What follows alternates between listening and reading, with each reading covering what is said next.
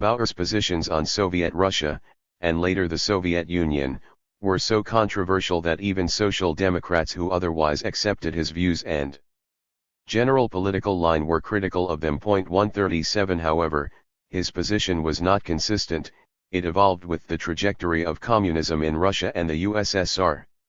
It is possible to loosely identify three stages.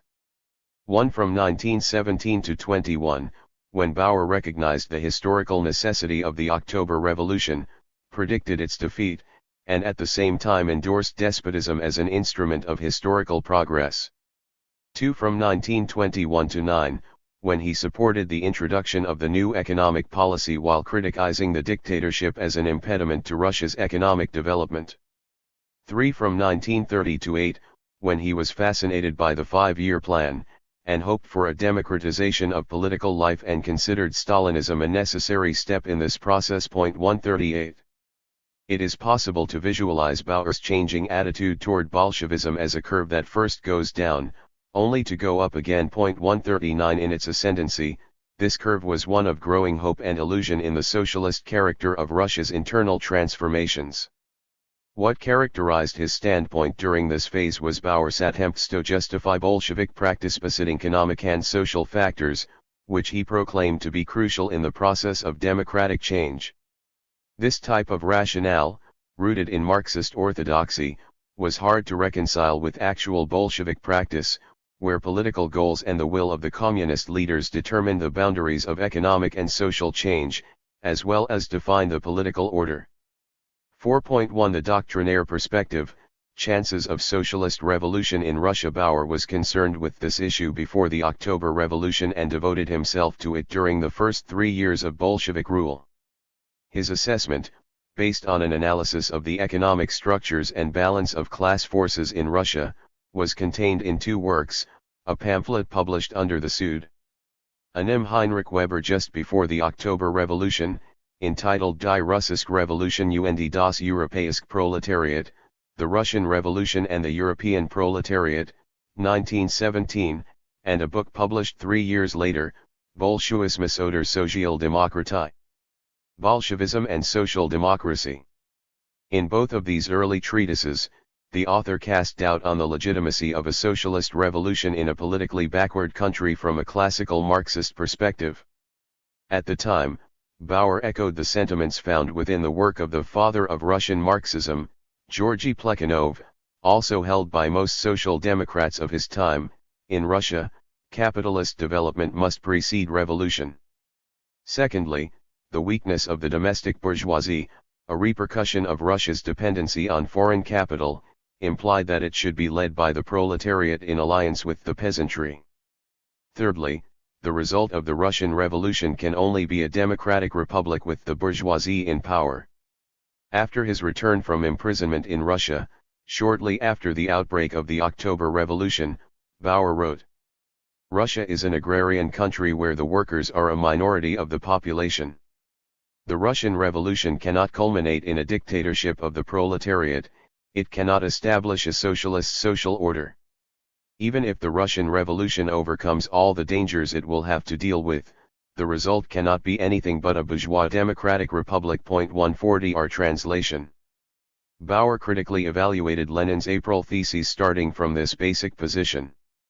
In contrast to Lenin, he maintained that it was necessary for the Soviets to cooperate with the provisional government and that the parliamentary platform must be sustained. As is evident from his September 28, 1917 letter to Koskay, he essentially adopted the same position as the Menshevik internationalists, Fyodor Dan, Julius Martov, who emphasized the limitations of the working class struggle in a semi-feudal country. 141 This struggle was directed against both the Mensheviks' coalition with the bourgeoisie and the Bolsheviks' proletarian dictatorship. Furthermore, the workers demanded that social revolutionaries engage in a pact with different social democratic trends and entrust the strongest party in the Constituent Assembly. It becomes obvious from the remarks cited above that Bauer predicted the defeat of the Russian Revolution even before its commencement. Nonetheless, he declared that the victory of the October Revolution was a historical necessity. For Bauer, the determination of the revolutionary leaders and whatever theory they adhered to were not decisive. What counted were changes in the balance of class forces. The working class gained strength after the February Revolution, and how the socio-political conditions differed from those in highly developed countries, i.e. how to win the economically exploited, culturally backward and politically unenlightened peasantry for socialism, among other issues. 142 Bauer was inclined to believe that the alliance of workers and peasants had been enforced primarily by economic factors and was therefore ephemeral. It is imperative to remember that he dissociated himself from the markedly nullifying evaluation emanating from the right wing of the party around Renner. Bauer regarded the processes occurring in Russia as crucial for the victory of socialism in Europe and prophetically predicted that they would inspire the revolutionary spirit and will of the Western European working class. At the time, Bauer's praise for the accomplishments of the Russian Revolution did not yet amount to revising his position on the Fatah building socialism in Russia. In this period, he held fast to his conviction that building socialism in Russia was doomed to failure if not aided by the World Revolution. In this, the Bolsheviks agreed with him. Secondly, he did not believe that seizing power and introducing a proletarian dictatorship was anywhere close to the final goal. He considered it a political misjudgment of far-reaching consequences, including the acute danger of civil war and economic breakdown, for the working class to seize power in a country where objective conditions were insufficiently ripe. His prognosis would soon be validated. Bauer blamed both the Bolsheviks and the Mensheviks for the course of events. He accused the Bolsheviks of revolutionary voluntarism and transgressing the boundaries of bourgeois revolution. Conversely, he criticized the Mensheviks for collaborating with the bourgeoisie, supporting the imperialist war, and insufficiently taking the economic life of workers and peasants into account. In truth, Bauer expected that after the seizure of power, a constitutional assembly and the establishment of a democratic government would follow. When the Constituent Assembly was dissolved in early 1918, he viewed this as an early sign of defeat for the Russian experiment which would go to anticipate for many years. He cited several reasons in support for his 1917-20 prognosis concerning the defeat of the October Revolution: low levels of industrial development in Russia, an undeveloped agriculture, and the immaturity of the working class with respect to governing a state, especially the diminishing social base for the proletarian dictatorship and its degeneration into a party dictatorship. However, the fact that Bauer constantly stressed the different economic, social, and political conditions in Russia and Western Europe was also motivated by the objectives of SDHUPP policy. This way he could justify the validity of the social democratic concept of revolution. By implying that the theory and practice of the Bolsheviks represent an adaptation of socialism to a country where capitalism is still undeveloped, the proletariat therefore only constitutes a minority of the nation, and socialism adapts to Russia's economic backwardness. Our translation, he vindicated his thesis that there were different roads to socialism, and that the Russian revolutionary model should not be implemented in highly developed countries. 143 This also served to convince workers infatuated with the victory of socialism in the East that it was impossible to repeat the Russian scenario at home. At the time, Bauer stood in full solidarity with Kosky, who proclaimed that the Social Democrats must distance themselves from Bolshevik strategy if they were to preserve the credibility of social democratic politics and save international socialism. Bauer foresaw the consequences of the Bolshevik strategy and realistically assessed the proletarian dictatorship's chances of success. Bolshevism cannot improve the condition of the proletariat because it can only destroy, not raise, production. Ultimately, the dictatorship of the proletariat will stand in opposition to the proletariat. For this reason, it must fail. However, if socialism does not sharply dissociate itself from Bolshevism, then the defeat of Bolshevism will become the defeat of socialism as such. 144 Our translation. The thought expressed in the final sentence represented Bauer's anticipation of the eventual fate of socialist doctrine. Socialism only remained effective in Western European social democratic parties because they explicitly dissociated themselves from the Leninist version of Marxism in the Frankfurt Declaration adopted by Socialist International in 1951, adhering to Kautsky's concept of democratic socialism thereafter. In contrast, socialism lost social recognition in the countries of really existing socialism, which were forced to reiterate the Bolshevik models for decades. Of course, Bauer's theses were subject to caustic criticism from the Bolsheviks, who had been hoping for the outbreak of world revolution since 1920. In a sense, Bauer contradicted himself in assuming that the Russian Revolution might provide a blueprint for other Asian countries. Kautsky, who, unlike Bauer, did not believe that Bolshevism was merely the product of an economically undeveloped agrarian country, but specifically of Russian conditions after World War I, objected to this. 145 The most interesting, and at the same time most surprising, aspect of Bauer's Bolshevism or social democracy is the notion upon which the author's prognosis of the defeat of socialism in Russia rested, namely, a positive assessment of the proletarian dictatorship in its totalitarian form. The essential question here pertains to the assumptions on which Bauer based his thesis.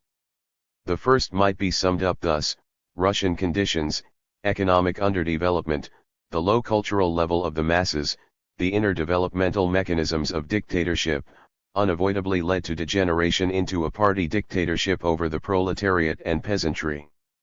That is to say, the consolidation of power by a minority coincides with the centralization of power, which, in turn, results in the bureaucratization and increasing autonomy of the state apparatus. Despotic socialism, Bauer wrote, is the necessary product of a development that triggered a social revolution at a stage of development when Russian peasants were not even mature enough for political democracy and Russian workers were insufficiently mature for industrial democracy. Our translation, point 146. The second assumption is reminiscent of his unswerving belief that it was impossible to build socialism in a country like Russia without employing a proletarian apparatus of coercion. Understood literally, this view of Bauer's would amount to a revision of his theory on the integral link between democracy and socialism.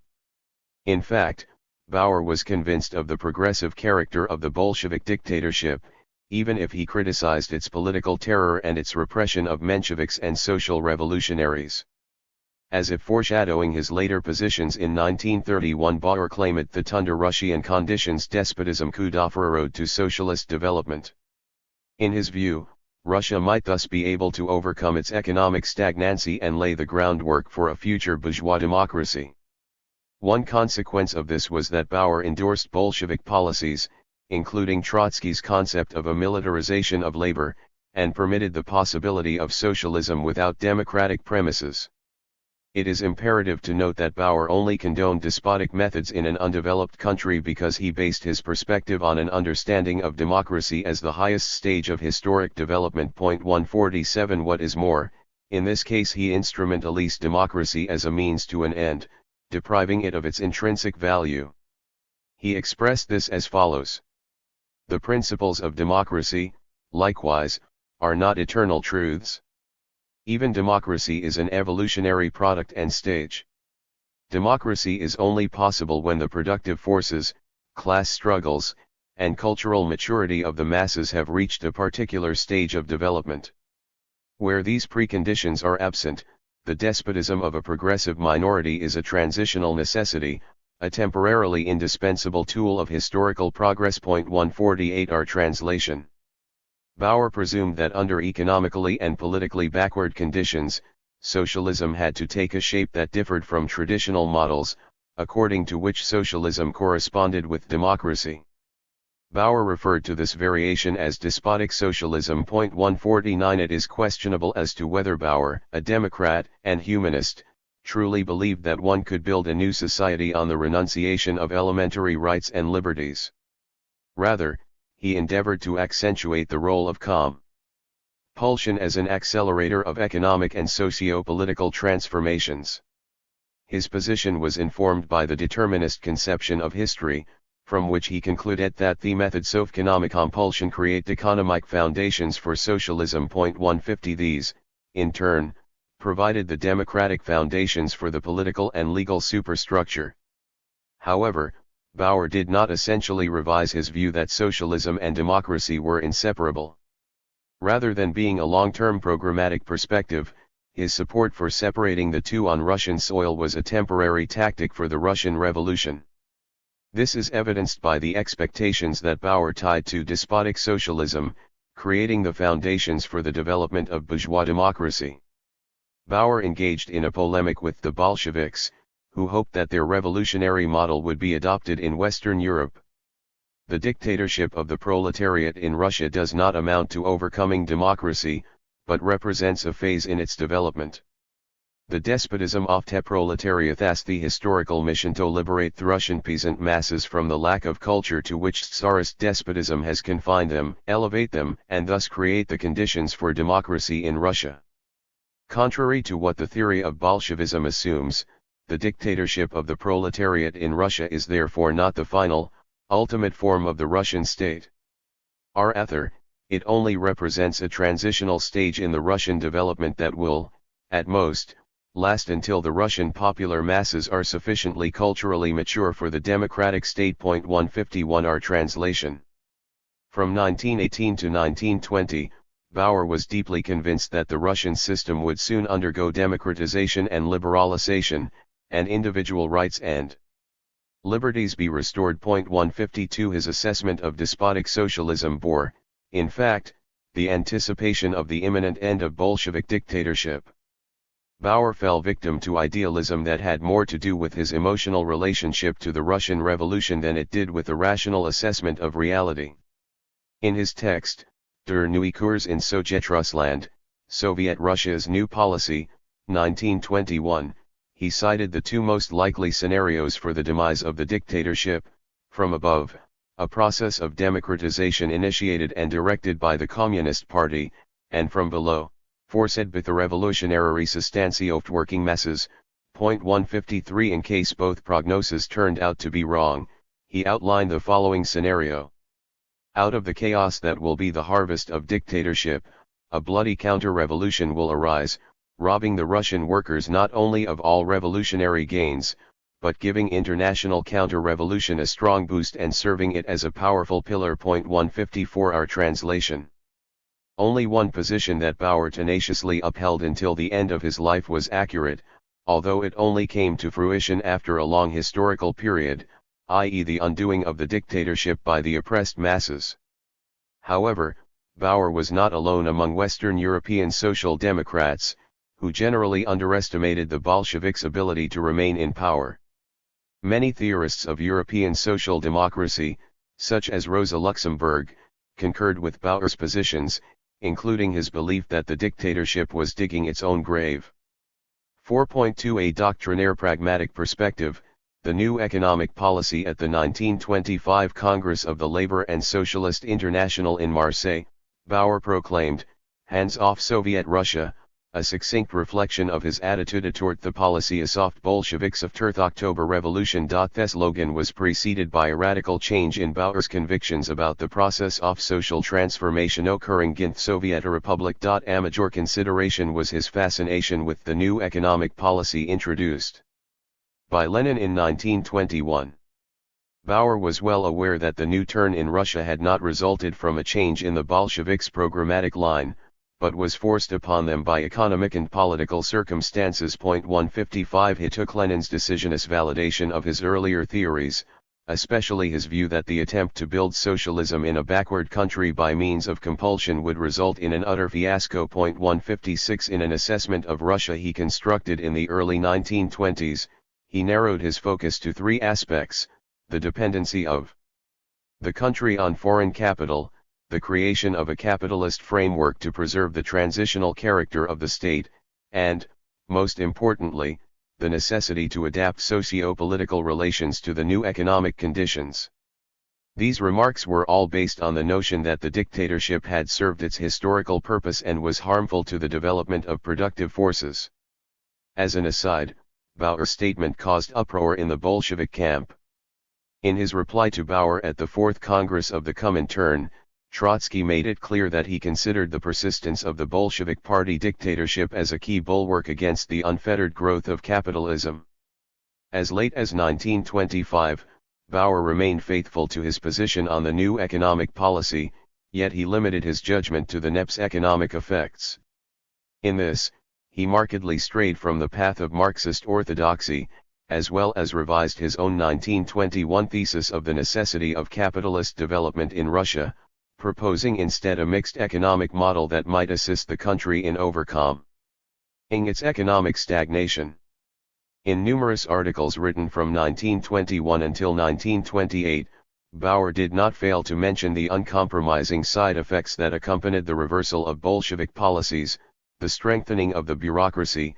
He now referred to socialism in Russia as a dictatorship of the bureaucracy, political terror against former allies in the struggle against Tsarism, an escalation of social tensions, and struggles between different party factions since Lenin's .157. Nevertheless, Bauer, while criticizing these phenomena, objected to the demand issued by Trotsky in the revolution betrayed for a political revolution in order to eradicate the dictatorship.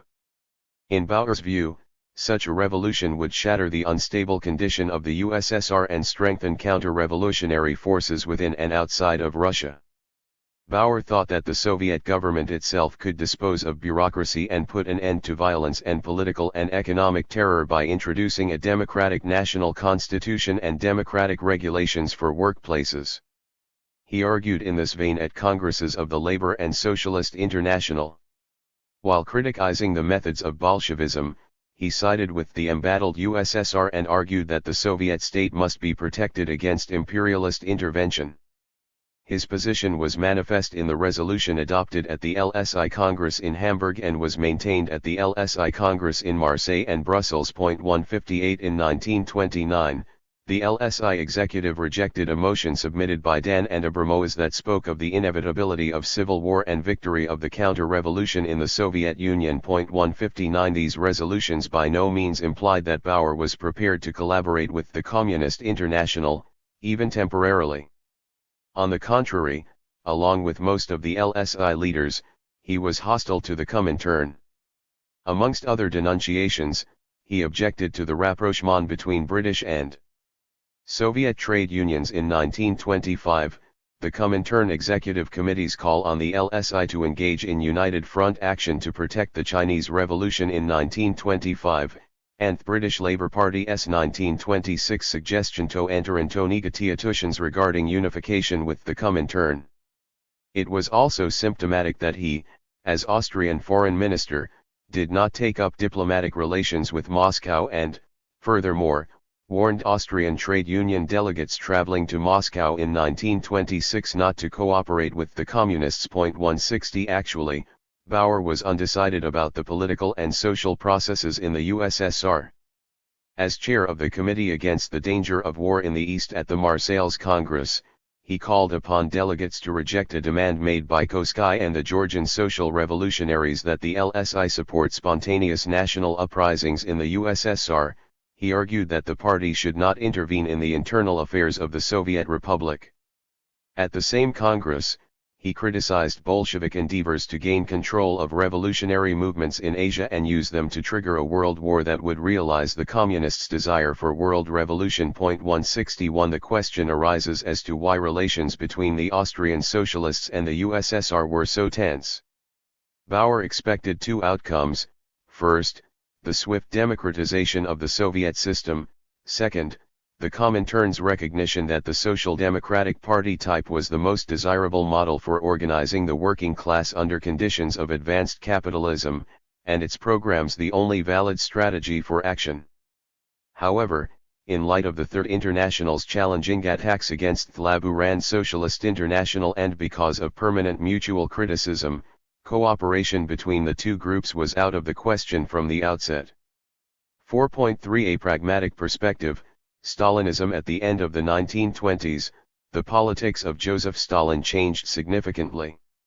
This turn had been preceded by a conflict of interests between industrial workers, the petty peasantry, and kulaks, as well as disputes and factional struggles in the Communist Party leadership from 1925 onward.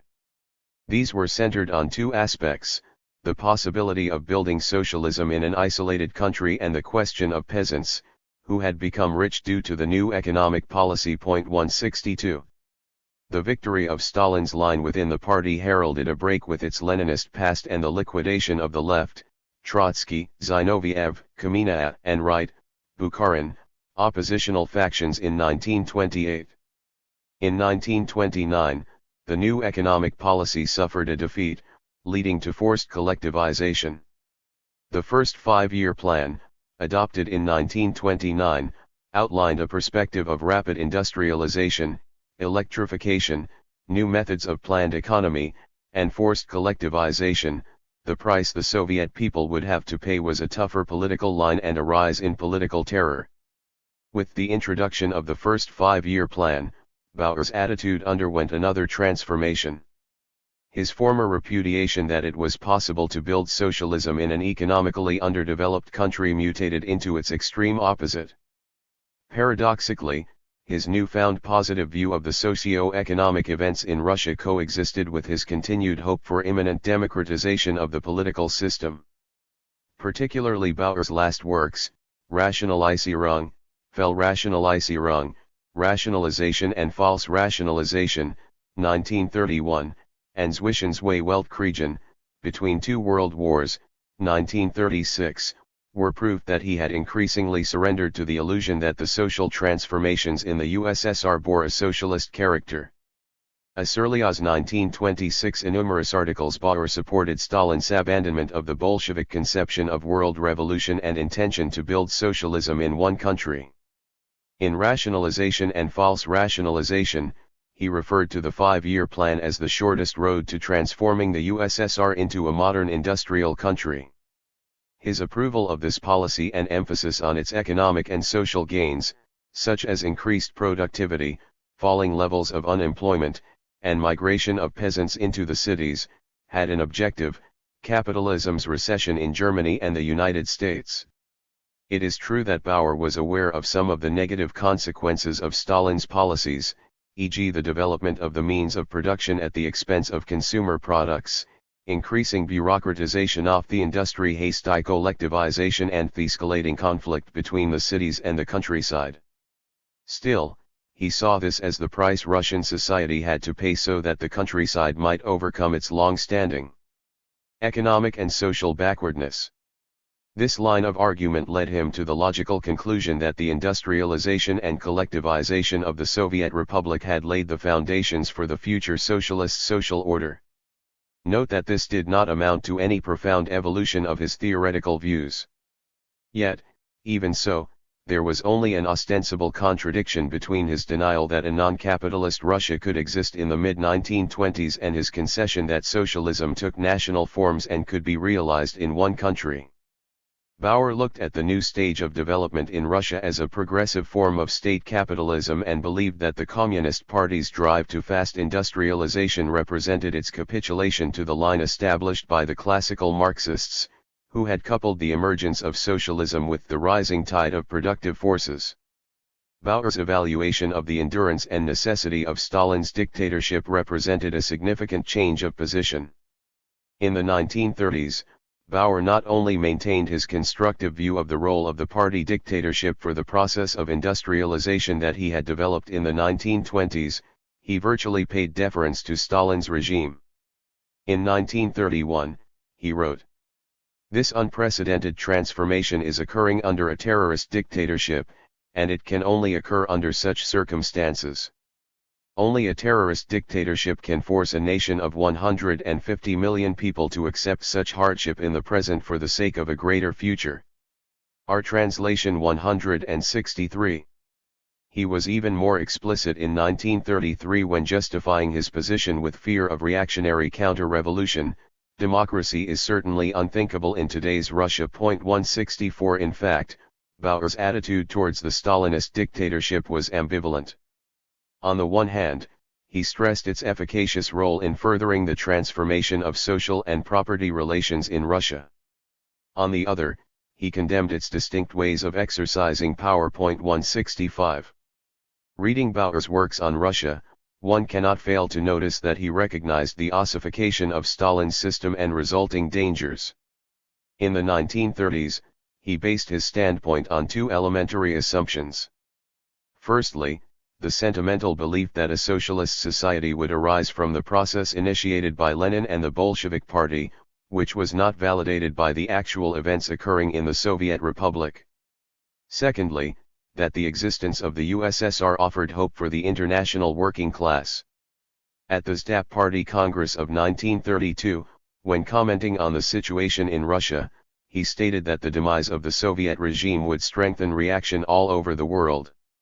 The breakdown of the Great Experiment would shatter the belief in the possibility of a socialist mode of production everywhere in the world for a long time.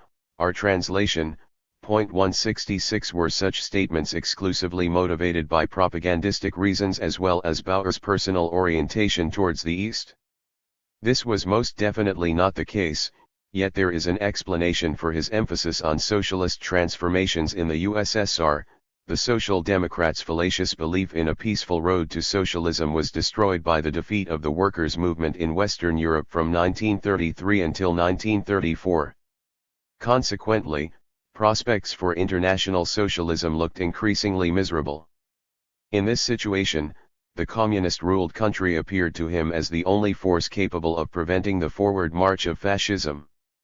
Bauer was convinced that the future of the international working class depended on whether it will be able to defend the great world historic gains of the Great Russian Revolution, beat the mortal enemy of the working class, fascism, take advantage of the great convulsion that a new war will bring to the capitalist world, and overcome the capitalist barbarism of exploitation, unemployment, and class rule.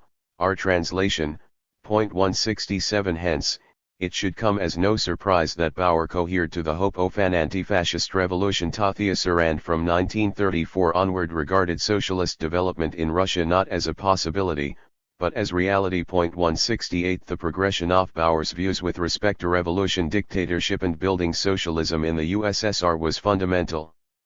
From denying that revolution in non-capitalist countries had any chance of success and recommending that the proletarian dictatorship be abandoned, he had come a long way. Asher recognized the socialist character of the USSR, extolled the necessity of dictatorship, and cited domestic relations in the Soviet Republic to venerate the Stalinist bureaucracy.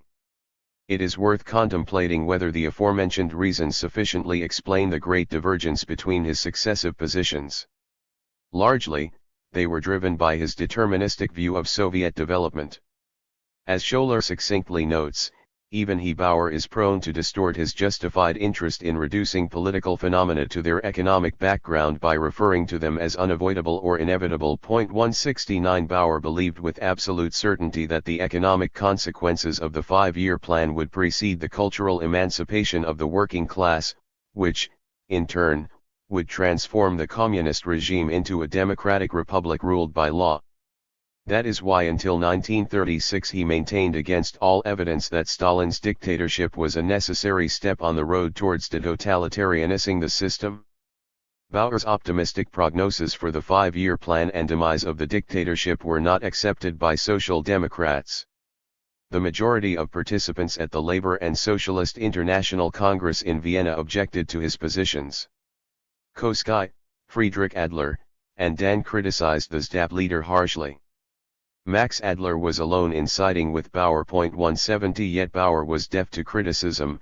He refused to revise his position even when information about mass deportations and growing repression against the old power apparatus culminating in the infamous Moscow trials reached to Vienna. 171. With respect to the conflict between Stalin and the socialist opposition in the USSR, Bauer's sympathies before the defeat of the workers' movement in Austria were with Stalin and his supporters. His stance on the Moscow trials was ambiguous. He considered them a backward retreat on the road towards democratization, criticized the arrests and denunciations of Bolsheviks as counter-revolutionary, and referred to Stalin's methods of fighting the Trotskyists as repulsive and dangerous. 172. However, he also blamed the Trotskyists for the Moscow trials, claiming they were planning a second revolution. Although he castigated Trotsky's politics as sectarian, he objected to the idea of an official LSI motion in protest at the Zinovievand Kamenev trials demanding that the International dissociate itself from their views. 173 The Moscow trials did not make him revise the expectations he had of the Soviet Union. Throughout the trials, his attitude remained cautious and reserved. According to Low, this was because he saw no alternative to Stalin's dictatorship in light of the imminent confrontation with fascism and defeat of the workers' movement in the West. 174 The criminal nature of this dictatorship escaped Bauer's attention. Bauer's positive assessment of the political changes in the USSR proved devoid of any basis in reality when the consequences of political terror, paralysis of mass activism, and collectivization, famine and millions of deaths, became public.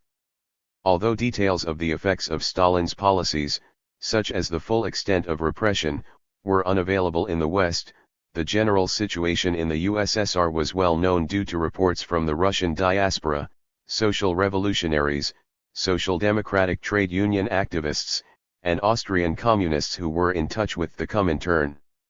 Bauer felt betrayed by Stalin's politics.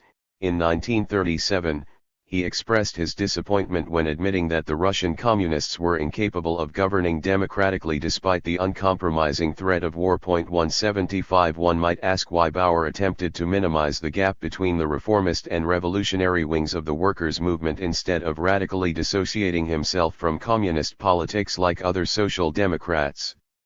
Aside from the aforementioned first rationale, fear of fascism, another factor motivated him. After the defeat of the revolution in the West and the ebbing of support for a world revolution, the USSR remained the only country in which classical Marxian theory was put to practical use. Bauer was not the only Western theorist to justify force as an instrument of historical progress.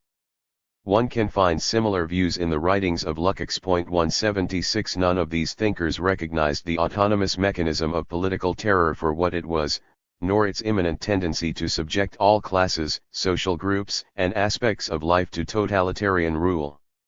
Only one of Bauer's prognoses was confirmed: the power of dictatorship is based not on formal institutions, but on the ability to influence the masses ideologically. Totalitarianism as a form of rule is impossible to reconcile with the human desire for freedom. A state of total indoctrination of society is impossible to achieve, and the moment when people demand their freedom back is inevitable. It was in Bauer's analyses and statements regarding the Soviet Union that a deterministic conception of history was at its most pronounced, more so than in his other theories. Here, he viewed all relations, social and especially political, as subordinated to economics. From this, he concluded that transformations in the economic structure of society inevitably predetermine political phenomena, which can all be predicted. 177 His conclusion had little to do with the reality in the Soviet Union. State, democracy, socialism. The third way to socialism was complementary to the Austro-Marxists' reflections on the state and the direction that social democratic politics aspired to take within the bourgeois democratic framework. The idiosyncratic quality of these analyses was that they understood the state, law, and forms of political order, democracy, dictatorship, as mutually independent forms. They distinguished between a formal and a sociological order, i.e. they abstracted the form of phenomena from their content and social function.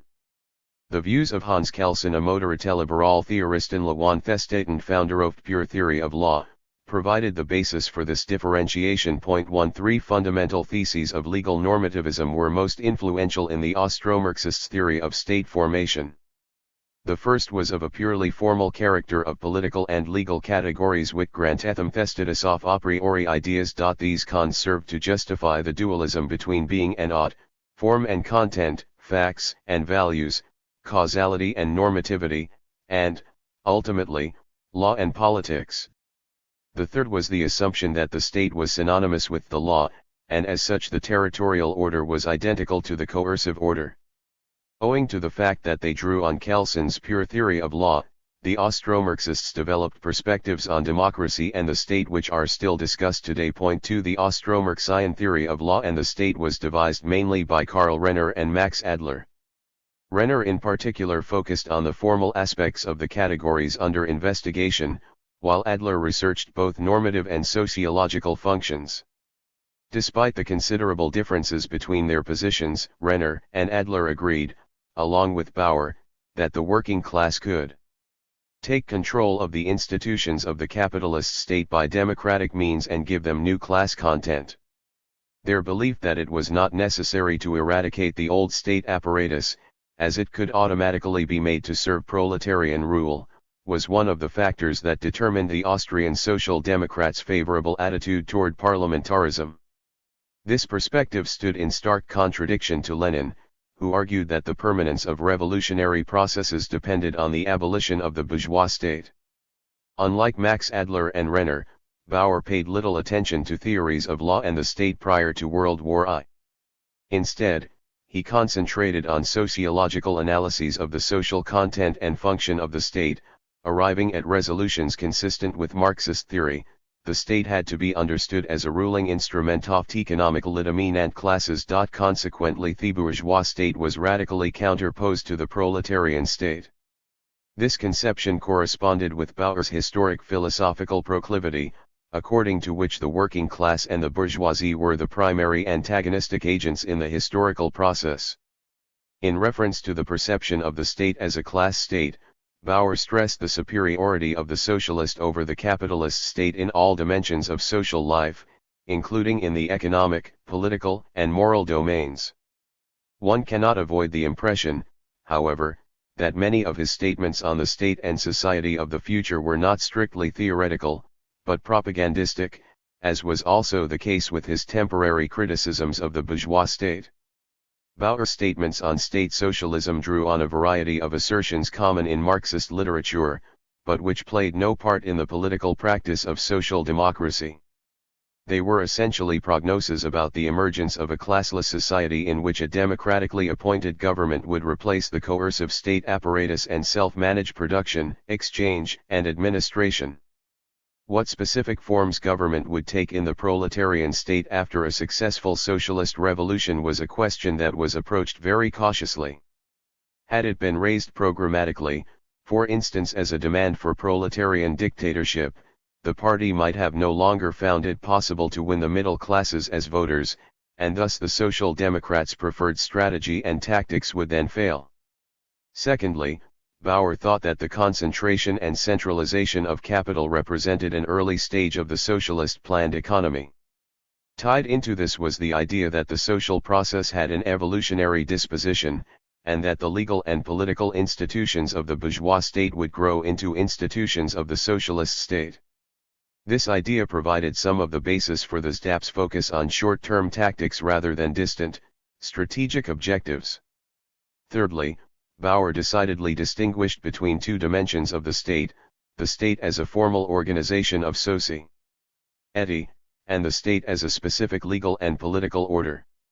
Like Max Adler, he saw the bourgeois democratic state as a tool of bourgeois rule, stressing that its legal system only served to fortify economic and class subjugation. Like other Austro-Marxists, however, he prioritized the formal rather than the class facet. Hence, as a mature politician, he ratified a notion borrowed from Lassalle, a view also present in the beliefs of Renner and Kelsen.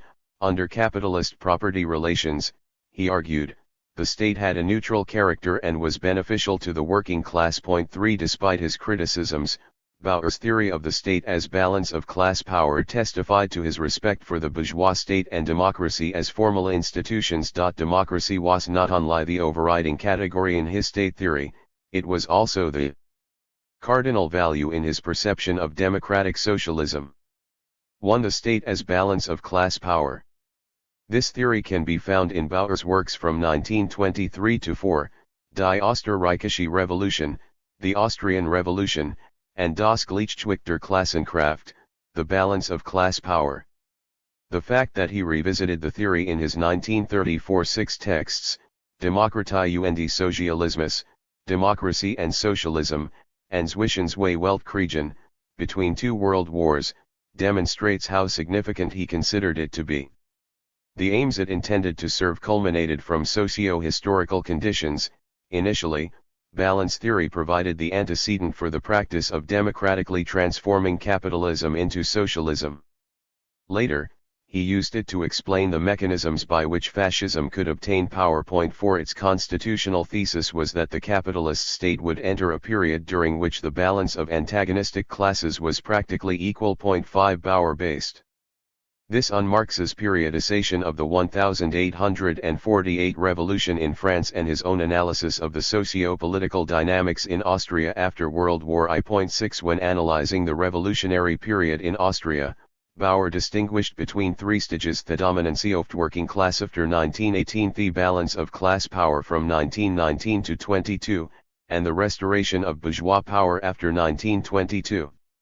He argued that between the years of 1919 and 1922, neither the bourgeoisie nor the proletariat were strong enough to rule on their own. Unlike in France or Italy, the state apparatus did not become independent of class forces, but rather state power was shared between the classes. As Bauer argued, disjuncture occurred as state organs had been replaced by the organizations of the working class. This development allowed for an extraordinary type of state to emerge, which Bauer christened balance of class power, or, alternatively, a people's republic. Characterizing this type of state, he wrote with reference to the First Republic, which existed until 1922. Thus the republic was neither a bourgeois nor a proletarian republic. In this phase, the republic was not a class state, that is, not an instrument for the domination of one class over other classes, but the outcome of a compromise between the classes, a result of the balance of class power. Just as the Republic arose in October 1918, upon the basis of a social contract, a political treaty between the 3 great parties which represented the 3 classes of society, so it was only able to survive by means of daily compromises between the classes. 7. The affinity between Hisfindings and the traditional concept of state advocated by the right wing of the party was remarkable. The latter were influenced by Bernstein, according to whom the modern bourgeois state was an instrument to obtain the common interests of society and consequently represented a transitional stage between capitalism and socialism. Bauer also strove to consider the premises on which the hypothesis of a gradually changing bourgeois state depended. He was convinced that the balance of class power had allowed for the emergence of an ultra-democratic form of state, a people's republic. Its essence was supposedly a variation of the parliamentary system modified and adjusted by a functional democracy. The political order proposed by Bauer was defined by the subordination of the executive to parliamentary control, additionally reinforced by social organizations. Bauer assumed that the government would not be able to rely solely on an elected parliament due to strong, extra-parliamentary, and primarily working-class pressure groups. It would have to seek approval from autonomous citizens' organizations to legitimize its conduct.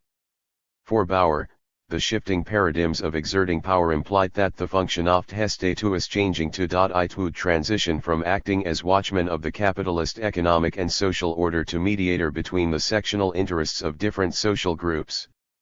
According to balance of class power state theory, maintaining that equilibrium was a condition for the development of reformist socialism. In reality, concessions granted to the working class by the bourgeoisie were measures to stabilize capitalism, even if they served the temporary interests of the working masses.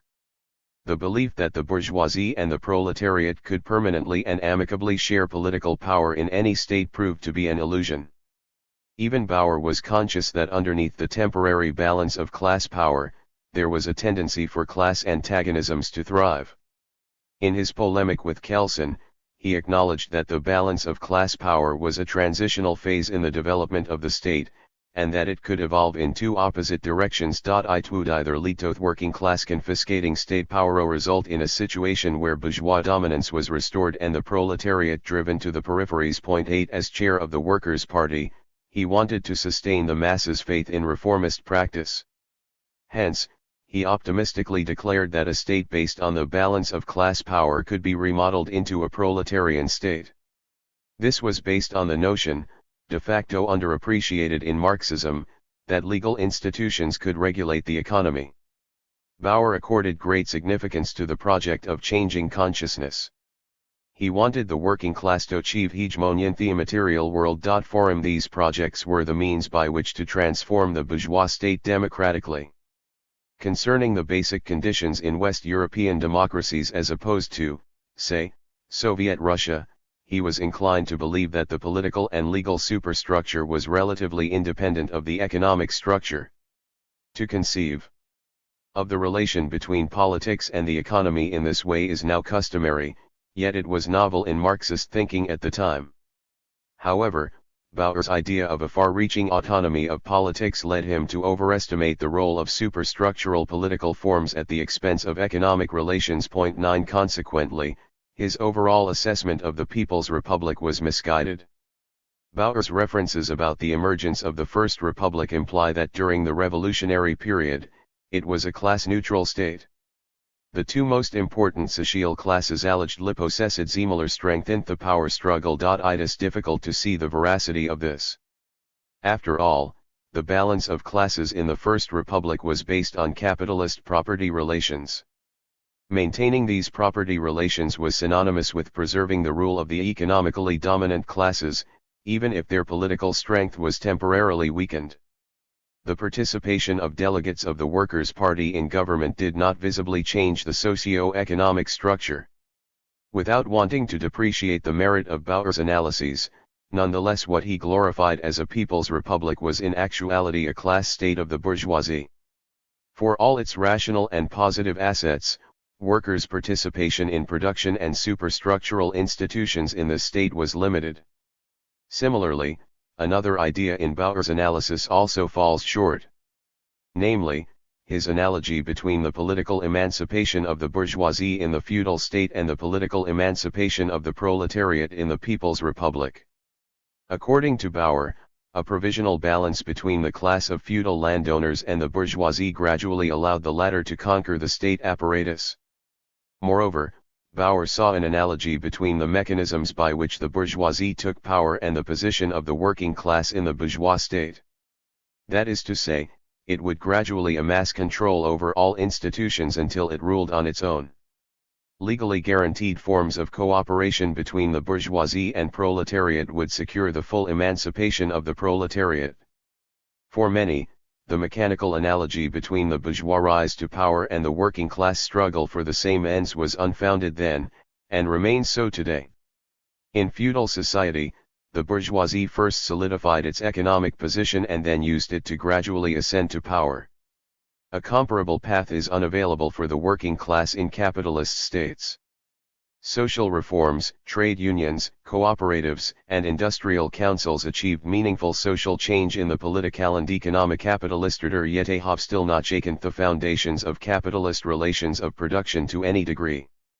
As a politician well acquainted with the socio-political dynamics within the state, Bauer knew that the bourgeoisie would fight to rule exclusively as soon as it had buttressed its political standing. He also realized that it would attempt to push the working class out of all political, administrative, and economic bodies that limited bourgeois economic power. Prophetically, he predicted in the 1920s that the bourgeoisie would abandon democratic positions the moment democracy was no longer able to safeguard its economic interests. Bauer came to experience this firsthand after 1922, when the bloc of bourgeois parties, emboldened by the fact that Seipel's plans for the Geneva Protocol had been successful, repealed some of the concessions achieved by the working class during the revolutionary period. In practice, abstracted from socio-economic realities, the social balance theory of the state assumed the concrete forms of the bourgeois democratic republic in the 1920s and the authoritarian regime after 1934. Bauer's balance of class power theory provoked ire from Lenin 10, understandably so, from a communist perspective, and was dismissed as a petty bourgeois delusion on the part of the Social Democrats. 11 Nor was it spared criticism from bourgeois theorists. Kelsen accused Bauer of revising the Marxist theory of class struggle and abandoning Marxist positions, claiming that he had forsaken revolutionary perspectives. 12 This charge would have been justified had Bauer ever endorsed Marx's theory of armed revolution. In truth, his concept of the state as balance of class power was an integral part of his overall vision of a democraticro ad to socialism. Bauer's theory of Testadialodhum to provide a common ground of cross-class understanding and cooperation. Its sincere actual purpose was to vindicate the SDHUPP's strategies and legitimize the coalition policies in which it had engaged since the beginning of the First Republic. The idea that it was necessary for the Workers' Party to forge coalitions and cooperate with bourgeois parties was the result of a specific assessment of bourgeois democracy and a corresponding strategic approach. Point 13. 2. Parliamentary and social democracy. The rapid transformation of Austria from a monarchy into a republic shaped public opinion on democracy and predetermined its fate. As Palinka notes, the new republic lacked a parliamentary tradition. In its early days, the citizens of the new republic felt no loyalty towards the state, and consequently, society did not respect the principles of the political order. Point 14. Nor did the existing bourgeois parties have any aspirations to reinforce democratic political structures. After all, the proclamation of the Republik had not been the culmination of their political struggles, but was forced upon them by the post-war situation in Austria.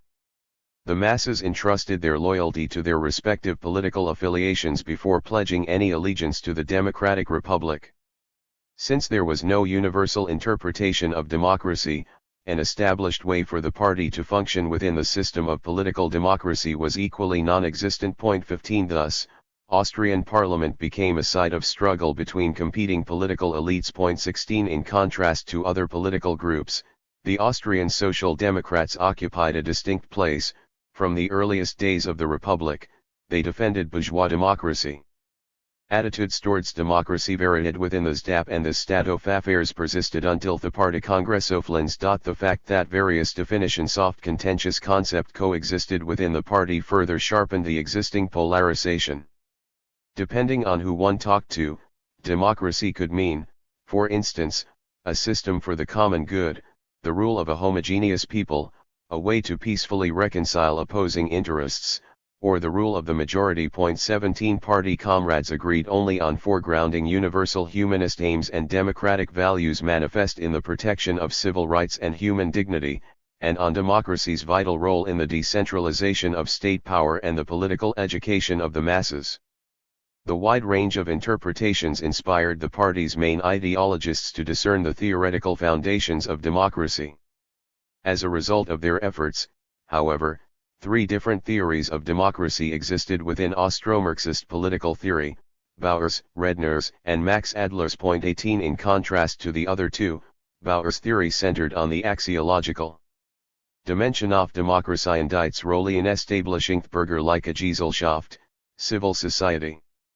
Bauer unified both aspects, the evaluative and the political, in his model, which he based on political and functional democracy. Indeed, it is evident from Bauer's writings that political democracy played a fundamental role in his theory. Drawing on Kelson's arguments, his analysis distinguished between democracy's formal and social content. In all statements on democracy as a principle that shaped the political order, Bauer consistently pointed out its ahistorical, class-neutral qualities.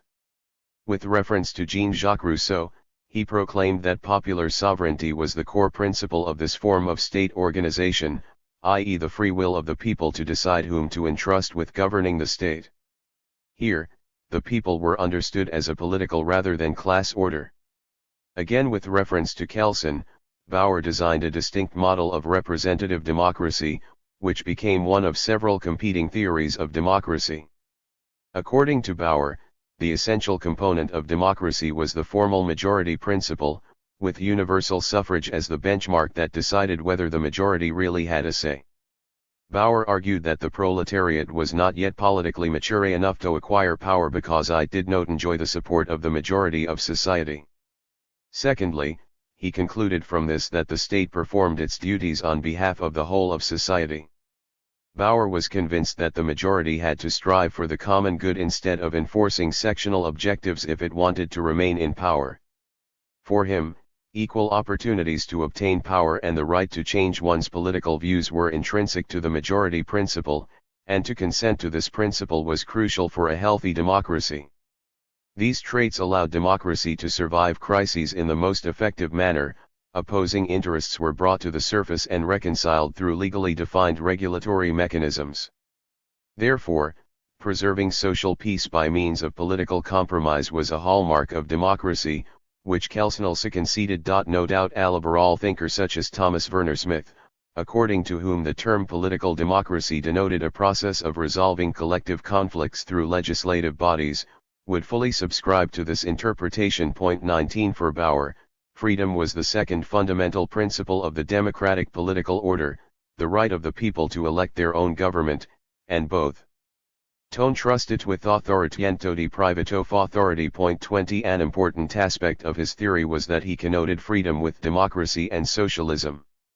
Unlike Max Adler, however, he was far removed from associating the achievement of freedom in the collective sense with the socialist order. Rather, he advocated ethical individualism. Democracy's aim was to secure for individuals a right to privacy and protect inalienable rights, interests, and opinions. The state, even one founded on the principle of popular sovereignty, should not encroach upon these. Nonetheless, freedom under democratic conditions was not to be understood as individualist anarchism, but as a principle that facilitated unified, collective action within the framework of the adopted legal order. Freedom understood in this way, Bauer argued, secured legal protection for minorities and granted them free expression. It therefore offered minorities ample opportunity to become the majority and allowed for power to be reassigned. Bauer based his assumption that the Social Democrats would eventually gain command of the levers of power on this premise. In his early texts, he typically neglected the principles of social and economic equality as basic prerequisites for democracy. This not only betrayed the influence of Kelsen's thought, but also testified to the classical Austro-Marxist proclivity for favoring the political over social emancipation. One may wonder whether Bauer was not wary that certain excesses of the democratic state order, toward which both Kelsen and Max Weber were vigilant, might pose a threat to political democracy itself. That is, its tendency towards bureaucratization, political representatives losing touch with the electorate, party leaders striving to increase their influence in the executive sphere, and ultimately, the propensity of delegates to put their own party interests above the interests of voters. In reality, Bauer had no such reservations, since he overestimated the potential of the democratic political order. The first reason was that in the early stages of modern democracy, these threats were not as pronounced as they are now. The second was that Bauer, like Karl Popper many years later, thought that political democracy allowed the governed to fully regulate the government and thus prevent abuses of power. 21 There was also sociologic logic to Bauer's approach to democracy, albeit a latent tone. In his view, priorities and formal categories, for example the majority and freedom principles as formally understood, above class, did not imply that the largest concern for the social content of power was brushed aside. Marx's theory one-sidedly equated political democracy with bourgeois democracy, which it regarded as an apparatus of class rule and oppression. According to Marxian doctrine, the economy thwarted the autonomy of politics. In light of Western democracies, Bauer far from reduced himself to such simplistic limitations on the dependency between economic conditions and the political system, even if by doing so he contradicted some of his own statements on the function of objective historical factors. He was inclined to agree with Marx on one point: democracy remained an instrument of class rule, and because it preserved the rule of capital, the bourgeois democratic republic was a class state of the bourgeoisie. Yet essentially, Bauer upheld that legal forms and institutions were relatively independent from the economic base, believing it possible to regulate the economy through legal institutions. According to Bauer, the social content of power under democracy was determined by the existing composition of class forces. This composition, in turn, was determined by not only economic but also social factors, such as the strength of the class, degree of organization, strength of its ideology, and political maturity. From this he made two observations, both of which illustrated the decisive necessity of political democracy in political practice. The first, in short, is as follows: political democracy facilitated the democratic control of economic power, even in the capitalist state, it could already become an instrument to limit exploitation based on capital. The second reiterated a fundamental conviction of Austro-Marxist revolutionary theory. It determined that political democracy enabled the proletariat to emancipate itself economically because it offered the possibility of winning social hegemony by intellectual means. It was therefore a sufficient condition for the seizure of power by the proletariat. For Bauer, parliament was significant in political democracy, yet it would be simplistic to claim that he identified democracy with the system of parliamentary representation. Bauer explained the difference as follows: democracy, that is more than parliamentarism, more than the voice of legal institutions. For me, the state constitution offers the best possible guarantee for individual intellectual freedom. Our translation, point 22. This argument was informed by his aspiration to extend the democratic principle of popular sovereignty to all areas of social activity, especially the economic and political realms. Admittedly, Bauer equated parliamentarism and political democracy whenever he referred to it. His position was a faithful reiteration of Kelson's ideas. For Kelson, parliamentarism manifestly represented the only political form in which the idea of democracy can be fulfilled within today's social reality. Thus a decision about parliamentarism is at the same time a decision about democracy. Point 23. Bauer and Kelson both believed that true freedom could only be obtained through parliamentary democracy. Moreover, both theorists considered parliamentarism the only tool that could keep class antagonisms within certain limits. Bauer was skeptical towards parliamentarism during the early period of his political activity. Certainly, the reason was that at the beginning of the 20th century, the working class could not look back on many successes on the parliamentary stage. Point 24. The slur parliamentary cretinism, which, already present in Marx's work and used by Bauer in 1910, heaped scorn on the notion that the capitalist class system could be transformed through parliament and was a popular phrase amongst workers. All the same, Bauer's critique of parliamentarism had an ideological character. He confined himself to stating that the balance of forces in parliament was a reflection of the social and class order and that only a social revolution could change it. Notably, this verdict did not stop him from endorsing Victor Adler's choice of parliament as the main weapon of class struggle. Bauer's critique of parliamentarism, which he voiced mainly in public appearances, intended to cultivate the working masses' belief in the revolutionary nature of the party. In fact, Bauer had always been convinced that Parliament would decisively assist in granting the working class power. This belief was based on the idea that Parliament was by nature class neutral. Given the actual parliamentary dynamics, it is fair to say that this was misleading. The supremacy of the bourgeois over social democracy was a permanent condition, and the bourgeois government possessed not only the means of state repression, but also ideological influence, which Bauer himself acknowledged. His evaluation as to the degree that the proletariat could use parliament for the purpose of class struggle is worth further examination. Frankly, Bauer argued on more than one occasion that the proletariat was not politically mature enough. Point 25. It is difficult to argue with this. At the time, the political consciousness of the working class was not sufficiently advanced for it to act as an independent political force. The Bolsheviks, confident in the veracity of their theory, were alone in their assumption that seizing power, building a new political order by decree, and proclaiming the party to be the leading force of the nation could accomplish a sufficient level of working-class political sophistication to efficiently administer a state. As is well known, these hopes were already squandered in the early stages of the Russian experiment. History has shown that the position of moderate social democrats, who had a realistic picture of the working class and viewed bourgeois democracy precisely as a tool of political education, was justified. Likewise, Bauer's work was shaped by the belief in the progressive character of bourgeois democracy, even if this was a tense relationship. For many years, he stressed democracy's benefits for the political emancipation of society, yet at the same time pointed to its deficits, which were rooted in capitalist property relations. While claiming that bourgeois democracy was a prop that supported the economic and ideological power of the propertied classes, he did not go as far as to consider the capitalist-friendly status quo as a permanent condition. Economic and extra-economic means of repression, he argued, would only remain in the hands of capitalists as long as they were able to present their interest as the interest of all classes. They dominated the bourgeois political parties, and therefore the middle classes and part of the working class, only because they claimed that this interest had to be pursued for the sake of the economy. Bauer's polemics against Marx and particularly Lenin's arguments require some attention. For both thinkers, every government, be it democratic or not, was a dictatorship of the ruling class over the ruled classes.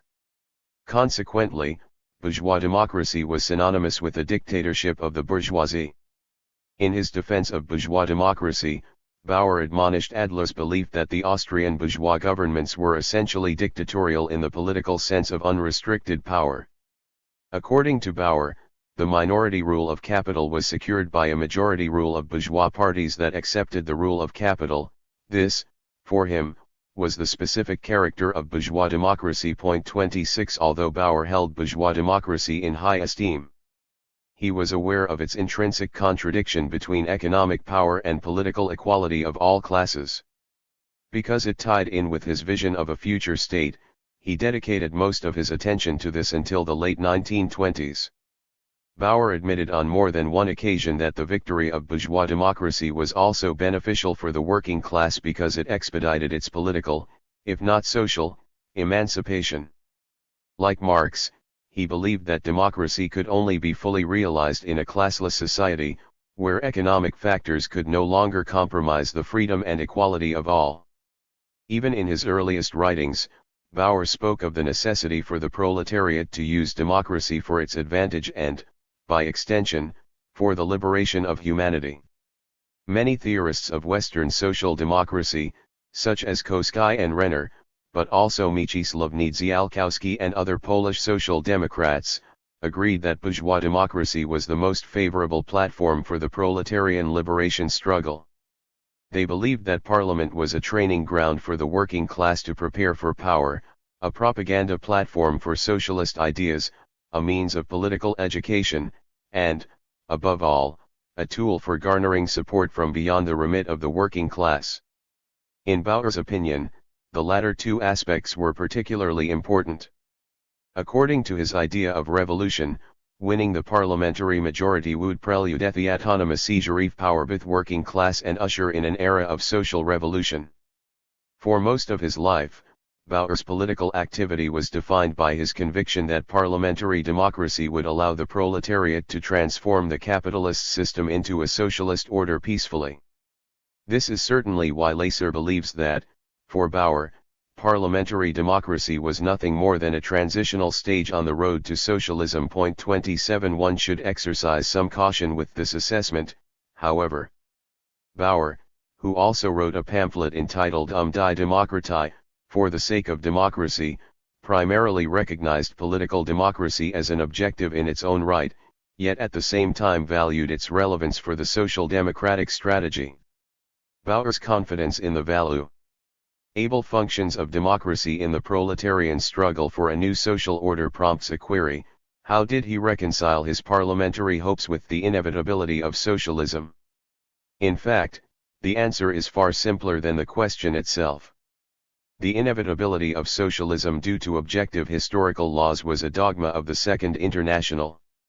With the passage of time, it degenerated into rhetoric, though admittedly some social democrats, including Bauer, unflinchingly believed in it until the end. Even so, faith did not prevent them from focusing on specific duties in their political practice, including using parliament as a platform. The Social Democrats regarded reforms that helped to improve the condition of the working class in the bourgeois state as necessary steps to overcome the capitalist system. Consequently, all reforms achieved through parliament were regarded as stepping stones on the path to socialism. No distinction between short-term and long-term objectives was made.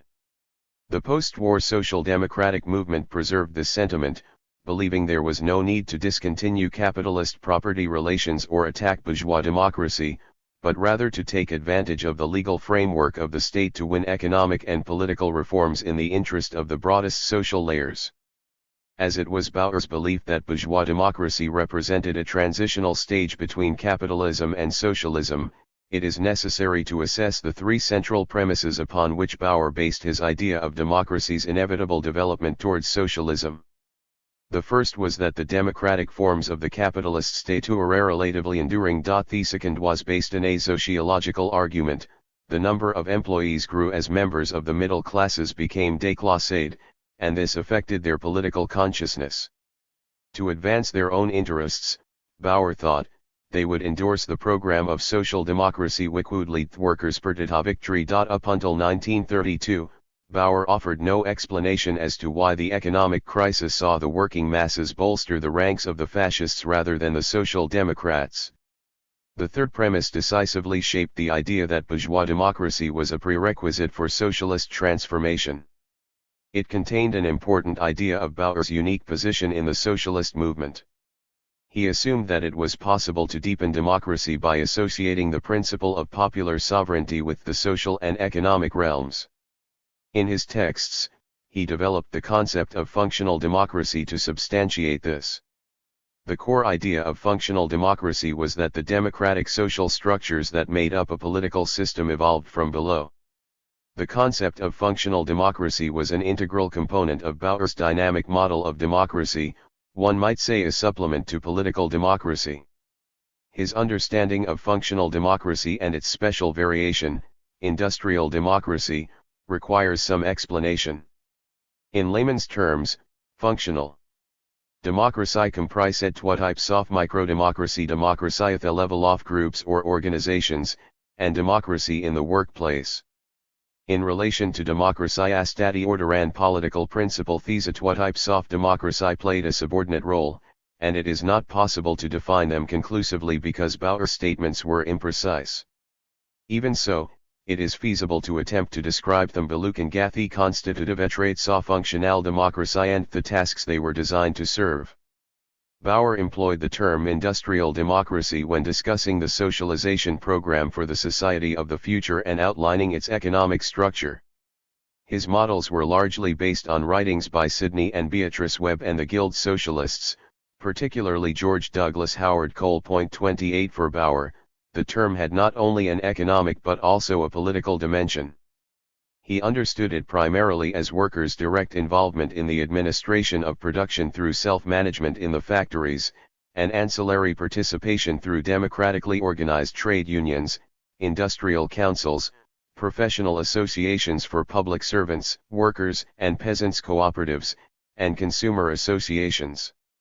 Moreover, the term was associated with producer self-management in the industries. 29 As to the structure of industrial democracy, Bauer implied a transition from democratic internal regulations in the factories towards an integrated system where groups of workers would be represented by profession.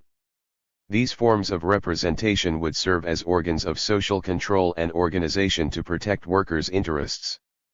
In Western democracies after World War II, these suggestions were essentially revived as demands to create strong union centres and establish management in workplaces. It appears far more difficult to assess what Bauer meant by functional democracy. 30 It is comprised of two aspects.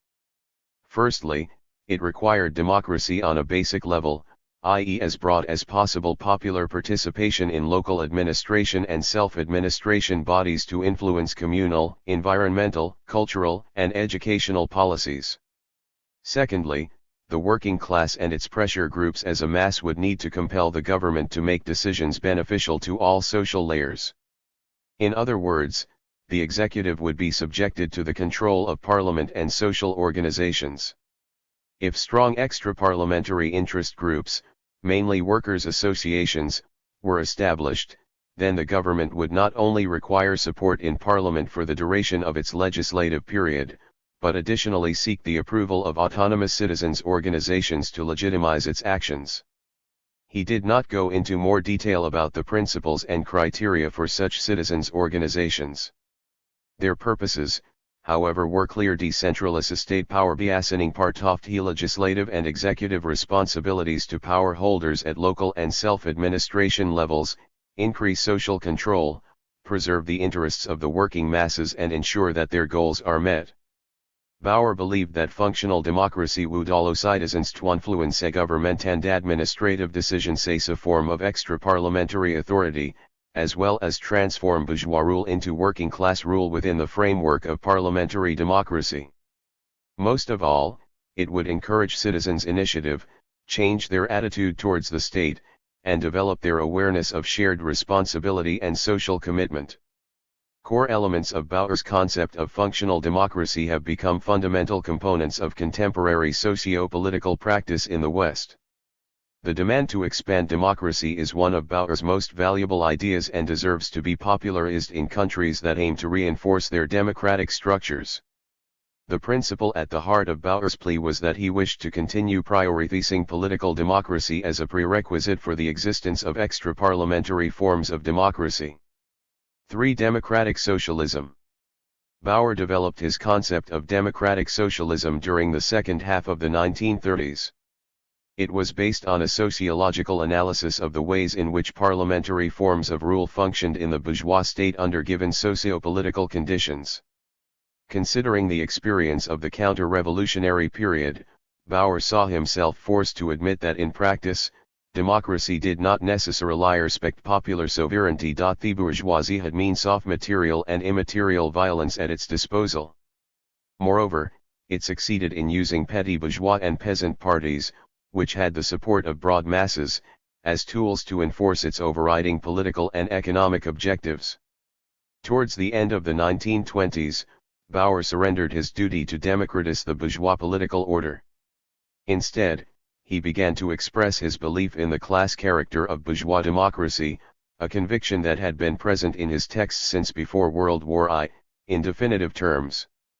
He now acknowledged that formal safeguards of freedom did not offer protection from economic and political ruling class pressure. If its class rule was under threat, the bourgeoisie was quite prepared to renounce democratic principle and resort to dictatorship. When the autumn of 1930 came, the dissolution of the bourgeois bloc, which effectively meant the demi-softy bourgeois republic, confirmed Bauer's predictions. The Social Democrats' delusions that it was possible to engage with the bourgeois camp at a parliamentary level had been destroyed. 31 Bauer became increasingly skeptical about bourgeois democracy as the fascicization of Austria advanced. The experience of fascist counter-revolution convinced him that the capitalists had to be fundamentally deprived of economic power if true democracy was to be achieved. However, Bauer's ideological evolution was not particularly profound. His criticisms of bourgeois democracy by no means implied that he endorsed the dictatorship of the proletariat as an alternative. One contention which had arisen from his philosophical perspective that defined a specific axiological option was the fundamental difference between democracy and dictatorship. This difference was the degree to which basic freedoms were realized under these two forms of government. Dictatorship, for him, meant the abolition of the principle of freedom, the basis of the socialist idea. A state of dictatorship where all the power to make decisions was, by definition, in the hands of a small group, excluded the initiative of the proletariat, without which socialism was impossible. Like Koski, who had coined the term, Bauer advocated democratic socialism, a form of social organization based on the socialization of production and a democratic political order. According to Bauer, socialism was inseparable from democracy. Its core value was the freedom of the individual, by which he referred to a freedom that individuals are able to use consciously. The antagonism between democracy and dictatorship asserted by Bauer must also be assessed. As many of his statements attest, he shared Max Adler's belief that the two concepts were not contradictory in Marx and Engels' doctrine and that only become opposites with the practice of Bolshevism. Privately, however, it appears that Bauer was not entirely sure if this was accurate. In fact, Bauer's idea of dictatorship and Marx's were clearly divergent. Firstly, Bauer used the term dictatorship of the proletariat to describe a form of government based on the rule of a minority. Consequently, he saw no possibility to reconcile the state form with the democratic organization of social and political life. Moreover, he was well aware of the true meaning behind Marx's formulation. Marx used it to describe a stage in the construction of a classless society, a declaration of intent to change property relations and abolish classes. Without doubt, the use of force was part of this project. It would be naive to expect that such radical social changes might be achieved by peaceful democratic means, and one can hardly suspect Marx of such naivete. Thirdly, Bauer noticed the ambiguity with which Marx employed the term dictatorship when referring to the no type of state. To the extent that socialism would allow the working class to exercise power by democratic means, Bauer argued, the term dictatorship would become superfluous. A dictatorship subjected to democratic control, after all, would lose its dictatorial character. This interpretation of dictatorship, according to Bauer, was practically identical to the concept of popular rule. In light of Bauer's insights, it is important to draw a line of distinction between a working class government and a dictatorship of the class.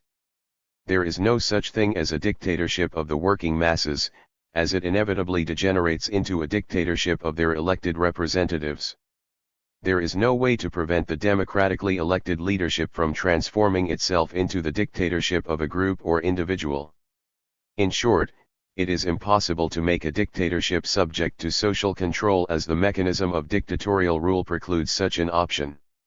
In the 1930s, under the impression of historical events such as the defeat of the Austrian workers' insurrection, the demise of the party, and the establishment of an authoritarian state, Bauer modified his view of the dictatorship of the proletariat.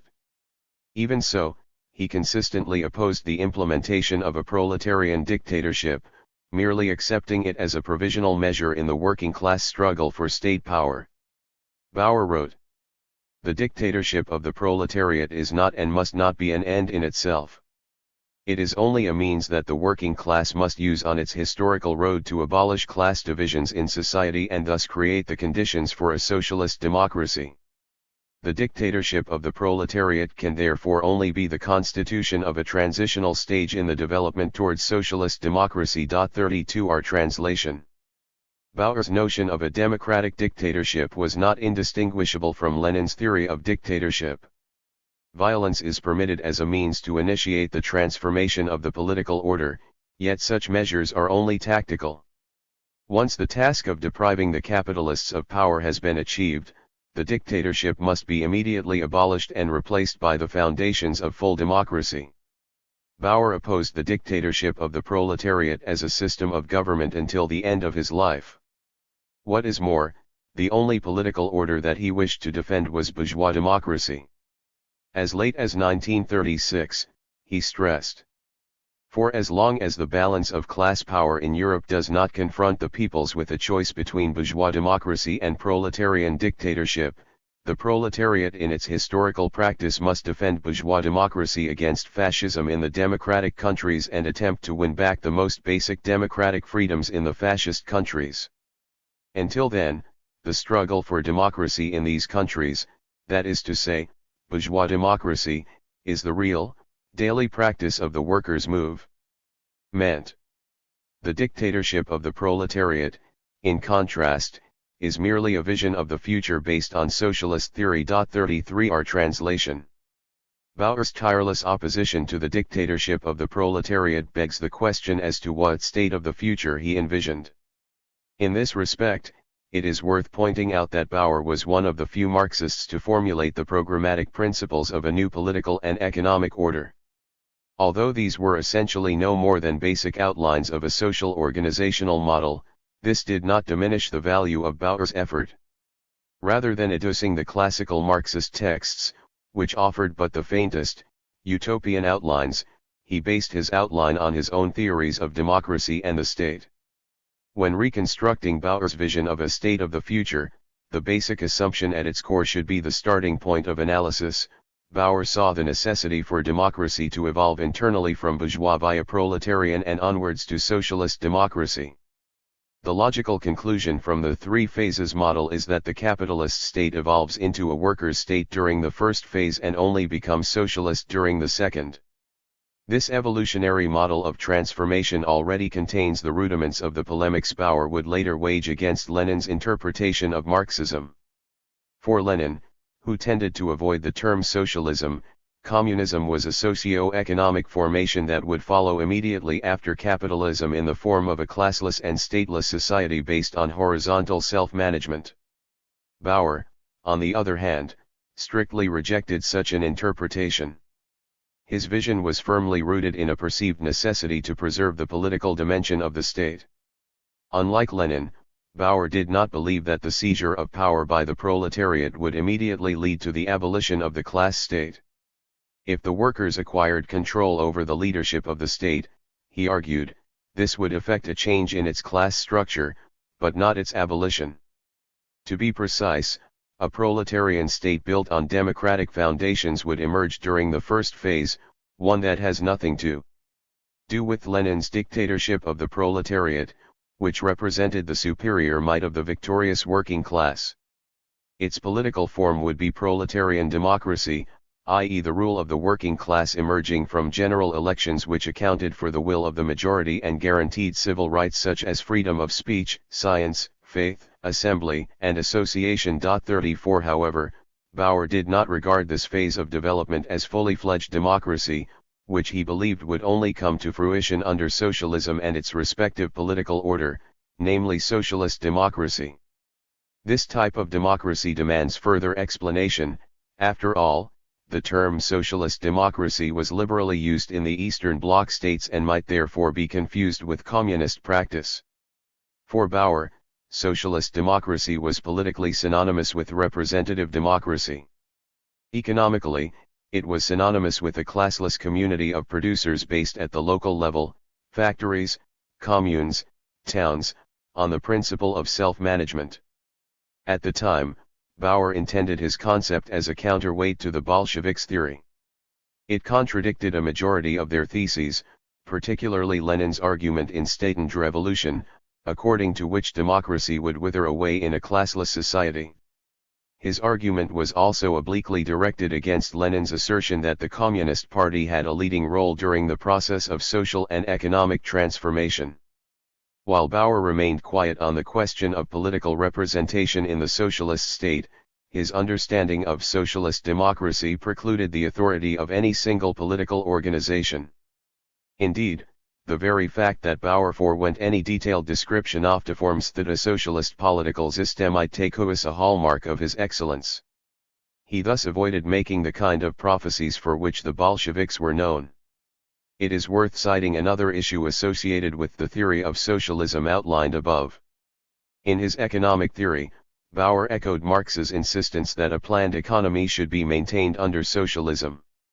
This was by no means at odds with Bauer's call for decentralist self-management in the economic realm.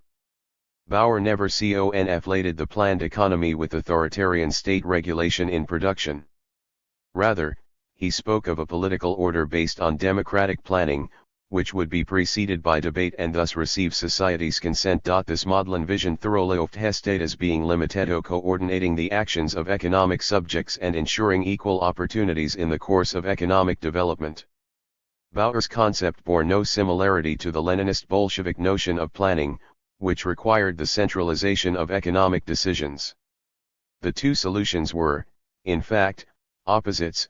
The relationship between them was roughly analogous to the relationship between the integral concept of socialist democracy and the Bolsheviks' theoretical outlines for a future political order. 4. Coalition work. Among Marxist theorists, only Lenin entertained the illusion that capitalism could be abolished and communism built in its ruins during his lifetime. 35 His contemporaries, the Social Democrats in Western Europe, were far more cautious about the historical moment at which the transformation of the political order was to unfold. Accordingly, the vision of a future state order merely had theoretical and propagandistic value in Bauer's doctrine, whereas for the political practice of social democracy, it was irrelevant. The distant strategic goal was obscured by day-to-day politics, whose objective, according to Austro-Marxist revolutionary and state theory, was to gain a strong position for the working class in the capitalist state. This would serve the class as a foundation for a future seizure of power. Parliament was designated as the place where the fate of the proletariat would be decided. As this is precisely what the Partij regarded as its core strategies and Seth Heinfeld Party Congress, it accepted the limitations that this choice demanded in the struggle for socialism. In the parliamentary arena, the party had a choice between two tactics. It could either continue the struggle for its program in isolation, aware that its chances of success depended upon the number of voters it could win. Alternatively, it could negotiate with other groups in parliament and seek to come to an understanding on less controversial questions. From its inception up until 1914, the SDHUPP did not collaborate with bourgeois parties at all. There were several reasons for this. For one, the existing parties lacked common purposes. Suffice it to say, the Christian Socials and Greater Germans were not interested in SDHUPP-led campaigns for universal suffrage and the creation of strong trade unions to protect the interests of workers against despotic bosses. Positions on the national question also differed. Some features of the Austrian Empire's party system need to be considered. Firstly, each party had its own electorate, and each electorate had distinct expectations of their politics. Secondly, the Social Democrats, although increasingly a mass party commanding an ever greater number of seats in parliament, were no match for the united forces of the bourgeois peasant camp. In addition, any potential collaboration between different political groups was thwarted by the Marxist dogmatism that prevailed in the SDHUPP. Any cooperation with the class enemy was rejected on ideological grounds. The 1917 resolution of the left and the 1918 national program of the left are informed by very similar sentiments. After the demise of the monarchy, the SDHUPP leadership reconsidered its stance on collaboration with other parties. In October 1918, the Austrian Social Democrats were inclined, much like their German sister party, towards coalition policies, even if the decision of the party leadership was not supported by rank-and-file members. 36 The theoretical assumptions and socio-political conditions that convinced SDHUPP leaders to adapt their attitude to coalitions are worthy of investigation. In the theoretical domain, the desire to uphold the concept of peaceful revolution was crucial, which corresponded with the party's fear of a violent attempt by the indignant masses to usher in a proletarian state. Joining the coalition was understood as a necessary step towards defending the early democratic gains of the Republic, a guarantee for the continuation of the reformist road, and a safeguard against Bolshevization. 37 The Social Democrats' belief that the transformation of the political order had been premature led to a novel situation. For the first time in the history of Austrian parliamentarism, interparty quarrels were secondary to the concern for a common objective. To summarize, the theory of a historical necessity to engage in coalition work, unanimously supported by the leadership at the dawn of the Republic, was entrenched in their desire to protect bourgeois democracy. Bauer and Redner's theories of democracy and the state provided justifications for this. Nonetheless, it is hard to entirely deny Bauer's 1919 assertion that the decision to engage in a coalition was forced upon the party by the socio-political balance of forces. 38 True enough, no party actively desired a coalition, nor did any of them wish for the division of state power to remain a permanent condition. Not so much the intention or ideological orientation of the party, but the real social and political circumstance was decisive. The bourgeois parties could have formed their own government, but they capitulated in the face of revolutionary threat. Similarly, it would have been impossible for the Social Democrats to form a government on their own, given the anti-socialist resistance in the regions. The necessity of coalition, then, was the result of cool calculation. Just as the Christian Socials could not have governed Vienna on their own, so the Social Democrats could not have ruled all of Austria without Christian social support. As far as the Socialists were concerned, the coalition government embodied the first stage of revolution, although this conviction had more to do with the expectations they attached to the coalition than the actual results. Its objectives were to consolidate the state and implement reforms in the interest of broad social layers. In practice, the coalition was active in three areas: constitutional, socio-economic, and foreign affairs. Aside from legislative issues, its policies had little to do with socialist aims. Especially from the second half of 1919 onward, when the bourgeois bloc no longer felt threatened by the domestic situation and brazenly began to consolidate its power, Bauer's prophetic words of 1907 had come true as far as the working masses were concerned. Back then, he had argued, if the social democratic movement, one moment joins forces with this and the next moment with that political group, perhaps even forming a part of the governmental majority and participating in government itself, it appears itself to be an institution of the capitalist state, it shares responsibility for all the misery and exploitation endured by the working people in capitalist society. 39.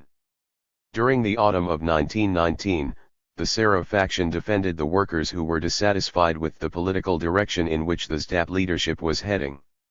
It demanded more radical measures, more power to the left wing of the SDHUPP, and that the party leave the coalition. On September 14, 1920, Joseph Frey commented during the meeting of the Vienna SDHUPP executive, "The only means to achieve this is the unification of the Social Democratic and Communist parties. However, the coalition stands in the way of unification. I prefer a coalition even with the worst, dirtiest communist to a coalition with the Christian Socials and Greater Germans." 40R translation.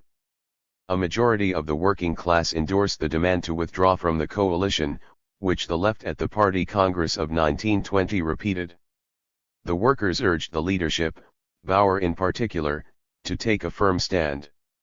In 1918, Bauer did not particularly desire a coalition with bourgeois parties and had reservations about its stability. 41 In spite of this, neither he nor his closest associates managed to present a clear position on cooperation with other political groups during the entire period of the First Republic.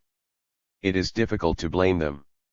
Their perspectives evolved on the balance of class forces, and the arguments they offered the working class intended to validate party policies. Bauer's stance at the 1920s SDHUPP Congress illustrates this. He admitted that permanent cooperation with bourgeois parties inevitably involved a change of the party line. As an aside, there was a far more significant problem behind his statement, which, even if the socialists did not fully realize it at the time, became paramount after World War II. The 1920 discussion was not so much about revising the current party line as it was about changing the very character of the party. As it were, the question was whether the SDHUPP should remain a class party, or whether the experience of coalition work militate for it to become a party of the entire populace. Incidentally, the post-war Social Democrats of Western Europe unequivocally solved this question when renouncing the myth of the class character of their parties, which they considered of little use given the changed social and political circumstances. Bauer protested that the party must withdraw from the coalition at the 1920 Party Congress. To rationalize hydra one Marxist notion that class contradictions in capitalist society would steadily increase. He argued that the governing of the bourgeois state, for as long as it remains a bourgeois state, naturally falls to the bourgeois class. The stance of the proletariat towards the bourgeois state even in its republican form is one of opposition. 42 In reality, Bauer realized that SDHUPP was losing its hegemony and fearing communist influence and a potential split in the party. While none of this was unjustified, the Social Democrats' political practice and their logic for rejecting any further collaboration with bourgeois parties were not the same as the reasons they offered to the masses. In addition, the bourgeois parties did not desire further SDHUPP participation in government any more than the Social Democrats did. A Christian Social and Greater German bloc could very well do without the Social Democrats. The latter, meanwhile, were aware of their powerlessness and were thus forced to abandon the idea. When the elections on October 17, 1920, the first after Redner's resignation, resulted in an unexpected ascendancy of the bourgeois parties, the Social Democrats joined the opposition using a dispute on military legislation as a pretext. 43 The exit from the coalition did not shake the party leadership's faith in the democratic road to socialism, despite the fact that engaging with the coalition was one of the pivotal aspects of this strategy. The SDHUPP leaders dismissed the affair as a temporary exclusion from power. In 1920, they firmly believed that new fertile ground for resuming coalition work would soon be created. Without a doubt, this was partly due to the deterministic view of history prevailing among Social Democrats. 44 On a more trivial level, the Social Democrats' hope to re-enter a coalition was also due to their expectation that the victorious party's policies in government would soon end in disaster. Yet their hopes were never actualized. The bourgeois bloc consolidated its power in the state. What is more, in 1922, after having declined Bauer's offer to participate in government, it managed to navigate the country out of the economic crisis without the Social Democrats' cooperation. Meanwhile, the Social Democratic Party, which on Bauer's advice had remained in opposition, was debilitated to such a degree that it was completely at the mercy of the bourgeois party's paramilitary formations when the wave of terror escalated after 1927.45 After 1920, there was only one real opportunity for the Social Democrats to participate in government, namely when Ignace Seipel offered to form a coalition. They declined. With regard to their rejection of the offer, it is important to remember that the position of the SDHUPP leadership in 1931 resulted from a 1927-30 discussion about social democratic participation in coalitions. The discussion came to the fore at the 1927 Party Congress, where two contending positions emerged. Bauer's group was against coalition work, while Redner's faction supported it. At the time, Bauer discussed three different situations under which coalitions were formed: working class dominance, balance of class power, and bourgeois dominance. He categorically rejected coalitions in the last case. The weakness of the Workers' Party, he argued, would lead to inefficient action on the part of social democratic ministers, and the masses would ultimately lose confidence in their leaders. 46 Moreover, he claimed that coalition work was only beneficial for the working class in a situation when it was in the ascendancy. 47 Subsequently protesting against a coalition at the Congress, he offered the dubious argument that there was little point in sharing power with bourgeois parties since electoral support for social democracy was on the rise. This, according to him, gave the socialists hope for their own government in the near future. Bauer's optimism was completely unfounded. Renner, Oskar Helmer, and Heinrich Schneidmadel accused the party leader of spreading illusions as to the power and significance of the party. Contrary to Bauer's convictions, the party was so weak from 1927-30 onward that the bourgeois bloc ceased to consider social democracy a political factor in the Austrian state. After 1931, Bauer made an effort to obscure the state of affairs from the working class. He vindicated the exclusion of social democracy from the political arena by claiming that coalition work only served to buttress the foundations of the capitalist state. 48. Similarly, Seipel's offer did not mean that he recognized the Social Democrats as equal partners. Nor did it imply that the Christian Socials were revising their political line, even if certain factions of that party were prepared to cooperate with the Social Democrats at the end of the 1920s. According to Staudinger, the leadership of the Christian Socials Parliamentary Club did not intend to grant the SDHUPP proportional representation in a future coalition government. 49 Seipel's motivations for the offer of a coalition were prompted by the Christian Socials' anxiety that the state could progress in an increasingly authoritarian direction. In light of electoral losses and economic crisis, they were worried that they might not be able to salvage democracy on their own. The Social Democrats offered two reasons for declining the offer. Firstly, the position granted to the Social Democratic Party in a coalition government would have been far too weak.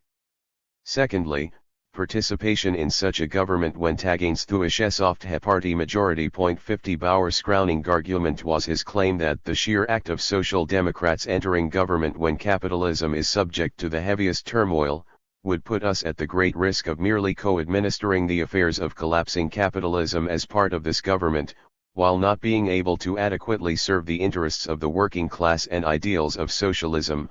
Our translation, point 51. The Social Democrats wanted to evade the responsibility for the deteriorating economic situation in Austria and the economic crisis. In 1931, their calculations did not consider that the introduction of socialism was probably not a realistic alternative for Austria at the time. In all likelihood, the choice was one between defending bourgeois democracy and facing a fascist dictatorship. Many Austrian scholars agree that Bauer was adverse to a collaboration with bourgeois peasant parties. 52 While this is essentially justified, a few complementary remarks are necessary. Bauer's attitude towards coalitions was influenced by his struggle to preserve the unity of the workers' movement and protect its immediate interests. Considering deteriorating economic conditions for the working class, such as rising unemployment and a relapse into inflation, this was no easy task. What is more, it bore the real danger, which would partly come true, that the workers might leave the ranks of the Social Democrats and join the Communists and Fascists instead. Bauer was neither an advocate nor an adversary of coalitions. 53 Forum judging the expediency of forming a coalition depended on the balance of political and class forces across the country. Depending on the occasion, he was in favor of coalition to balance opposing class forces, which logically resulted from his theory of a balance of class power. 54 Given the domestic situation in Austria in 1931, to decline a coalition offer was not a thoroughly considered decision. Following Susanne Miller in her essay, Politische Führung und die Spontanität in der österreichischen Sozialdemokratie, Political Leadership and Spontaneity in Austrian Social Democracy, 1985, one may wonder whether collaboration between the SDHUPP and Christian socials would have been a viable option. It is equally debatable as to whether it could have averted the danger of fascism at home. 55 The historical fate of the coalition in the First Republic laid bare the contradictions of the Third Way under bourgeois democratic conditions. The political structures only allowed the Social Democrats marginal room for maneuver when the bourgeoisie was weak during the post-revolutionary period. It also offered the class enemies of social democracy a legal framework for their rebirth and instigations of extra-parliamentary means of violence. These groups managed to eliminate the Workers' Party from political prominence without great difficulty. In opposition, the party was unable to resist the forces that annihilated democracy. Nor could it construct the tactical prerequisites for an effective struggle to reclaim its position in the state. The Social Democrats' strategic objective of defending bourgeois democracy remained unfulfilled. Wishful thinking. Chapter 7. The question of war in Bauer's thought in light of SDHUPP and LSI policies. For Austro-Marxists war was not an object of philosophical or ethical reflection, nor was its political aspect of major interest. They did not deny that there was a political dimension to war, yet as faithful disciples of Marx, they believed it had an instrumental role. As an aside, I have previously pointed out the peculiar inversion of this relationship with respect to Bauer's theory on the state and the national question.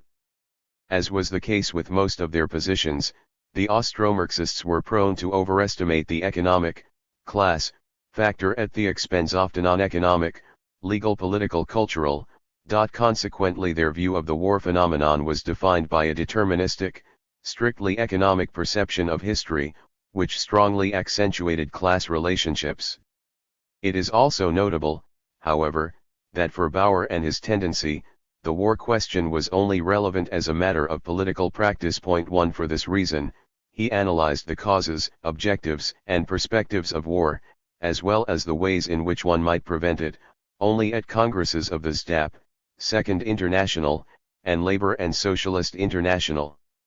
Hence, it is pivotal to assess his attitudes in consideration of the politics of the SDHUPP and the two internationals, all of which he helped to shape.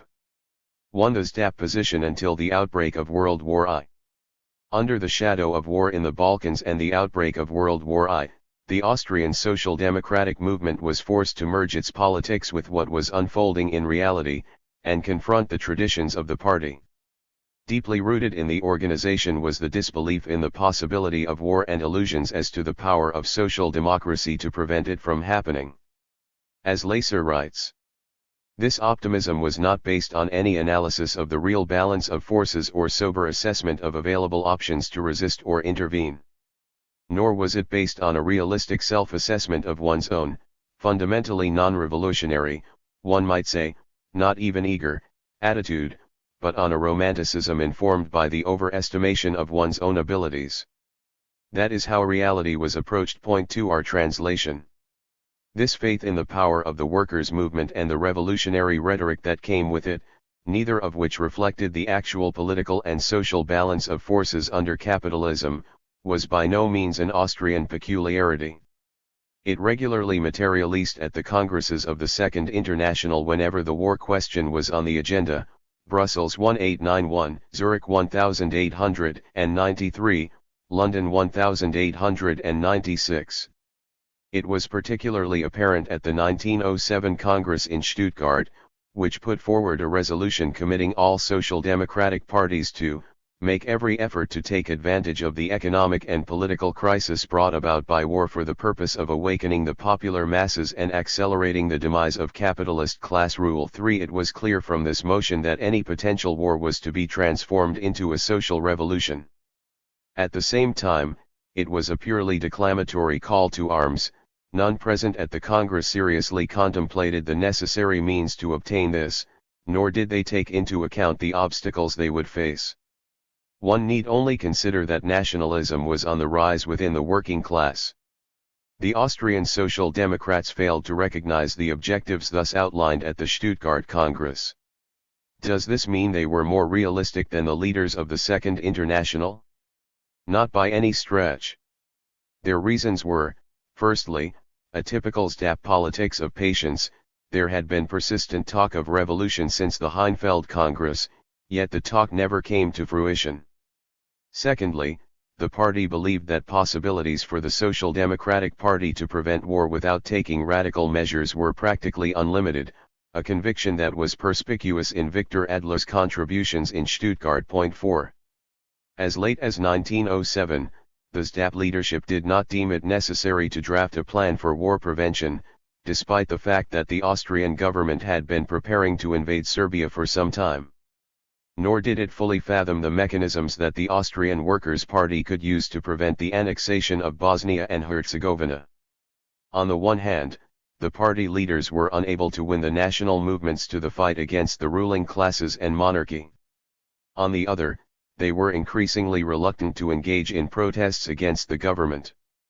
They rejected demands made at Second International Congresses to disseminate anti-war propaganda amongst the armed forces, as well as other measures that could have weakened the influence of militaristic ideas.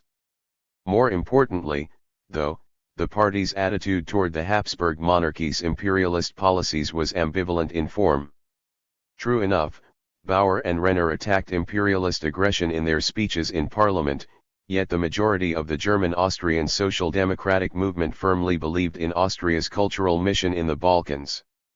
At the 1910 Congress in Copenhagen, the Austrian tested not for united front in the question of militarism, even as the conflict in the Balkans drew precariously close. Renner put forward a motion on behalf of the Austrian section, calling for general disarmament, the creation of international arbitration courts, and the publication of secret pacts between parties. Point 5. However, this did not mean that the Austrian Social Democrats were prepared to subordinate national interests to the interests of the international proletariat. Their refusal to rally for a general strike in the case of war was symptomatic of this. Point 6. The Austrian leadership's only response to the war was an appeal passed by the Executive Committee on October 15, 1912, which put forward the slogan, "No intervention in the Balkans War, the Balkans for the Balkans people, maintain peace," a slogan of the proletariat, thus leaving the weight of responsibility to Tsarism and international imperialism. Point 7. The Balkan people's right to self-determination was a controversial question, given that these were not historical nations, and therefore had, according to Marxist dogma, no right to exist independently.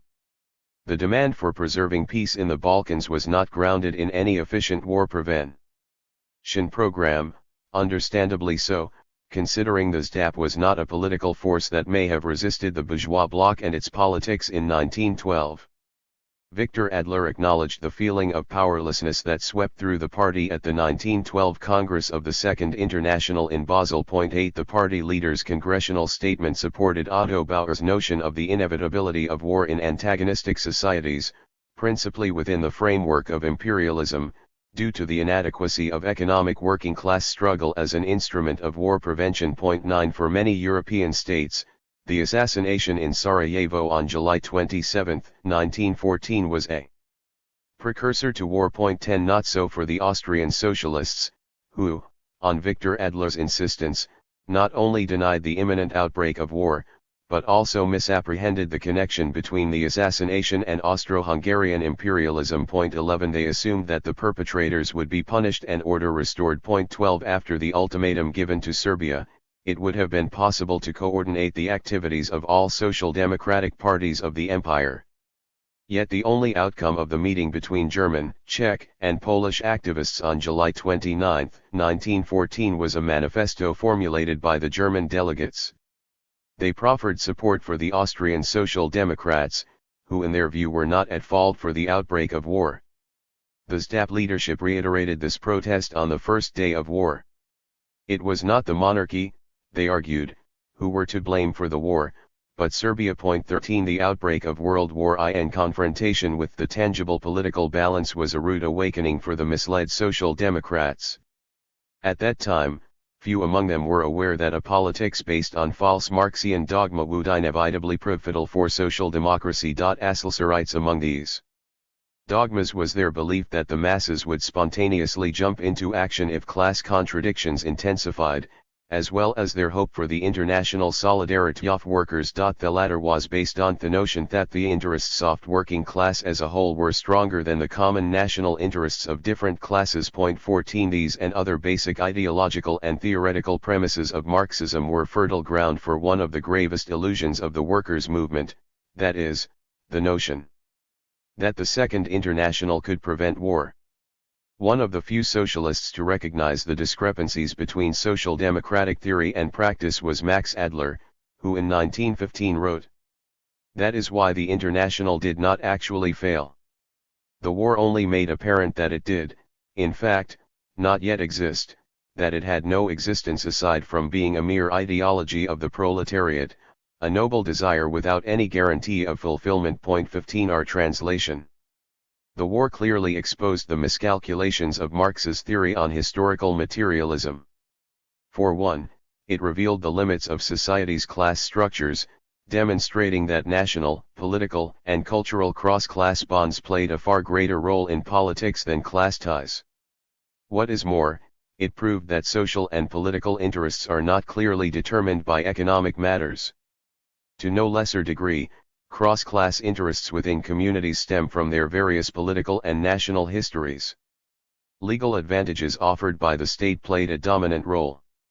That is precisely why the social democratic parties of Germany, France, and Britain advocated, in spite of the arrangements made at the congresses of the Second International, a politics of defending the fatherland.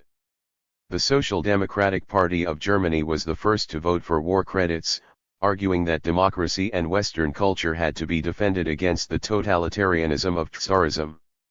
The other social democratic parties of Europe also took the side of their respective governments, a move decisively influenced by the nationalist mood of the masses. 16 Consistent with their politics of preserving the multinational state, the SDHUPP assumed a government-friendly position, citing fear of Russia as justification.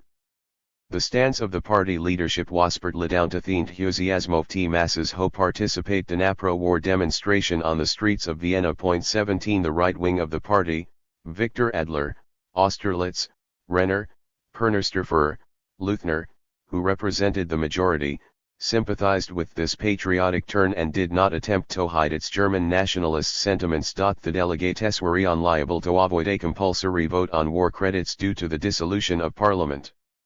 The party press were apologetic, publishing articles that served to prove the SDHUPP's ideological support for the war. In a special issue of the Arbeiterzeitung of August 1, 1914, Russia was deemed solely responsible for imperialist endeavors. In the August 2, 1914 issue, Austerlitz absolved Germany and Austria from any responsibility for the outbreak of war in his article, Der Weltkrieg Tsaren, the Tsar's World War. On August 5, 1914, Austerlitz's famous comment, Der Tag der Deutschen Nation, Day of the German Nation, was published, it endorsed the SDHUPP position on war credits and conceded the right of self-defense of every country. Austerlitz referred to the day when the interests of the social democracy movement merged with those of the ruling apparatus as a day of the proudest and mightiest revolt of the German spirit. 18 Well aware that the Social Democrats' support for the government at the outbreak of war had exposed, to the working class, the hitherto well-concealed defensive position of the party, Bauer wrote at the end of his life. The August 4, 1914 exposed all for what it was. For decades, the revolutionary socialist movement expected that a European war would allow the proletariat to take advantage of the shock administered to capitalist society by war and the arming of the masses. It would use it to conquer state power by revolutionary means and thus transform the social order. Had the socialist movement really stuck to a revolutionary perspective, it would have immediately had to blame the capitalist classes and their governments for the war when it broke out.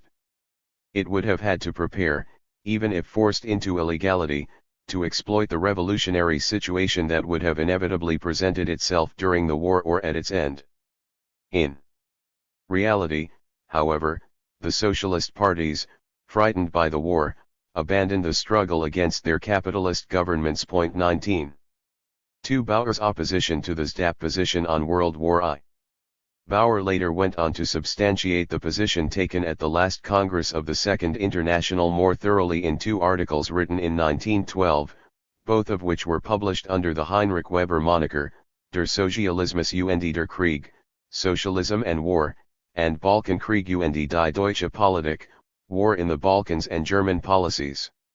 He viewed war from a historical class perspective, overemphasizing economic factors at the expense of the political. His notion of the causes of war was one-sided. He cited the social conditions based on private ownership of the means of production, as well as the class character of the capitalist state. In the era of imperialism, Bauer argued, war had become necessary, resulting from an imminent expansionist tendency that made any enduring peace impossible. Bauer linked the nature of the Balkan War to the politics of the propertied classes. When describing the negative consequence of imperialist war, such as economic collapse, destruction, and loss of human life, he conceded that they affected all social classes. Nonetheless, he was inclined to see war as a factor of historical development.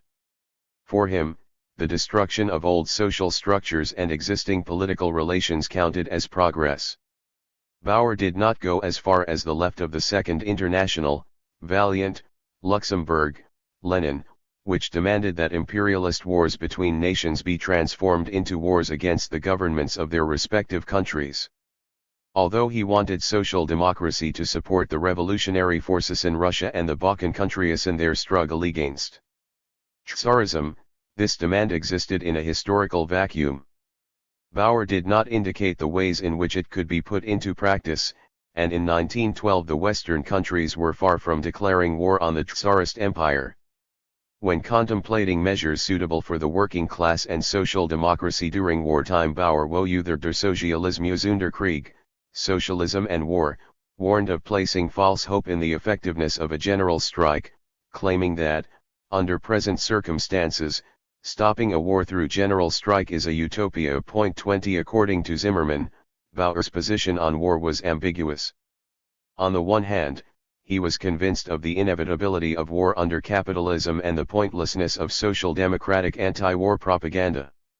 On the other, he attempted to prove that the working class would transcend national interests, support international anti-war policies, and commence a struggle against imperialism. 21 The weapons he suggested for this struggle, anti-war propaganda, speeches in parliament, street demonstrations, were hardly effective measures to protect the proletariat from the imperialist governments and their policies.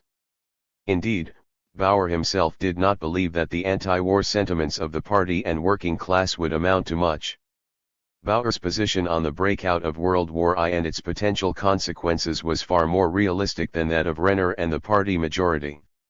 This led to the cooling of the relationship between the two politicians, and condemned Bauer to political isolation within the party. Renner not only justified the government's acts of war, he even established a connection between war and economic progress. For him, It contained the possibility to create great economic territories and thus preserve the multinational Habsburg state. In contrast, Bauer realized that the war would stimulate the political activity of the various nations of the empire. Consequently, he warned of the misconceptions escalated by Renner. He expected that the independence movements in the Slavic countries would receive a boost leading to the breakup of the empire. From 1914 to 16, this possibility was hardly ever considered in the party. Rather, there prevailed a belief that the pre-war political line must be maintained, i.e. agitating for political reforms and defending all nations of the Austro-Hungarian Empire from Tsarism. A veil of silence was cast over the Austrian imperialist regimes that diese Policy served to further. 22 During the years, the SDHUPP declared as its foremost tasks the preservation of party unity and the rescue of national organizations. When assessing the state of the party towards the end of the war, including the relationship to shop stewards, Julius Deutsch noted that they were almost exclusively interested in the struggles of the day and immediate organizational tasks. As they rushed from election campaign to publicity campaign, their political work evaporated. Our translation, point 23 In 1915, the SDHUPP leadership took up an anti-war initiative organizing a peace demonstration, yet for fear of repercussions, the demonstration never took place. During the same period, left oppositional forces hostile to the war gained strength among social democratic parties. At international congresses in Zimmerwald, August 1915, and Kienthal, April, May 1916, they subjected the power politics of the party majorities to sharp criticism. In Germany, where they failed to arrive at a joint position, the opposition split the newly formed Independent Socialist Democratic Party of Germany, USPD, away from the SPD in April 1917. In Austria too, an opposition led by Friedrich Adler surfaced the moment war was declared. Adler expressed defiance for the first time in his letter to the party leadership of August 7, 1914, where he questioned the necessity of defense as a war demand of the Social Democratic Party, albeit taking care not to allow his theoretical critique to transcend the boundaries of party unity. A group of critical party members gathering around him from 1915 to 16 held similar positions. Among them were Max Adler, Leon Wynarski, Gustav Proft, Teresa Schlesinger, Robert Danneberg, Gustav Eckstein, and Rudolf Hilferting. The Social Democratic Party's vote for war credits and the pro-war policies of the SDHUPP leadership being the main targets of their criticism, they supported the anti-war program of the German USPD and demanded peace without conquered territories or war reparations. The left group was organizationally and numerically weak, counting only some 120 members, mainly intellectuals, who did not dare leave the party even though their critique met with no significant resonance in the SDHUPP. Lively debate now took place on the platform legally provided by Karl Marx Debating Society, which the left had reconvened in December 1915 in order to propagate Zimmerwald left ideas. 24 The peace resolutions that the members of the society submitted to the 1915 and 1916 party congresses found no support. The SDHUPP leadership had no desire whatsoever to drop its pro-war policies. Furthermore, it feared an increase in the influence of left-wing agitators on war-weary workers, and that the same fate which befell the German sister party could develop once again, that is, that the workers' movement might split and thus lose strength. Bauer, who at the time was a prisoner of war in Russia, wrote letters to the SDHUPP leadership in which he endorsed the split in the German workers' movement, considering it a result of the distorted proportionality between reformist and revolutionary trends. He did not take the ideological and theoretical arguments raging in the SDHUPP during the wartime seriously. Rather, he claimed that the party had preserved its revolutionary character and that its unity was not in jeopardy. He was only right on the latter point. Despite its protests against the party leadership and the patriotic endeavors of the centrist forces behind it, the left did not want a repetition of the German scenario. It feared the powerful repercussions that the ruling apparatus might unleash against the workers' movement if the latter were significantly weakened. Divergent positions on war, though manifest since its outbreak, were most vociferous at the SDHUPP Congress from 19 to 24 October 1917. Otto Bauer, newly released from a POW camp, took over the leadership of the opposition, which numbered 51 out of 283 delegates. Upon his initiative, the opposition introduced its own program, the so-called Declaration of the Left. Acting as representatives of the class interests of the workers' movement, the opposition attacked the coalition between social democratic and bourgeois parties, the SDHUPP's vote for war credits, and the nationalism of the party leadership. It expeditiously demanded to work towards a swift end to war. 25 Note that the class position of the left was not wholly consistent. As mentioned earlier, it supported the centrist project of conceding national autonomy while maintaining the existing ties between all nations of the empire. Because it did not want to cause a split, the left advocated, quite irrespective of the slogans expressed, an overall position closer to the right than the left wing of the Zimmerwald Conference, and supported the SDHUPP leadership in a vote of confidence. The latter amounted to the opposition subordinating itself to the party leadership, and therefore agreeing to reject its demand for peace without conquered territories or war reparations. In late 1917, the Social Democrats still hoped the Austro-Hungarian Empire would escape the clutches of war with nothing more than a slap on the wrist, and that the party might continue its reformist policies. 26 Bauer did not quite agree with this, yet he did not openly oppose the political line adopted by the SDHUPP. It was only a few years later, when critically revisiting the positions of the party, that Bauer admitted their character had been pro-war. During the first years of the conflict, the Social Democrats supported the war apparatus simply because they feared the overwhelming might of Tsarism. 27. 3. Bauer on a future armed world conflict, fears, hopes, and plans. By the early 1920s, the living conditions of the Austrian working class had heavily deteriorated. Inflation, prices, and unemployment rates all rose. At the same time, Michael Mayer's government, newly formed in the autumn of 1920, stopped all social and political reforms. From 1921 onwards, there was an increase in terrorist activities conducted by so-called movements for the defense of the fatherland against the Red Peril.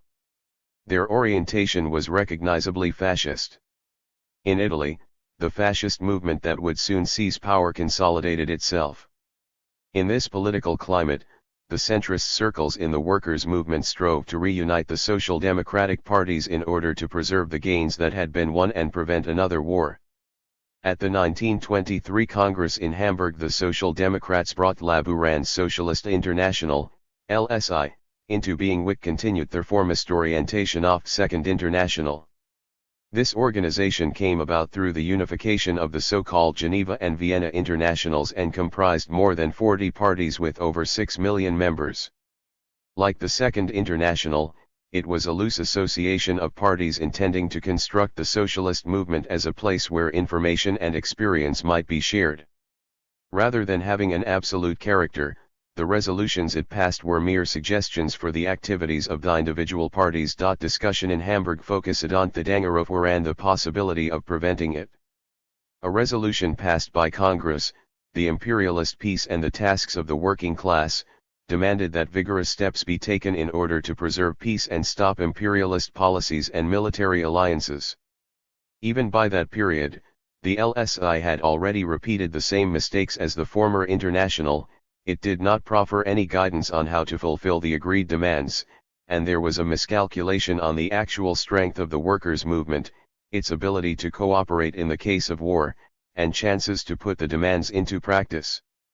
When appearing at the Hamburg Congress, Bauer reminded delegates of the inglorious past of the Second International and argued that it was impossible to conduct true anti-war politics by passing resolutions. Instead of mere verbal declarations, he suggested convening a special foreign office staffed by experts to analyze the political situation in the respective countries and to establish measures to prevent international conflicts from escalating into a world war. Against Bauer's warning, the LSI confined itself at subsequent congresses to passing anti-war resolutions. In the meantime, the offensive of bourgeois and fascist forces had gathered strength in Austria. Paramilitary Heimwehr units assumed control over enterprises, while its battalions attacked workers at demonstrations. Attaining increasing influence in the Christian Social and Greater German parties, they gradually worked towards seizing state power. Further to constituting the greatest threat to democracy, they were generally believed to entertain alliances with imperialist circles in Germany and Italy. This suggested that they might implicate Austria in a war. From 1927 to 9, the SDHUPP focused on the question of whether peace could be preserved in Europe. Bauer reproached Max Adler, who had set the tone off this debate with a harsh rebuttal. Within THIRD-WORLDISM, the discussion around the social democratic movement's position on the German army, Reichswehr, and protracted armament plans, e.g. the new battleship Panzerkreuzer A, inspired this particular disagreement. Much like the left opposition in Germany, Max Adler protested against further militarization, advocating a standpoint close to Lenin's: every imperialist war should be used to awaken the revolutionary consciousness of the masses and turn them against their respective governments. 28 For him, socialist education already provided a sufficient impediment to imperialist war policies, as well as an instrument for transforming an ongoing war into a socialist revolution. Interestingly, Adler did not consider an illegal or institutional process for his theory, and Bauer's accusations of idealism were quite justified. Bauer highlighted the impracticality and utopian nature of the social democratic war program drafts. Yet at the same time, he fell victim to a different extreme, which could be ascribed to his unflinching loyalty to Marx's theory. Like Marx, he regarded politics as merely instrumental in comparison to economics. These was based on the understanding that the entire politics of the Workers' Party had to do justice to economic, social, historical, and class conditions. For him, it was these elements, rather than the raison d'etat or national interests, that determined the war character. It would be fair to say that Bauer differentiated, even if he did not mention this explicitly, between just and unjust wars, a dichotomy harking back to the classical Marxists and assumptions widespread in the Labor and Socialist International. What is more, he seconded Jean Jaurès' view that the working class should participate in wars to defend their own national territories and resist imperialist wars of conquest. This is implicit in his negative view of a paper exploring the function and role of the German army submitted by the SPD left, or, more specifically, the Klassenkampf, class struggle, group around Max Seidwith, Kurt Rosenfeld, Paul Levis, and Max Adler.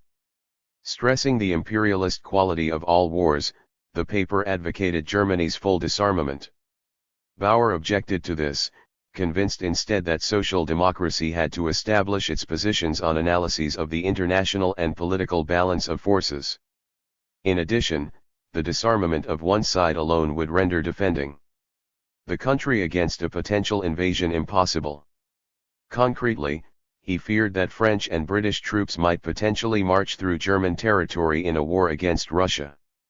As an advocate of the preservation of Germany, Bauer gave a speech entitled "The Situation in Germany and Central Europe and the Working Class Struggle for Democracy" at the 1931 Congress of the Labor and Socialist International in Vienna, in which delegates from 32 countries participated. In his analysis of the crisis in Germany, he cautioned that it would lead to the rise of Nazis and Communists in the state, as both groups intended to destroy the democratic foundations of the Weimar Republic, provoke a civil war, and introduce a dictatorship. Bauer demanded that the Western countries grant credits to Germany and annul her war debt in order to prevent the latter becoming reality. The majority of the Vienna Congress adopted a resolution based on Bauer's suggestions. By then, however, the German Social Democrats had already been losing votes to the National Socialists since 1931. There were no forces left with whom they could have allied in order to defend democracy, considering that the Communists were arch-enemies of social democracy at the time. Hence, they supported the bourgeois government as a lesser evil. When Adolf Hitler assumed the post of Chancellor on January 30, 1933, the Weimar Republic was still in a deep sleep. Hitler's reprisals and the leading party of Labor and Socialist International, reinforced fears stirring in the socialist camp of the fascist peril. In light of the disagreement as to the measures that the working class should instigate in the case of war, The LSI convened an International Socialist Congress in Paris from 21 to 5 August 1933. Bauer, one of the leading speakers, pointed out that the Nazis' seizure of power by constitutional means had shattered the masses' faith in the bourgeois democratic system.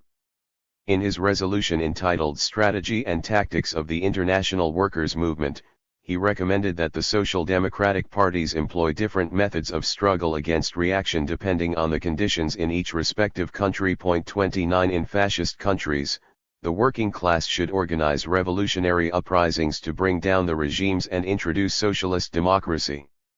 In bourgeois democratic countries, it should preserve the existing democratic liberties by expanding political democracy.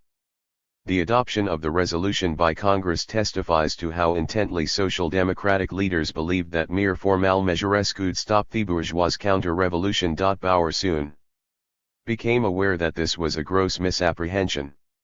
2 months later, at the last STAP Congress in October 1933, he admitted, "Today, we certainly do not have the time, leisure, or maturity to discuss which path socialism will take to prevail in the world. Today at this Congress, we are facing the far more urgent and pressing task of elaborating the ways in which we can defend ourselves against the immediate fascist threat in Austria. Then we have to go into battle, but with full awareness of what this battle means. Then we need to know that there can be no other decision than to win or perish and disappear for a long time." 30 Our translation. Despite this solid assessment of the threat posed by fascism, the party leadership, with Bauer at its helm, continued to pursue a conciliatory pact with the Dollfuss government. As late as 1933, Bauer accurately assumed that the bourgeoisie would join forces with the working class in order to defend bourgeois democracy against fascization. The defeat of the workers' uprising in February 1934, the dissolution of the Communist Party of Austria and STAP, and the newly established corporative state in Austria were the central justifications as to why Bauer assumed a similar approach to the LSI left, which had been calling for a united front of communists and social democrats against fascism since the Paris Congress. 31 In the summer of 1935, Bauer, Jean Zyromsky and Dieter Dan worked out the so-called war theses, which were published in the form of a pamphlet, Die Internationale und der Krieg, The International and the War.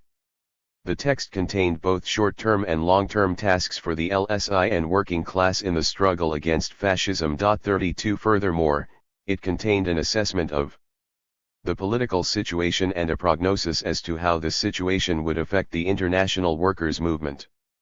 While in 1935 many social democrats had their doubts as to whether the course of history would flow as such, the manifesto's authors firmly believed war between Germany and the USSR was inevitable, and that Germany's potential victory in this conflict would be synonymous with the subjugation of the whole of Europe to the brutality of fascism. The manifesto insisted upon the following political efforts for the proletariat during the war: 1. The destruction of German fascism by an anti-Hitler coalition comprised of the Allied nations and the Soviet Union. 2. Support for the Soviet Union in its endeavor to defeat the capitalist social order. 3. Taking advantage of the war in order to seize power and commence building socialism, particularly since transfiguring the war in Germany into a proletarian revolution would be a prerequisite for a successful revolution across Europe. 33 The manifesto's originators regarded the following as short-term tasks for the LSI: 1. Support for capitalist governments in creating a system of collective security. 2. Support for armament policies. 3. Defending all countries threatened by Hitler's aggression while simultaneously warning the working class of their respective governments' imperialist policies. 4. Urging neutral countries to place sanctions on Germany. Of particular interest for Bauer and his collaborators were the war doctrines of the Soviet Union. Considering a USSR victory as a factor that could revolutionize conditions in Western Europe, they incited the whole working class to stand in solidarity with the Soviet Union in case of German aggression. What is more, they appealed to anti-Bolshevik oppositional forces in Russia to join in defending the Fatherland, while expecting the Soviet government to release the opposition in order to strengthen the country's anti-fascist potential. Without a doubt, Bauer was one of the key figures to inspire these demands. After all, he had idealized the process of building socialism in Russia for a long time. Beside the nonsensical demand pointed out by Hanisch, it is impossible not to notice the three great illusions on which Bauer's theses were based. The three authors of the 1935 anti-war manifesto failed to recognize the connection between the war objectives of the Soviet Union and its imperialist ambitions, underestimated the enormous impact of the realities created by Nazism on the German working class, and therefore erroneously anticipated the outbreak of proletarian revolution in Germany. Ultimately, they believed that the divide in the international workers' movement could be overcome despite existing differences. Their position was not met with approval within the LSI.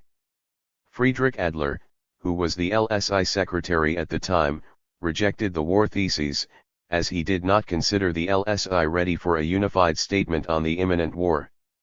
Leon Blum and the New Beginnen group likewise criticized the theses. Bauer directly responded to this in his December 1935 article in Der Kampf and in the book Zwischen zwei Weltkriegen, where he outlined three distinct working-class attitudes towards war. 1. Patriotism, which aims to keep the peace and involves the subordination of the proletariat to the government, Germany and Austria during World War I. 2. Revolutionary deviationism, which aims to transform the war into a socialist revolution under any socio-political circumstances, even the defeat of one's country, the Zimmerwald left, and 3. Defending the fatherland and attempting to use the masses' readiness for war in order to seize political power, the left wing of the LSI. 34 Bauer identified the following main reasons for war: in the foreground, the interests of American, British, French and Japanese imperialism in Africa, the Middle East, Far East and China, national conflict involving minorities that result for the new division of Europe after World War I to a secondary degree, and lastly, the economic crisis as the reason for the victory of fascism in Germany and Italy. Bauer was convinced that the capitalist countries' war objectives were directed firmly against the socialist countries, i.e. the Soviet Union and China, irrespective of any signed agreements, such as that between the Soviet Union and France. In addition, he believed that the coming war would be a conflict between two different socio-political systems. Therefore, he maintained that it would be necessary for the Social Democrats to cooperate with the Communists if war were declared, and called on the French, British, and Russian proletariat to unite. However, due to mutual feelings of disregard, the LSI had no interest whatsoever in forming a united front with the Comintern. True, it passed a resolution upon Bauer's request, November 17, 1935, that granted every affiliated party the right to cooperate with the Communists, but even so, cooperation did not materialize due to insurmountable mutual prejudice. Likewise, Bauer's attempts to entice the Social Democrats into supporting the Popular Front in Spain, February 1937, and allowing the Russian trade unions to affiliate to the International Trade Union Confederation remained fruitless. Disappointed with the stance of the LSI, Bauer accurately observed at the end of his life that the isolation of the Soviet Union significantly weakened the international proletariat in the struggle against fascism.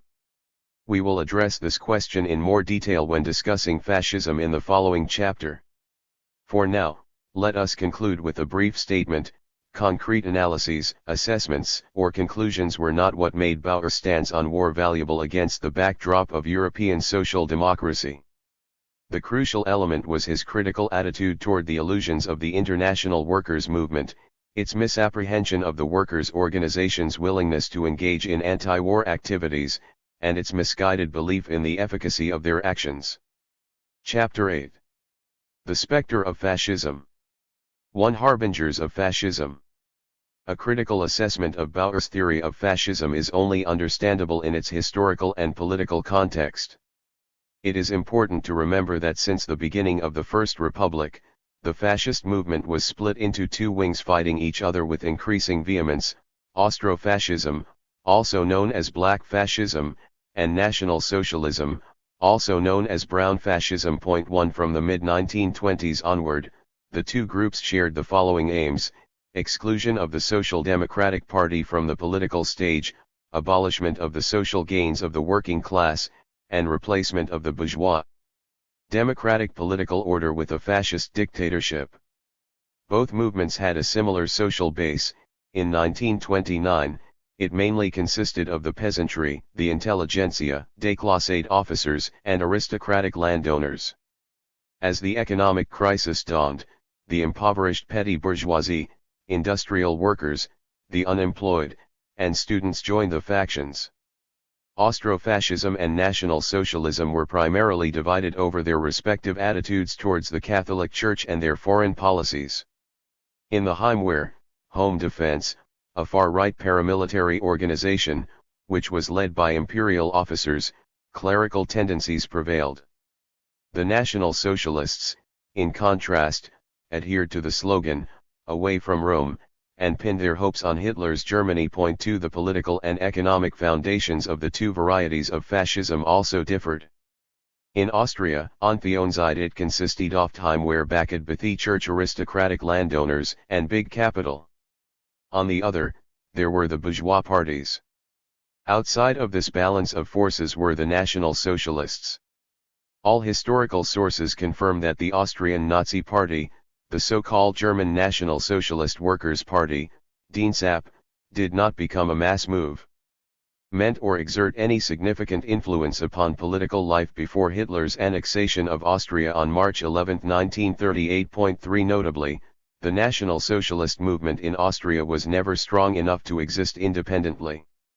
Until 1926, it hid under the wings of the Greater German People's Party, and on August 29, 1926, it changed its name to National Socialist German Workers' Party and was incorporated into the structure of its German sister party Hitler-Tinstub. Hence the word fascism did not carry the same weight in Austria as it did in Germany.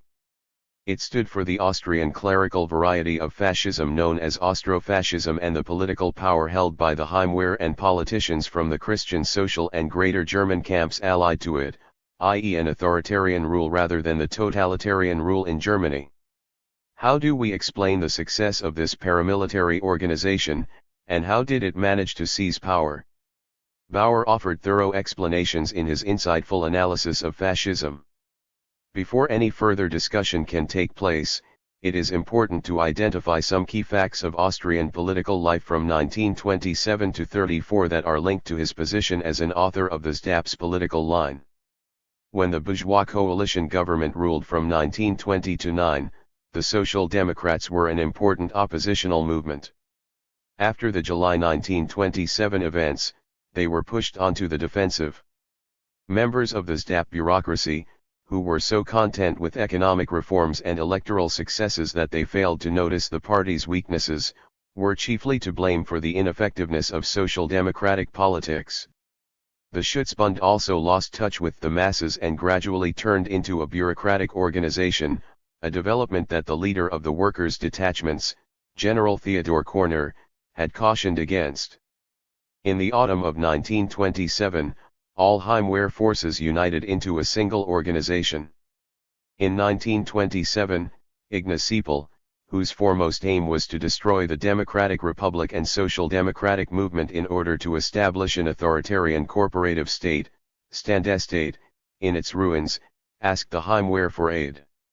On July 16, 1929, Seipel held a speech at Tübingen University, exposing the vulnerability of the state's parliamentary structures and glorifying the Heimwehr as defenders of the state against the power of political parties. From 1927-30, the number of Heimwehr members rose from 10,000 to 350,000. Most of them were peasants. However, members of different social classes and political parties were also among them.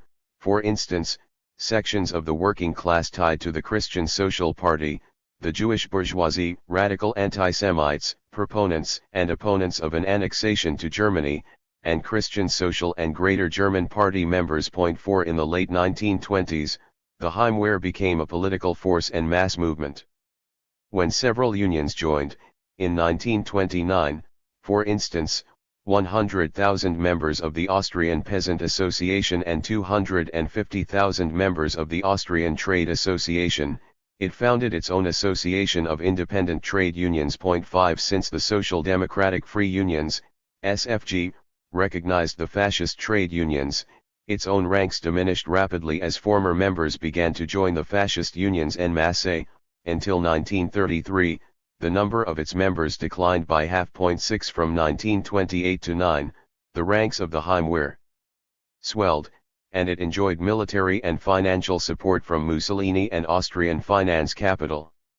It staged marches and demonstrations largely in Tyrol and Styria, which claimed many casualties, e.g. November 12, 1928 in Innsbruck, July 18, 1929 in St. Lorenzen, and August 20, 1929 in Vosendorf. The leader of the Styrian section of the Heimwehr, W. Firmer, openly called for the destruction of parliamentary democracy and the creation of an anti-Marxist coalition. 7 At the time, Bauer and Renner still underestimated the role and importance of the Heimwehr. At the 1929 Party Congress, Bauer denied that the Heimwehr was an independent political force, as he believed it to be a tool of the bourgeois parties. In the ranks of the SDHUPP, Lichter was the only one to take to the pages of Der Kampf to warn of the acute danger. He pointed out that the economic crisis was driving the workers en petit. 4C Wondruska 1954, pages 362-3. 5C Skofer 1929, p. 1033. 6 From 1922 to 32, many members of the Social Democratic Party and Social Democratic Free Unions joined the ranks of the fascist groups. The available data proves that this process was slower in parties that were more effective at spreading illusions about their own strength to the masses. Data cited from Lichter 1964, p. 31. SDHUPP members. SFG members. 1922 553,000 1,080,000 1929 718,737,000 1930 698,655,000 1932 649,520,000 7C Oberkofel 1979, p. 210. 298 Chapter 8.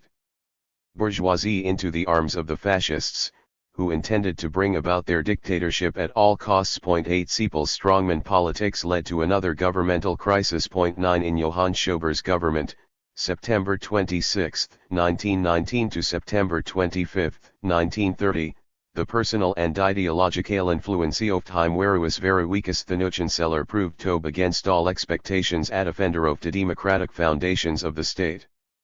He did not consider the Heimwehr as having the potential to seize power. While the Heimwehr was very disappointed with his politics, the Social Democrats gained new hope. In 1929, they began to cooperate with Johann Schober's government on an amendment to the constitution that Ernst Strierowitz's cabinet had initiated. The new draft was introduced to Parliament on October 18, 1929.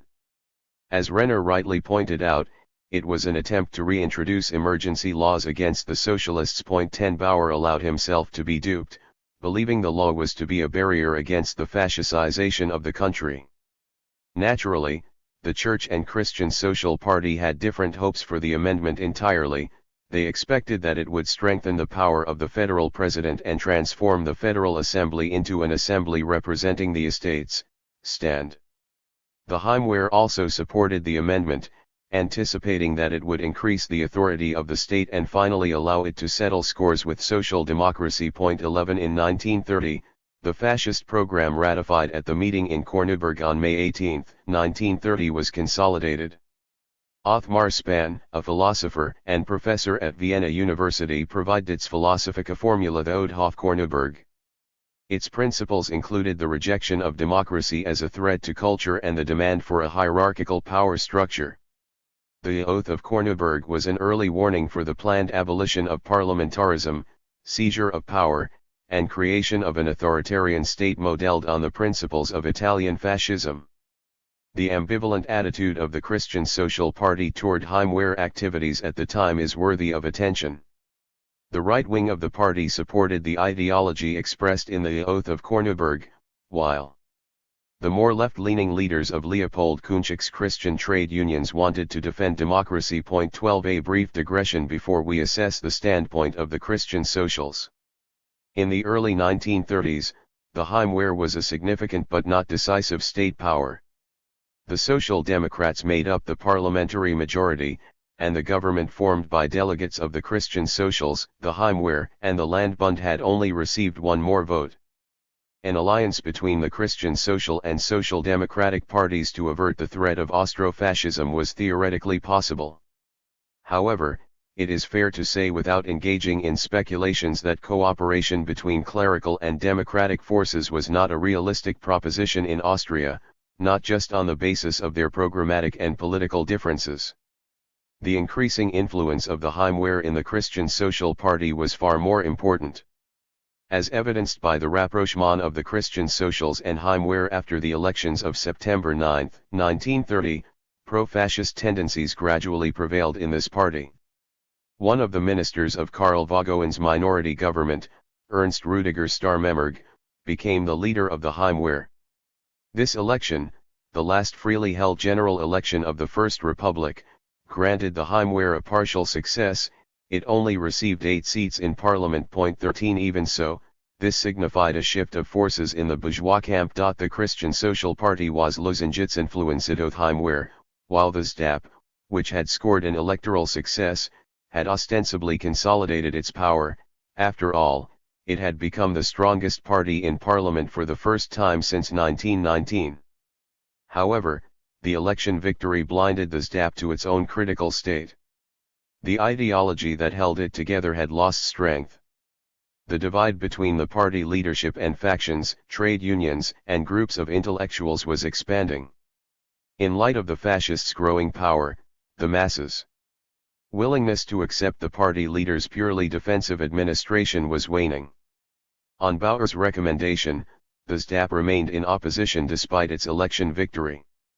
Given the escalating economic crisis from 1931 to 2, Otto Ender's government attempted to save the economic situation by agreeing on a tariff union with Germany, yet this was never actualized due to resistance from France and the Little Entente. As the Christian Social and Greater German coalition fell apart, both the Heimwehr and NSDAP took advantage of the intensifying economic and political crisis. Although Chathempfthstirian commander of Heimwehr, Walter Pirmer, failed on September 13, 1931, the perpetrators were not brought to justice. It was a sign that the balance of forces within the Heimwehr was changing. The conservative Legitimistrend prevailed over the nationalist, and its exponent, Emil Fay, was appointed vice-chancellor of the government. In the regional elections on April 24, 1932, the National Socialists scored their first electoral success, winning 336,000 votes, 17.4%, at the expense of the Christian Social Party. The Social Democrats still expected to win over the working masses, petty bourgeoisie and unemployed, as they fully believed that impoverishment and hardship were revolutionizing factors. Koski had already warned against this during World War I. 14. In reality, unemployment led to resignation and drove the affected into the arms of fascists of both factions. Nazi propaganda skillfully exploited this phenomenon by declaring Germania's the country where an economic miracle had occurred. Ifani considers the methods that Bauer forced on the party at the time, remaining in opposition, constantly attacking Karl Buriska's government and demanding elections, then it is fair to wonder, as Lacer does, how a party leadership actively weakening the shaky foundations of the bourgeois state and unwilling to use force against the fascists intended to save democracy. 15. Bauer only recognized the fact that the Social Democrats' position had been a tactical error, caused by the leader's stubborn clinging to Austro-Marxist theory, in the wake of the total defeat of democracy in 1934. Earlier, at the party congress in the autumn of 1932, he finally became aware of the fascist peril, stating the following: "The question today is not of capitalism or socialism. Right now we are facing a different question entirely. Surrounded by reactionary states fascism in the south, southeast, east, and west, it is the big, but also glorious, task of the Austrian proletariat to preserve the country as an island of democratic freedom. 16 Our translation. This aspiration would soon die when Dollfuss introduced the corporative state on May 1, 1934, as will be further explained in the fourth section. Austria was then subjected to changes that paved the way for Hitler's annexation, even if this was not done consciously or intentionally. In the year 1931, Schober and Curtius signed the draft for a tariffs union between Austria and Germany. However, as mentioned earlier, international political factors prevented this from being put into practice. Another step which helped create the conditions for the annexation was the agreement signed between the Greater German People's Party and Austrian section of the NSDAP in 1933, a rude awakening for left and right groups alike. In the autumn of that year, the leadership of the SDAP and SFG adopted a resolution on defending Austria against Nazism. For the same purpose, the Christian Social Party and Heimwehr jointly formed the Fatherland Front on April 20, 1933, it became a legal party in 1934. Kunstschuk identified the growing significance of brown fascism and impending civil war. In a speech held at the Vienna Local Council on February 9, 1934, he appealed to the SDAP leaders to join forces to defend the country against National Socialism. Alas, his call fell on deaf ears. 17 The third and fourth sections of this chapter are dedicated to the consequences of the approaches of Bauer and the other SDAP leaders. 2. Bauer's theory of fascism. European history bears the imprints of two varieties of fascism, in particular, German National Socialism and Italian fascism, which relevant literature refers to as classica fascism. Fascist movements with specifically national characteristics also emerged in other countries such as Bulgaria, Romania, Portugal, Spain, France, Hungary, and Austria. As Chudzinski aptly observed, the fascist parties grew fastest in countries threatened by revolutionary upheaval, where the governing social forces were already too weak to preserve the old order and revolutionary forces were too weak to seize power and establish a new social order. 18 There is no doubt that the weakness of the social democratic parties was one of the factors that benefited the fascists in their rise to power. In most cases, these parties downplayed the threat of fascism and did not devise any effective strategy for combating fascist reaction. In the 1920s and 30s, enlightened scholars, publicists, and some politicians were conscious of the danger emanating from fascism and the power it held, in contrast to political parties, whether proletarian or bourgeois. The most serious interpretations of the phenomenon emerged from three circles: bourgeois intellectuals, Marxist thinkers, and fascists themselves. In general, they agreed on les trois impressions they deemed fascism to bear of social changes in European society resulting from the war and its long-term consequences, such as the economic and moral crisis. Nobody had doubts about its anti-liberal, anti-democratic, anti-socialist, anti-pacifist, and nationalist nature, nor was there any controversy as to its primary objectives: the destruction of democracy and the workers' movement. A wide range of answers and explanations was offered with respect to other questions. What social forces does fascism represent?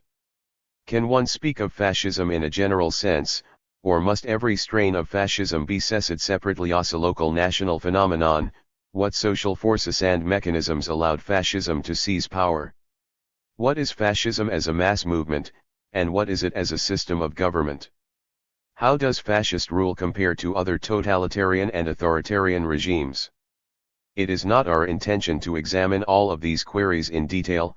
Ernst Nolte and Renzo de Felice, as well as a number of Polish authors, have accomplished this thoroughly. 19 Because of the special place occupied by Bauer's analysis in the Marxist bloc, however, we cannot refrain from outlining the differences between communist and social democratic views of fascism.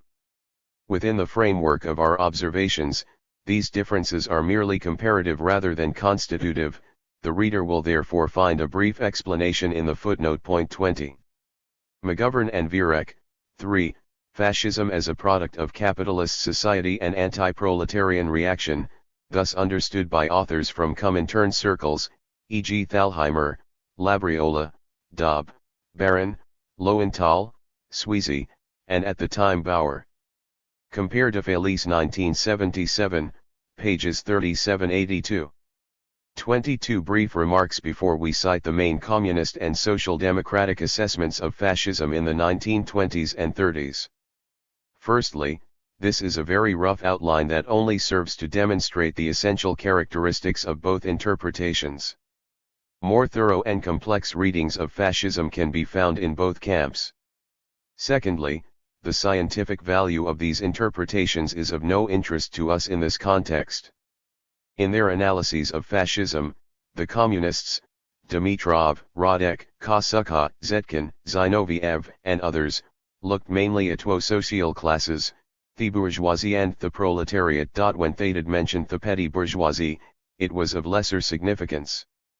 In the 1920s, they regarded fascism as a counter-revolutionary threat aimed at the bourgeoisie to defend itself against the revolutionary danger emanating from the proletariat. Their position only marginally changed in the course of the 1930s. When identifying the social carriers of fascism, they no longer spoke of the bourgeoisie as a whole, but specifically singled out the finance oligarchy, believing that the destruction of the workers' movement was merely its short-term objective. In the long term, it was planning another imperialist war and a new division of the world. Dimitrov's definition of fascism, as formulated at the 13th Enlarged Plenum of the Executive Committee of Comintern and reiterate that the Congress in Moscow in August 1935, would be pivotal for the communists for years to come. According to this definition, which persisted even after World War II, fascism was the open terrorist dictatorship of the most reactionary, most chauvinistic, and most imperialist elements of finance capital, see Dimitrov 1935. The communists did not shy away from accusing the Social Democrats of periphrastically assisting fascism or even directly collaborating with it. Until 1935, they bandied the phrase social fascism based on the theory of fascism coined in 1928, against the Social Democrats. It nipped in the bud any attempts to build a united anti-fascist front. In their attacks against parliamentarism and bourgeois democracy, the communists even went so far as to equate democracy with fascist dictatorship. Documenti Historii 3 Międzynarodowych Komunistycznych, in documents, programs, protocols, pages 275 to 465, compare Sobolev et al. 1971.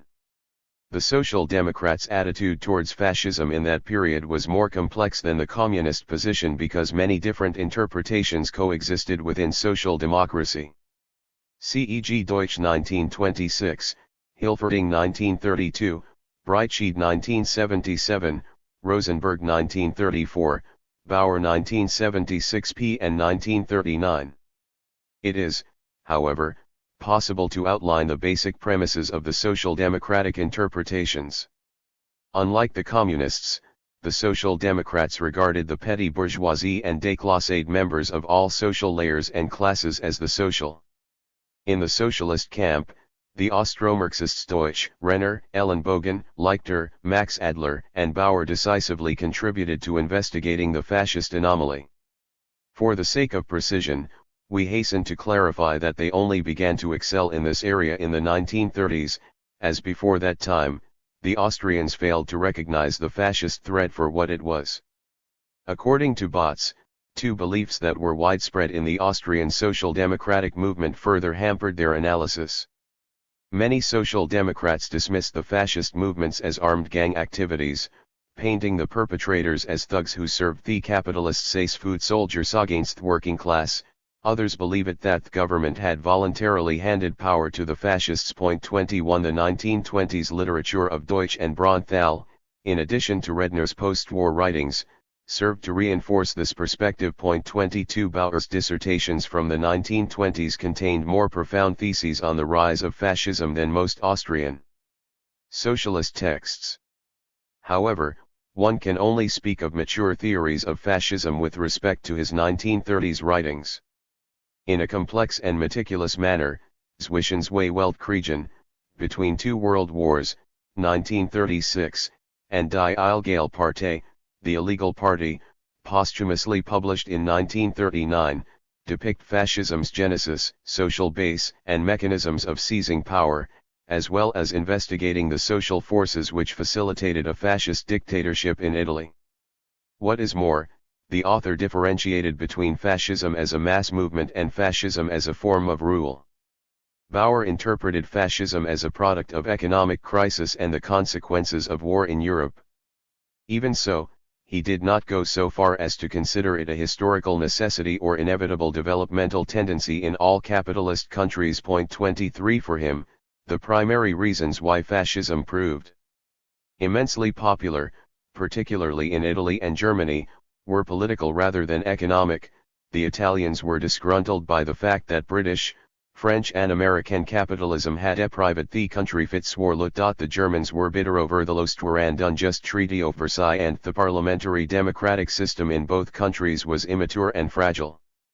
Bauer also thought that the self-inflicted defeat of the German Revolution and splitting of the workers' movement that paved the way for fascism. A particularly important aspect of his understanding was that he thought of fascism as a supranational phenomenon, even if the rhetoric contained in his texts provoked a lot of misunderstanding. Point 24 He qualified his assessment by linking it to historical reality and the national varieties of fascism, especially Austro-Marxism. Rather than being a scholarly construct, Bauer's comprehensions of fascism were that of an active politician. Point 25 They were deeply rooted in the experience of the international, but especially the German, workers' movement, and were intended as a weapon in the anti-fascist struggle. It would be a mistake to look at them as a coherent whole, considering that they evolved along with the European political situation and the workers' movement itself. According to Palinka, Bauer's interpretations contain three different, if overlapping, theories of fascism reflecting three periods in the European and Austrian workers' movement. 26. 1. A theory of fascism drawing on the notion of Bonapartism in light of the situation in Europe after the victory of fascist regimes and concurrent defeat of social democracy, 1924-36. 2. A theory of Austro-fascism that settled scores with the corporative state, Standestate, and Dollfuss's and Schuschnigg's authoritarian governments from the point of view of social democracy, 1934-8. 3. Theory of fascism drawing on imperialism theory and linked as socialist movements anti-fascist struggle in the face of looming war, 1939. 2. Pressing questions emerged. Firstly, do these theories contain elements that link them together, and if so, what are they? Secondly, how do they differ from each other? We shall proceed further analysis with a brief statement. Only Bauer's insights into the ideology and social base of fascism remained consistent in his three aforementioned theories, especially in the first and second. They differed in the most important aspects when explaining the phenomenon of fascism. In the first and second theories, sociological, political, and historical components prevailed. In the third, the emphasis shifted to economics. 2.1 Fascism theory based on the notion of Bonapartism. The theory put forward in the chapter, Fascism, in Between Two World Wars, which went on to become Bauer's best-known text on fascism when published separately, was his first attempt at a thorough explanation of fascism. Elements of this were already present in the author's earlier essay, Gleichgewicht der Klassenkraft, Balance of Class Forces, and in the Linz program of 1926. In Fascism, he outlined the processes that provided fertile ground for fascism, the character of its ideology, its social base, and its social and political consequences. However, the two most fundamental aspects were, firstly, his investigation of the social forces and mechanisms that allowed fascism to usurp power from the Republicans, secondly, the question as to how fascism as a mass movement differs from fascism in power and the differences between the dominant and the ruling class within this system. We will refer to this theory as the theory of Bonapartism because it was based on the sociological scheme from Marx's The 18th Brumaire of Louis Bonaparte, 1852. 27 Bauer clearly differentiated between the fascist movement and fascist rule. The integral element in his analysis of fascism's genesis was his identification of the sociological factors that allowed fascism to merge divergent social interests. Into an apparently unified force. In between two world wars, he demonstrated that the birth of fascism was the result of a synthesis of three different, yet coherent, social processes. 1. The creation of fascist militias from déclassés former war combatants. In the main, they were members of the intelligentsia and officers. The war had torn them away from their quiet lives, confined them to the margins of civil society, and imbued them with a militaristic and anti-democratic ideology. Hoping that they would regain the posts and social prestige they held during the war, they came out in favor of militaristic nationalism. 2. The pauperization of a majority of the petty bourgeoisie and peasantry due to the economic crisis. From these layers disenchanted with the government and bourgeois democratic parties, emerged a nationalist, petty bourgeois ideology. They were the social basis of fascism as a mass movement, yet the movement could only grow with support from the capitalist class. 3. Factual constraints. The economic crisis affected the capitalists' profits, which could only grow through increased exploitation. Hence, the capitalists saw themselves as forced to seek fascist assistance against the working class. In order to increase exploitation to satisfying levels, parliamentary democracy would have to be destroyed and the trade unions and workers' organizations dissolved. 28. For Bauer, these processes led to the emergence of an eclectic fascist ideology rooted in German Romanticism, the writings of Wilfried Pareto and George Sorel, and race theorists. It denied its class character and presented itself as speaking for the entire nation. It made its supporters believe thought they were participating in a general revolution that would meet whatever hopes and expectations the respective social groups attached to it. It was militaristic, based on discipline and the cult of the Führer, nationalist, glorifying one's own nation and race, anti-democratic, breaking with the sovereignty of the people and formal democracy, but especially anti-bourgeois, opposed to bourgeois and civic values, and the bourgeois way of life in terms of freedom, individualism, and pluralism. Bauer rightly accentuated two characteristics of this ideology: its ability to assume a national coloration. In Germany, it merged with racism and anti-Semitism, in Austria with clericalism, and in Italy with anti-rationalism, and its hostility towards the proletariat and monopoly capital, which reflected the social and political condition of the middle classes. It directed its attacks particularly against the workers. Because of their class solidarity and organization, Bauer argued, workers were better equipped to defend themselves against the effects of economic crisis than the petty bourgeoisie. Its psychological basis was the middle class's fear of being déclassé and proletarianist. According to Bauer, the fascist ideology prevailed in countries with a weak parliamentary tradition, an unstable capitalist economy, and a social structure subject to unexpected fluctuations in the wake of war and revolution. The ideology of fascism was by no means the principal focus of Bauer's writings. He was far more interested in the attitudes of different social groups and classes towards fascism, and, to be precise, the question of which social forces fascism relied on to gain momentum prior to assuming power. Bauer pointed out that the big capitalists and aristocrats felt nothing but contempt for Hitler and rejected the fascist ideology and movement. Nor did the bourgeoisie convert to National Socialism. Initially, it did not even consider that the movement might seize power; rather, it viewed it as a useful tool to break the resistance of the working class against its own deflationary politics and attacks on social and political legislation, as well as curb the influence of the workers' organizations and trade unions. The bourgeoisie naively imagined that it could effortlessly exclude fascism from the political stage once it had engaged with it in order to stabilize a bourgeois political and economic world. However, it turned out the other way round, as the third force held the bourgeoisie captive instead.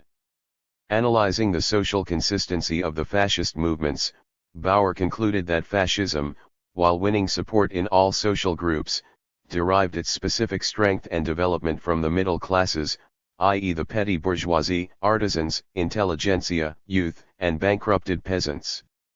Contemporary research confirms this. 29 In an article entitled Der 24.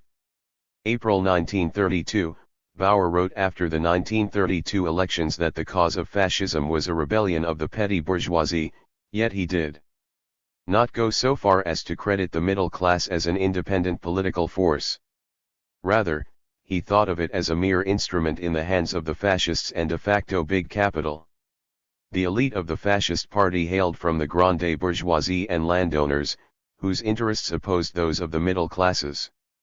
Bauer was right in asserting that the fascist dictatorship emancipated itself from the fascist movement themamentit CZ power wikakuri. The expensoftheim bishensoft middle classes. His other conclusion was no less accurate.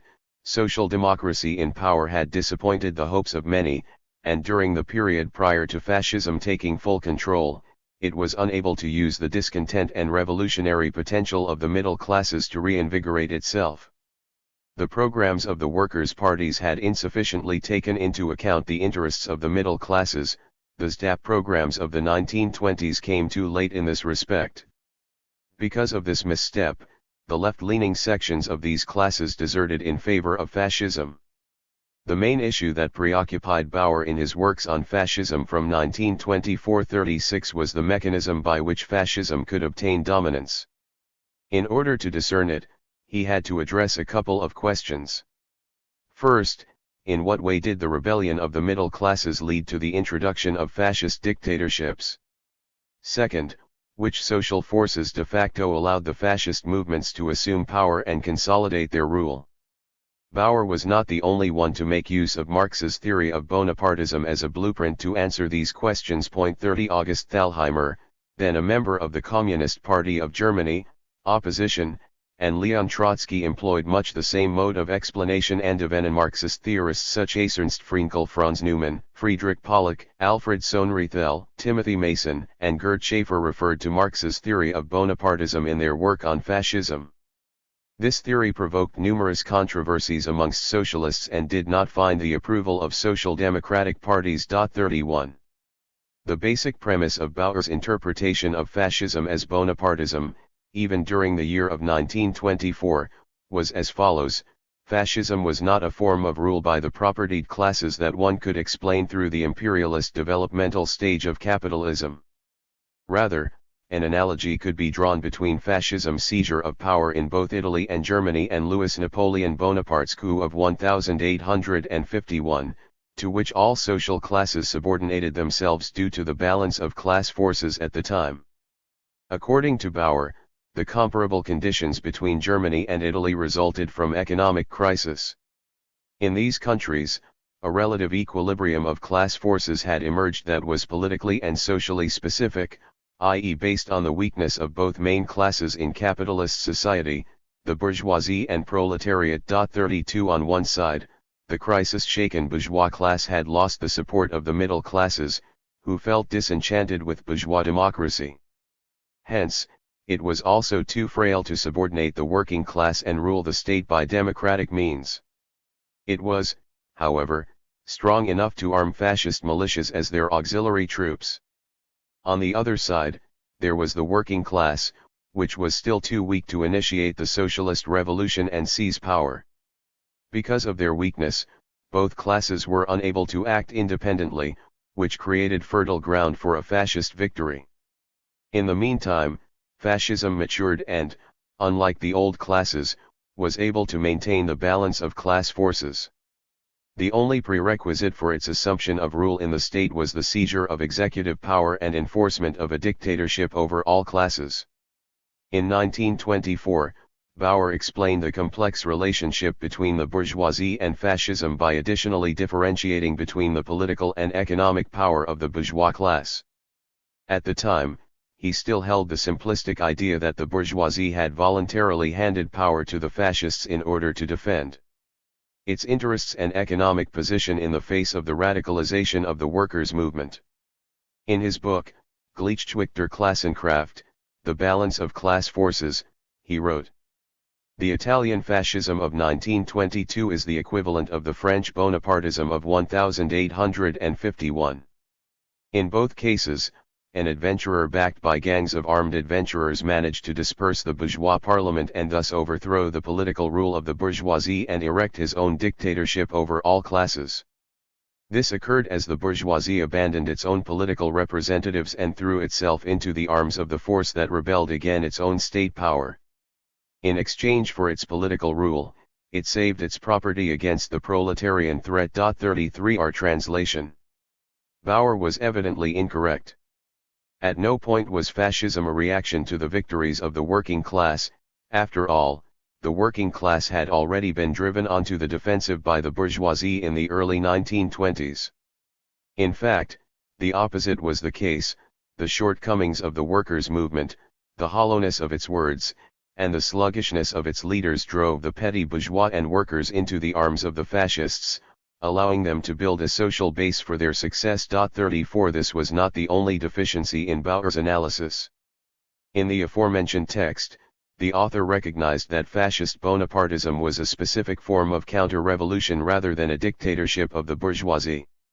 Yet Bauer did not take into account the role of fascist mass organizations and conflicts between the petty bourgeoisie and big bourgeoisie. 35 It is important to remember that he disregarded the threat of fascism during that period, and it was in this spirit that he made his statements at the 1927 Congress of the SDHUPP. 36 His nonchalance might be ascribed to the belief that it would suffice for the workers to refrain from any defensive activities in order to restore social peace, as well as an underestimation of the influence of fascist ideology upon the petty bourgeois masses and peasantry.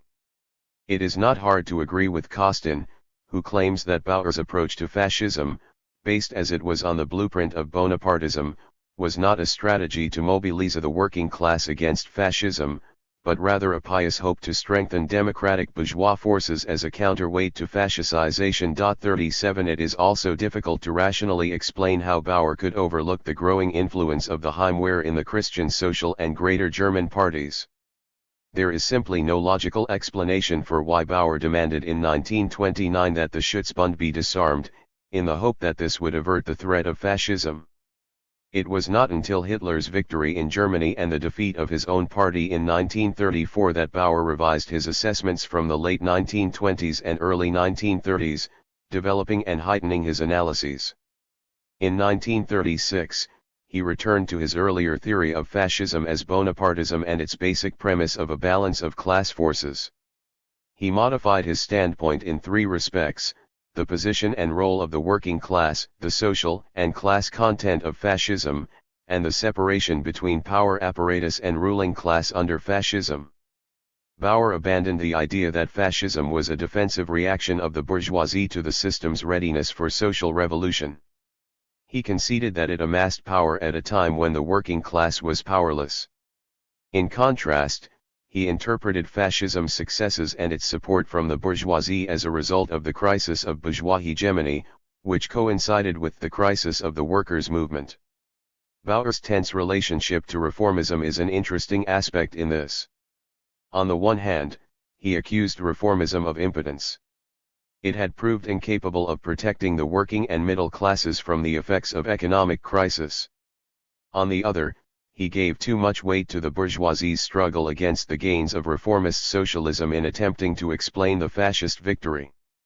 For Bauer, fascism superseded the old order because the bourgeoisie sought the help of illegal fascist squads to protect its profits. In economic upheaval, it could not suppress reformist socialism by means of state coercion, as it was too weak and hindered by democratic institutions. 38 Bauer wrote, "The fascist dictatorship thus emerges as the result of a peculiar balance of class forces. On one side stands a bourgeoisie that is the master of the means of production and circulation and executive state power. However, the economic crisis has destroyed the profits of this bourgeoisie. The democratic institutions prevent the bourgeoisie from imposing its will upon the proletariat to a degree the bourgeoisie deems necessary to restore its profits. This bourgeoisie is too weak to continue enforcing its will by the same ideological means it employs to rule the masses in bourgeois democracy.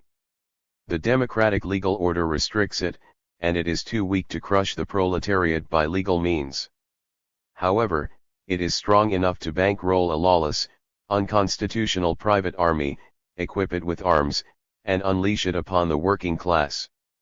Reformism and trade unions have become a stronger than the bourgeoisie can tolerate. Resistance against raising the degree of exploitation stands in the way of deflation.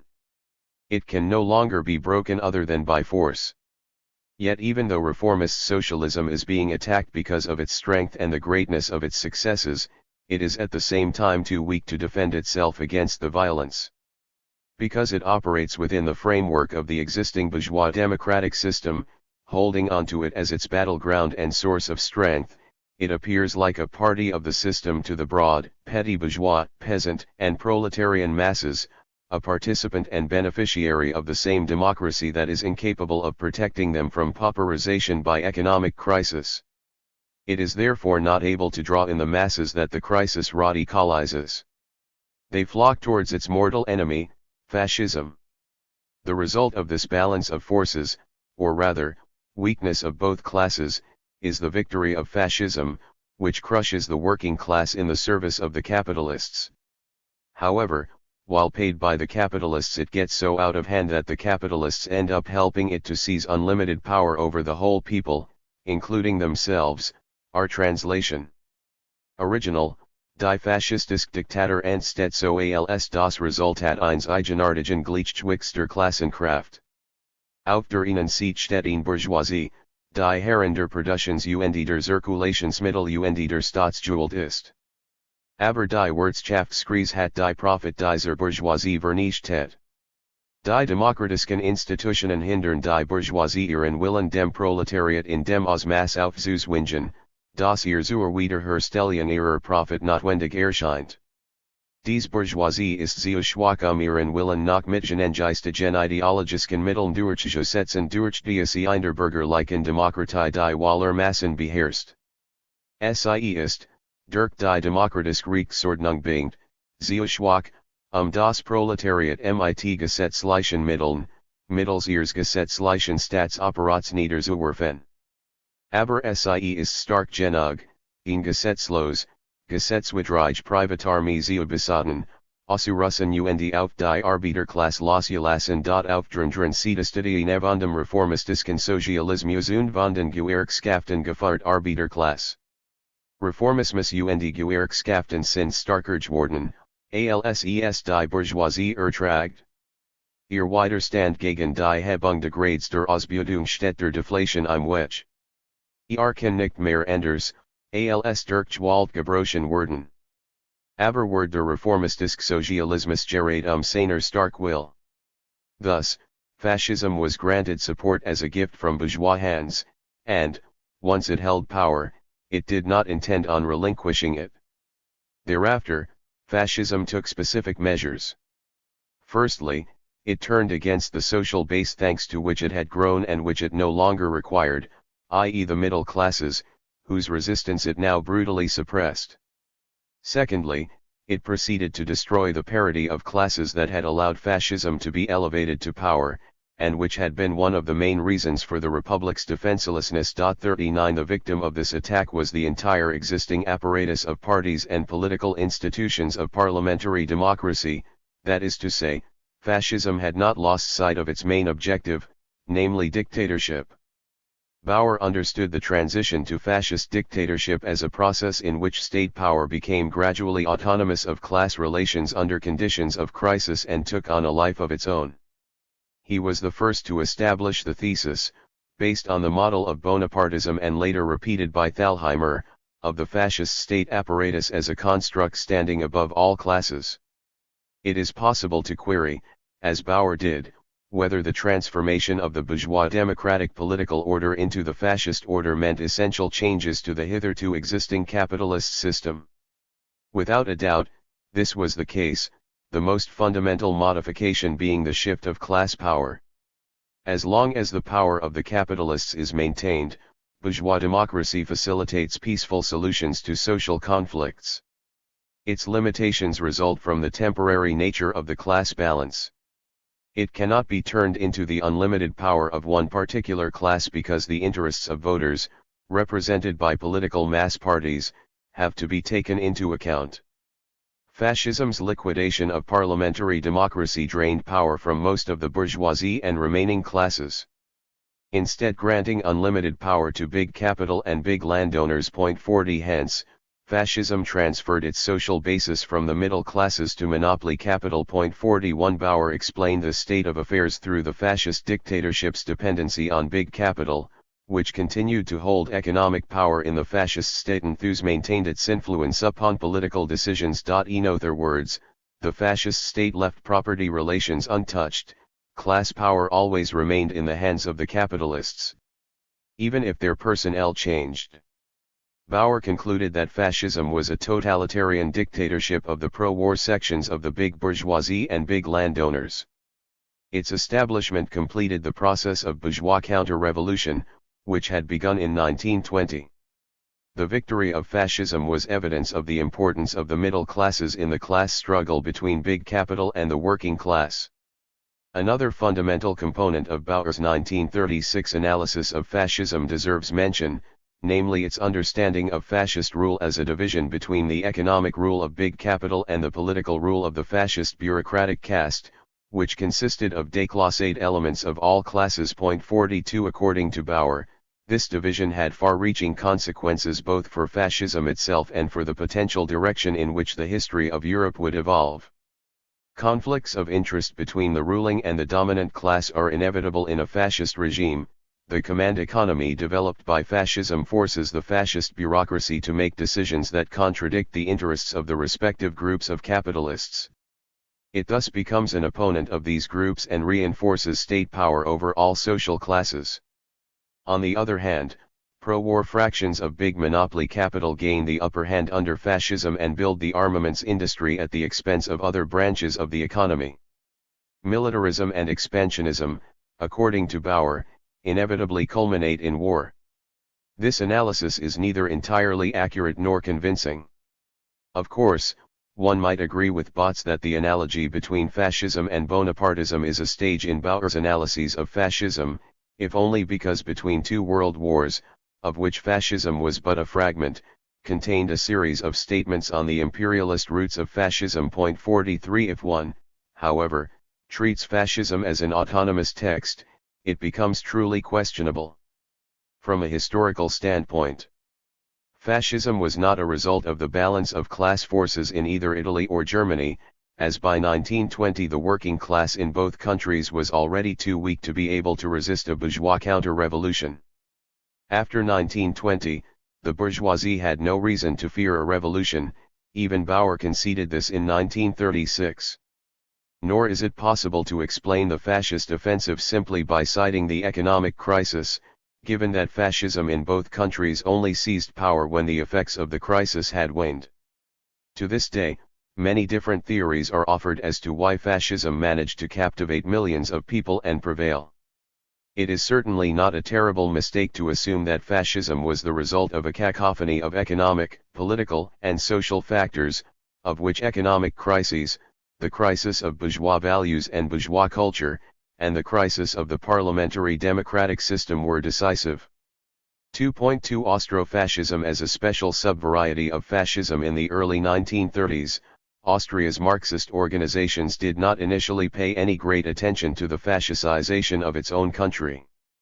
One can put this down to objective political and ideological conditions. For the broad masses, the polarization between the two fascist currents was barely recognizable, and the interference of the Heimwehr in the state apparatus increased gradually. The lack of interest in fascism was an ideological weakness that undermined the programmatic positions of both communists and social democrats. The communists did not undertake any theoretical analysis of the fascist phenomenon. Instead, they confined themselves to the thesis of social fascism. According to Hitt, opportunist politics of social democracy were partly to blame for the fascicization of Austria.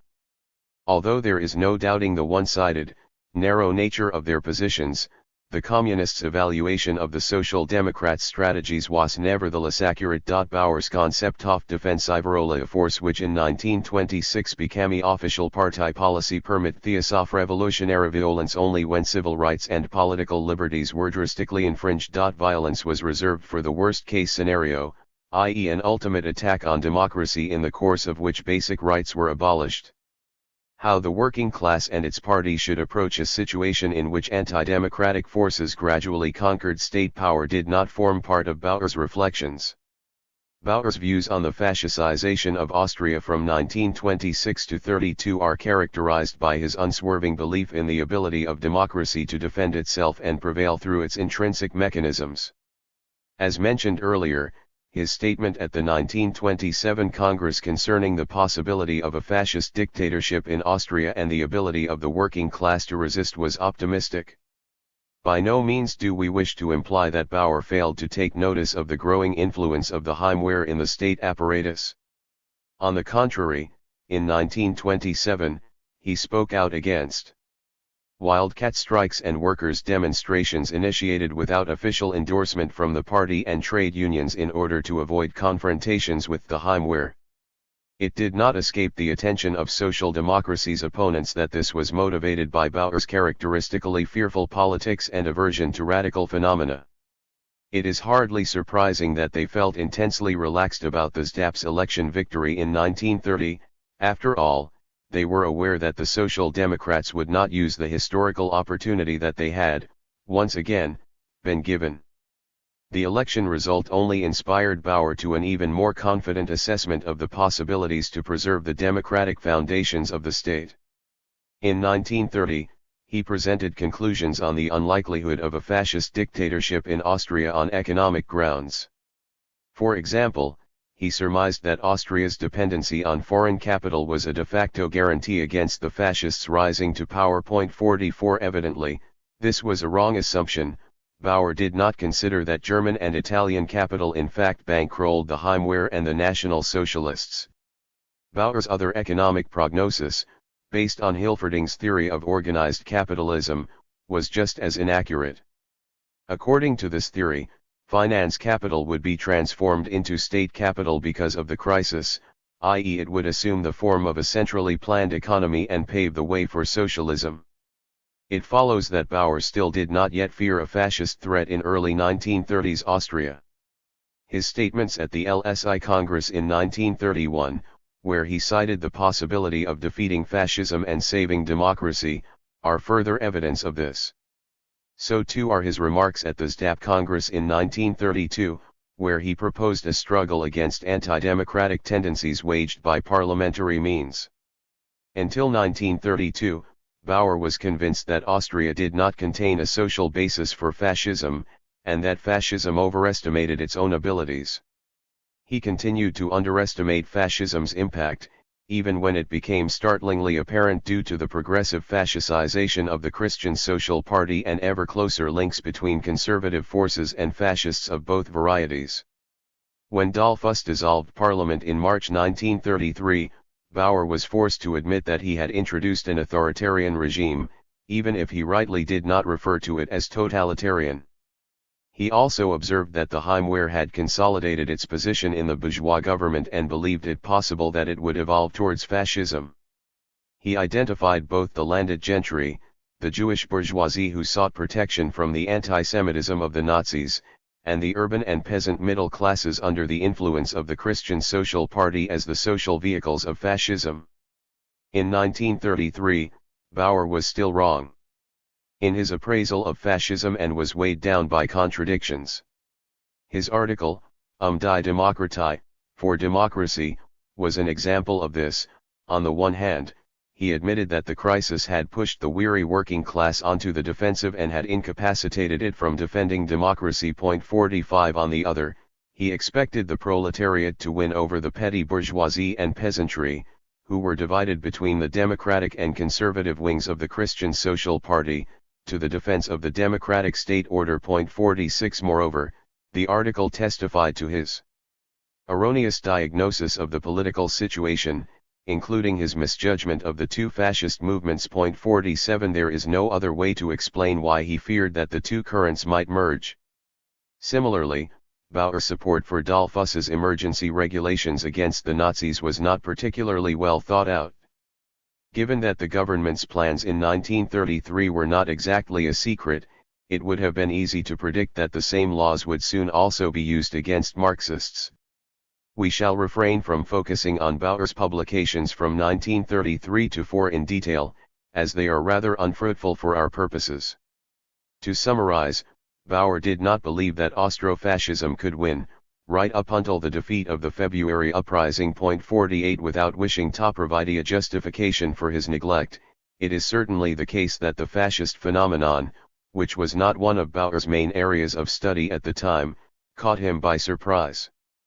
From 1934 to 8, after the demise of democracy, Bauer attempted an analysis of Austro-Fascism that contained theoretical elements.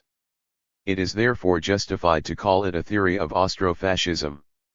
Ahead of our appraisal, let us recall that Bauer consistently viewed fascism as a national phenomenon, and that there were two main reasons for his hostility towards Austro-Fascism. First, Dollfuss's insistence on Austrian independence, which was irreconcilable with Bauer's desire for union with Germany, and second, Bauer's opposition to any political systems which infringed individual liberty and aimed to abolish its legal guarantees. When approaching Austro-Fascism, Bauer aimed to reveal the economic, social, and political basis of this phenomenon, especially the differences between Austrian, German, and Italian fascism.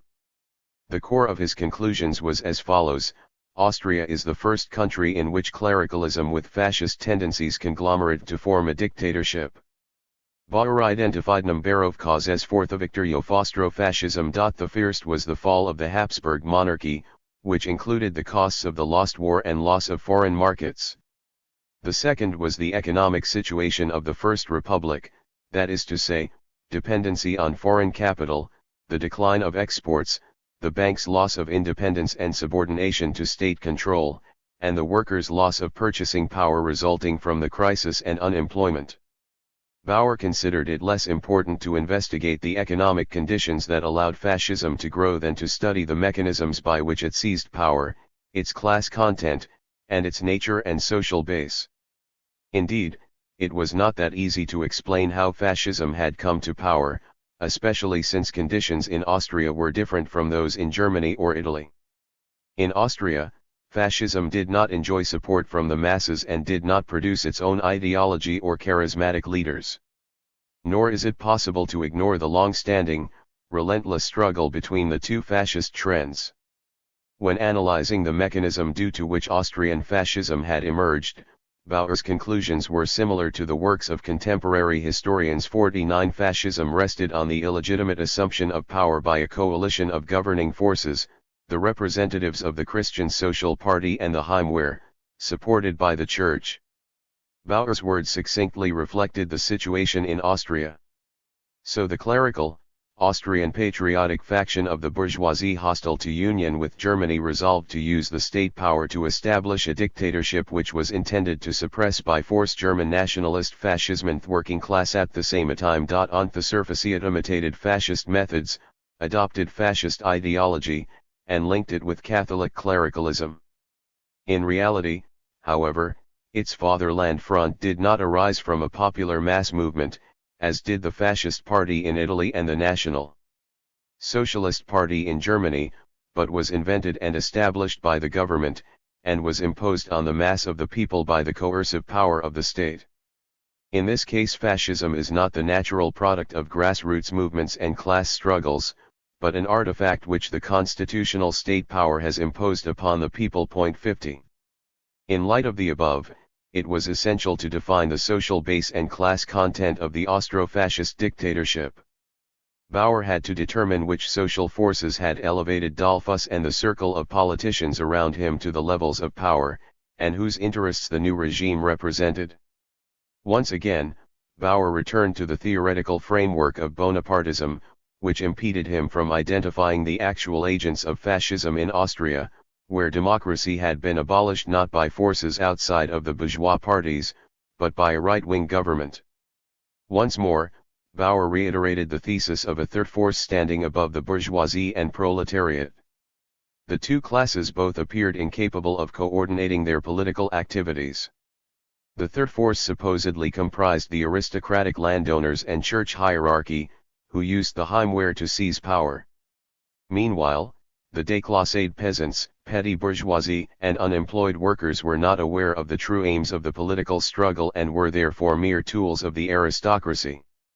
Bauer conceded that the aristocracy initially had to share power with representatives of the major industries, yet it emerged victorious from its struggle for leadership against big capital, which was inclined towards National Socialism.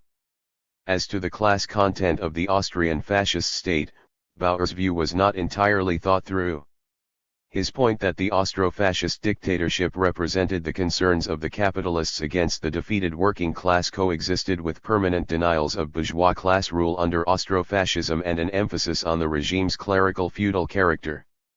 Bauer referred to it as a historical anomaly and thought of it as a feudal relic. For him, Austro-fascism embodied the rule of classes whose historical time had passed, an anachronism in the capitalist epoch. Let us examine the corporative state, the Standestate, to determine whether a fascist dictatorship was introduced in Austria. To stick with the terminology proposed by Bauer, we need to establish whether the dictatorship he described really did have a feudal character. The short answer is no, the historical anomaly described by Bauer never existed. Not realizing that the aristocracy and church had lost their pre-capitalist character in the era of monopoly capitalism, he envisaged a distorted image of Dollfuss's political system.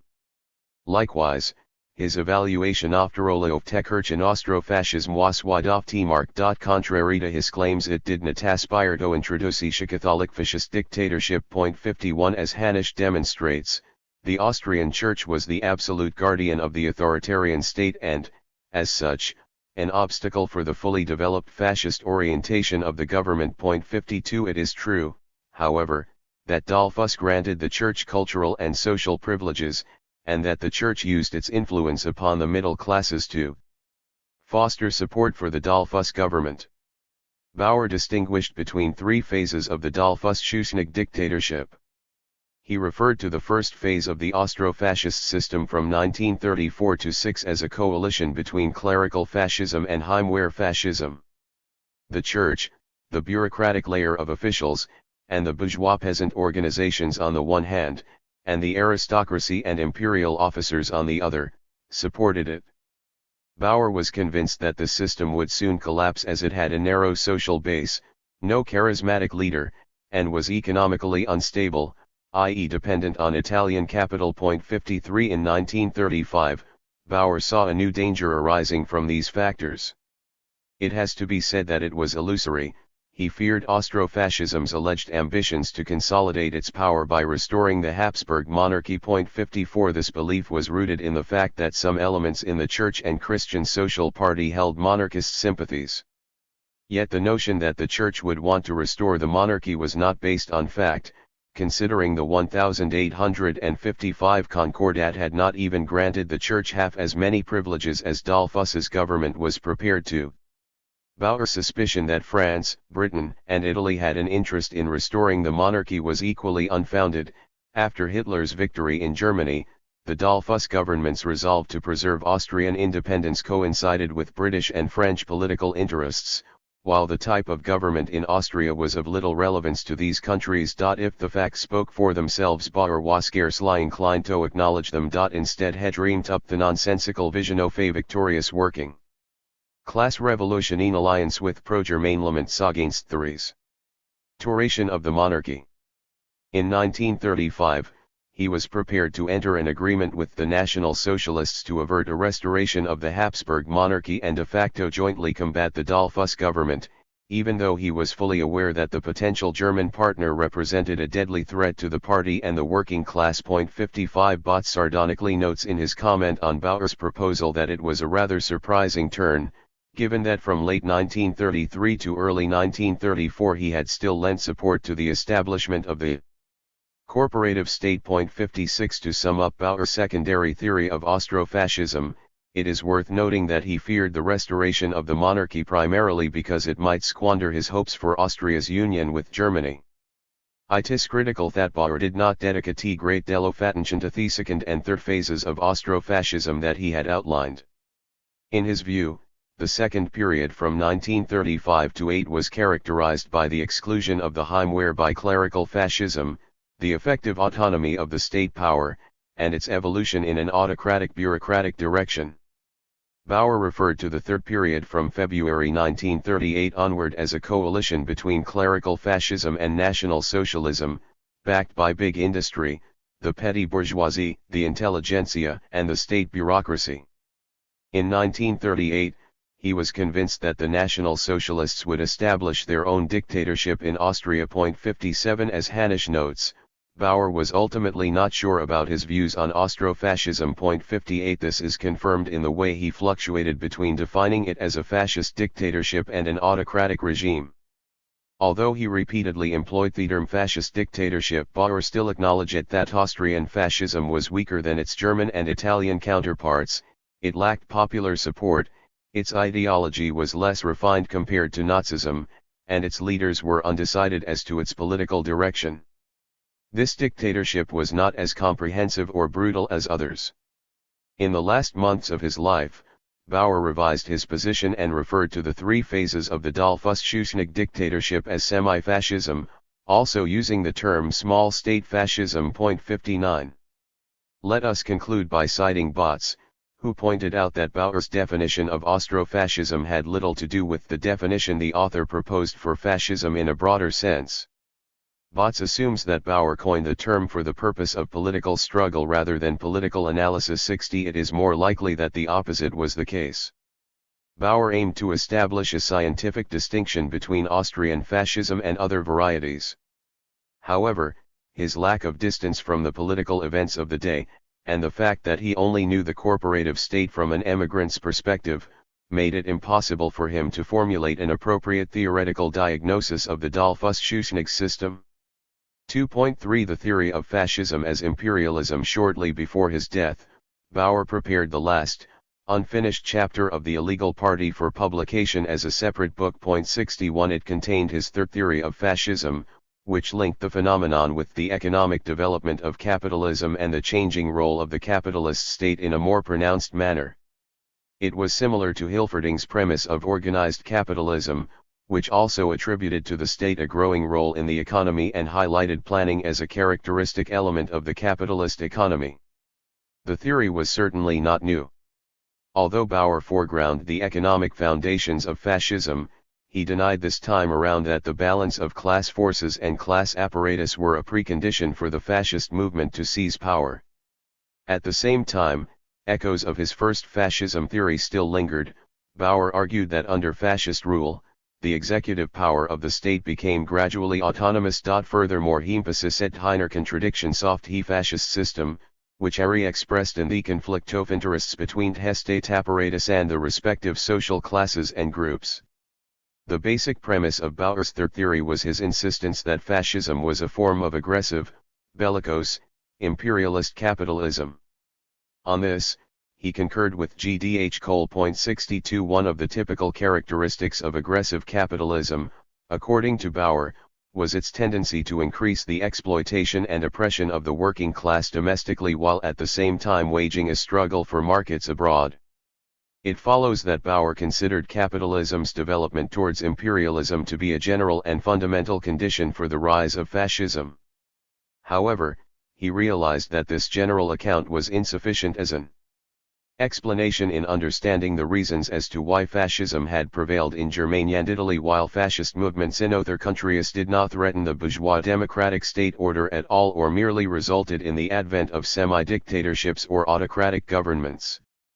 To explain this phenomenon, he pointed to additional historical and social conditions that had paved the way for bellicose imperialism, including different democratic traditions and the effects of World War I. 63 He cited as one of the effects of war the weakening of young democracies, which had occurred in the course of revolutionary and counter-revolutionary processes after the war and the inauguration of the parliamentary era in the victorious countries.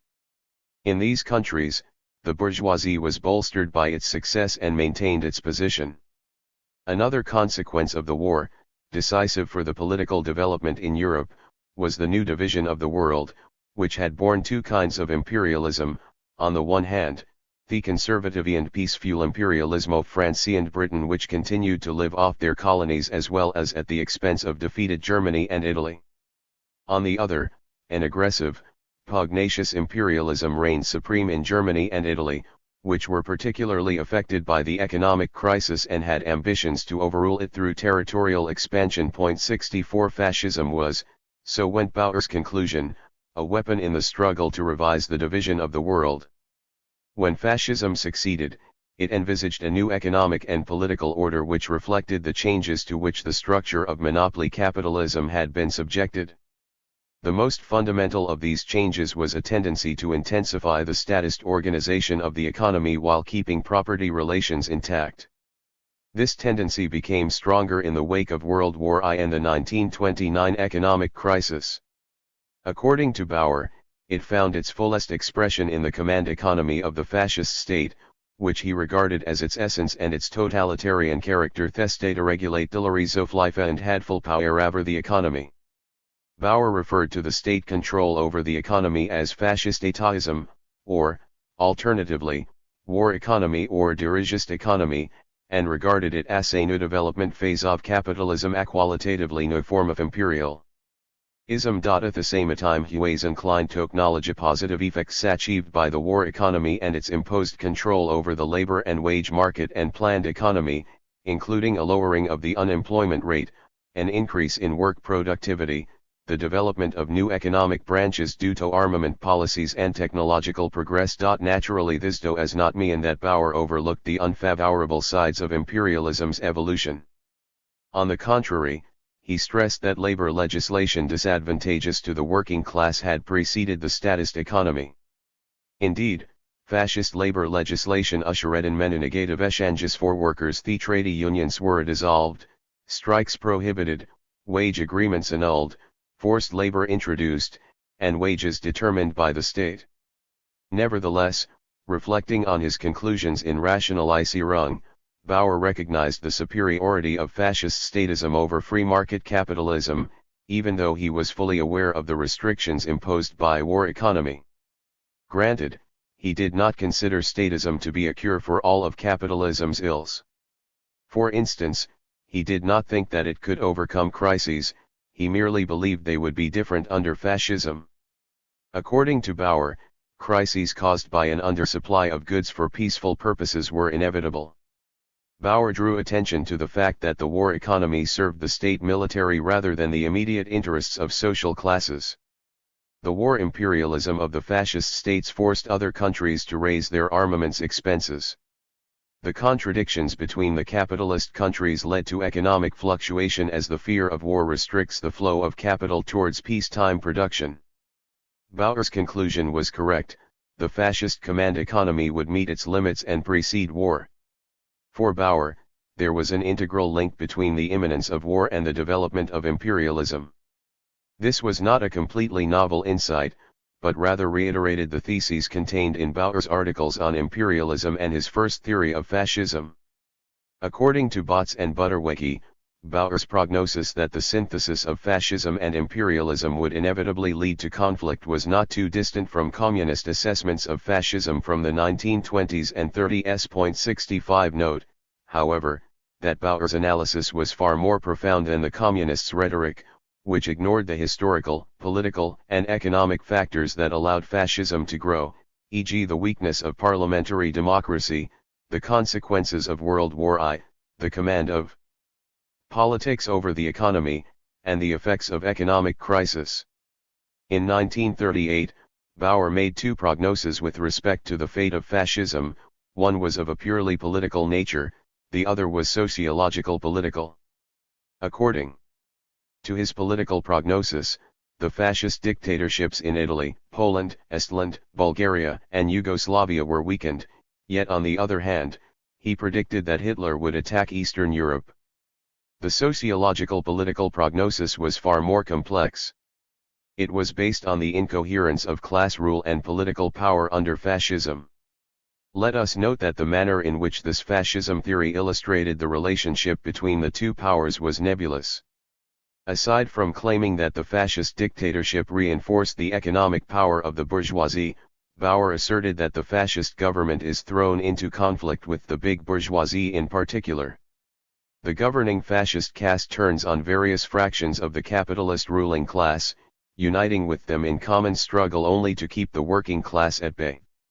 Bauer's emphasis on the tensions and instability of the fascist system served one particular purpose: to reinforce the vision of an anti-fascist revolution. Pointing out the conflict of interests between the political and economic powers served to buttress the notion that this would lead to a radical transformation of the social conditions, and thus to a loss of fascism's social base.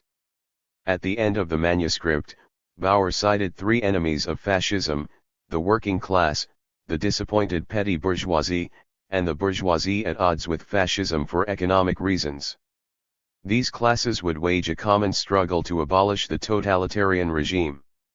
The notion of cross-class struggle directly referred to Bauer's concept of the anti-fascist united front, according to which the proletariat would lead the middle classes and parts of the capitalist class into struggle.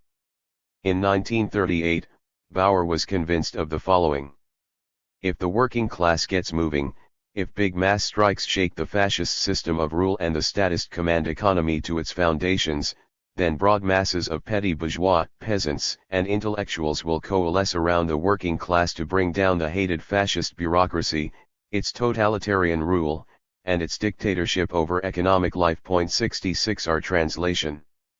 It was, of course, another misguided prognosis.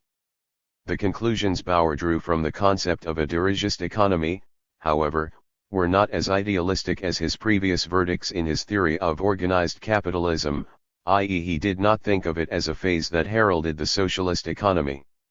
This does not mean that he relinquished his fatalist perspective. Rather, he now supported his notion of the inevitability of socialism by citing the dialectical unity of the objective and subjective development tendencies of fascist imperialism, i.e., the centralist economy, and the anti-fascist, socialist revolution. 3. The anti-fascist uprising of Austrian workers.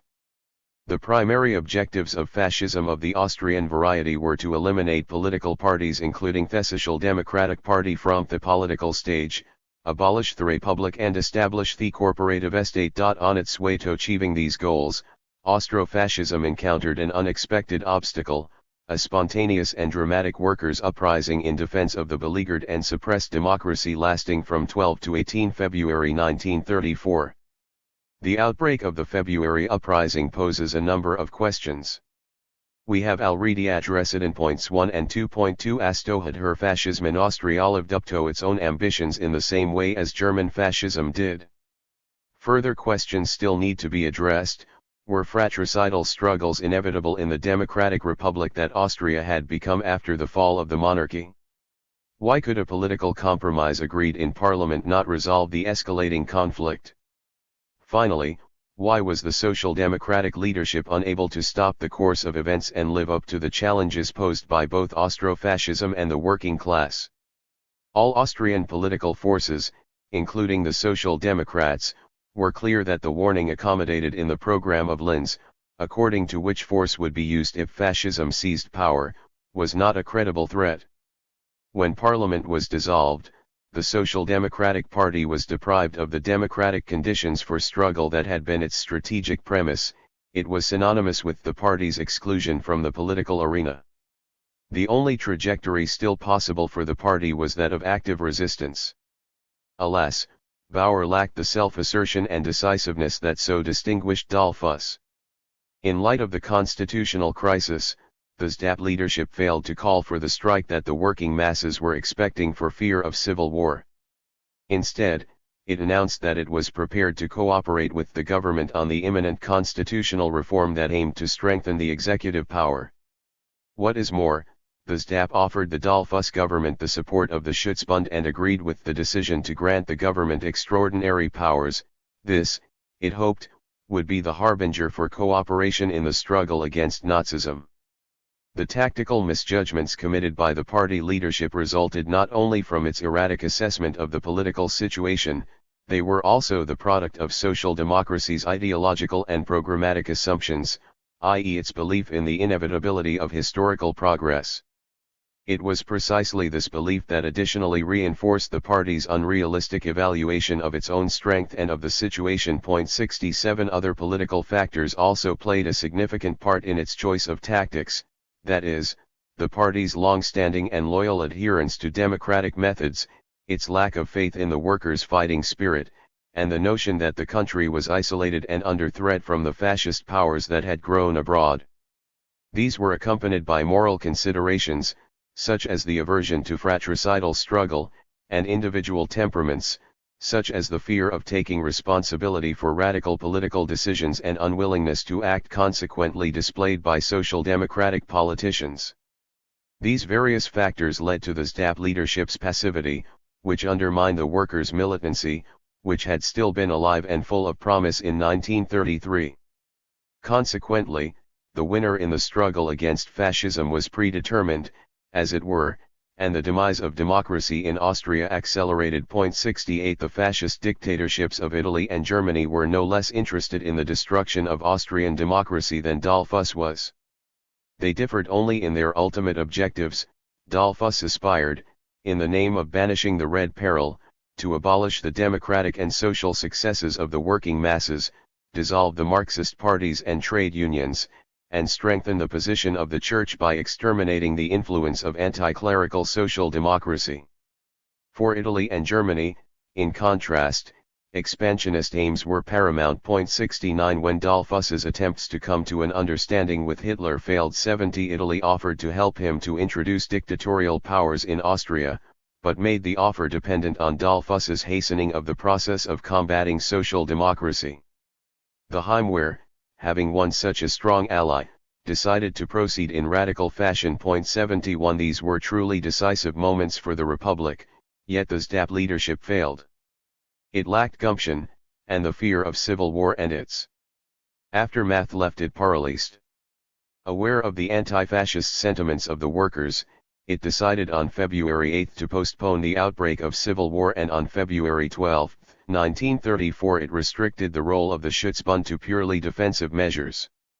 Yet the party's apparent willingness to fight turned out to be false. The contrast between words and deeds not only threatened to fatally undermine the leadership's credibility in the party ranks, but also cost several hundred human lives. This was the price paid for years of bandying revolutionary phraseology. Alas, Bauer and his close circle of comrades realized this too late. On February 12, 1934, the Schutzbund troops of Linz initiated, against the decision of the party leadership, a skirmish against the Heimwehr and armed police, thus firing the starting shot for the outbreak of the workers' uprising. 72 The ensuing street battles ravaged Upper Austria, Styria, and Vienna in particular. 73 The desperate Schutzbund troops recognized the hopelessness of their situation from the start. 74 Their leaders, Ernst Fischer and Ernst Draskowitz, noted as early as February 12. This struggle is lost from the outset. One cannot capitulate for a whole year and then win. 75 Neither did the chair of the Schutzbund, General Theodor Korner, see any chances of success, and both the right wing, Koskai, and left wing, Bela Kun, of the International Workers' Movement agreed that the uprising was a belated affair. 76 Aside from the political determinant, the psychological aspect was no less decisive in the heroic struggle of the Schutzbund troops. Not only did they defend democracy, they also defended the reputation of a party many identified with, and whose willingness to fight they trusted. Reacting to the unwelcome uprising, the SDHUPP leadership restricted itself to proclaiming a general strike. For a number of reasons, this strike turned out to be a fiasco, lacking mass support. Economic limitations, such as the fear of losing one's job in a time of economic crisis, played a role. So too did sociological and political aspects. The masses did not believe they could win, and the party had imbued them with the superiority of legal struggle for many years. What is more, there were organizational issues, there was no real defense plan and scarce information with respect to arms and coordination of actions. Contradictory decisions and irresponsible conduct on the part of the SDHUPP leaders further contributed to the debacle. 77 The lone Schutzbund fighters, abandoned in struggle by the party leadership, laid down arms on 18 February 1934.78. As the conflict was still ongoing, the government dissolved the Social Democratic Party, arrested its leaders, and sent 10,000 people to concentration camps. 79. At that point, the party numbered more than 700,000 members, enjoyed the support of 1.5 million voters, had an 80,000-strong paramilitary organization at its disposal, occupied 71 of 165 parliamentary seats, and had 25 delegates in regional governments and 387 town mayors. The defeat of the uprising and the party became the subject of numerous assessments, analyses, and controversies, especially in the Social Democratic movement. After all, its leaders had an interest in denying Ghana responsibility for the defeat.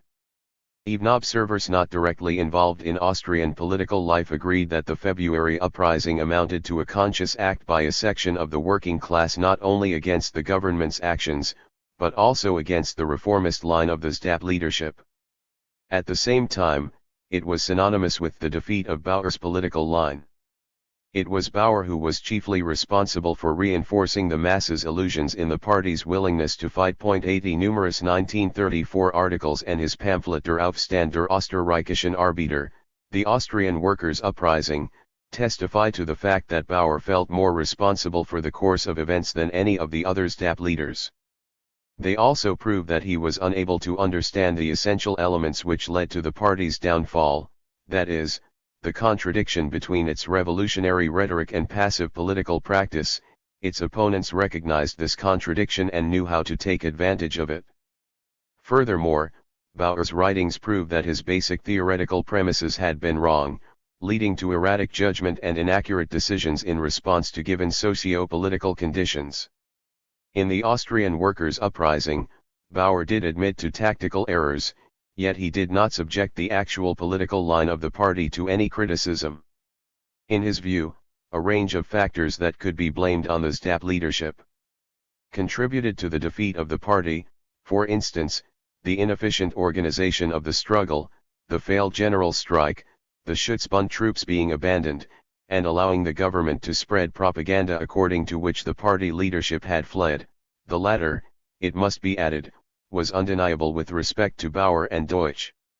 On the other hand, also conducive to the SDHUPP's defeat was the general economic and political situation that the party was in no position to influence, i.e. economic crises that subjected the petty bourgeois and peasant masses to poverty, the defeat of the German working class in the struggle against Nazism, and the fading out of the revolutionary wave in Europe. 81 Bauer cited the following as mistakes, if only tactical mistakes: the SDHUPP's refusal to cooperate with Karl Buriska's government. After the 1932 elections, which strengthened the advance of both the Heimwehr and NSDAP, and the failure to proclaim a general strike in response to Dollfuss's dissolving parliament and introducing emergency measures. Bauer openly discussed whether the Dollfuss dictatorship could have been prevented and denied that this could have been achieved. Objectively, he argued, the economic crisis drove the masses into the arms of the fascists. Undoubtedly, one cannot blame Bauer and the party leadership for the conscious destruction of Austrian democracy, for which the two fascist groups and the conservative right wing of the Christian Social Party bear responsibility. I concur with Palinka on this point.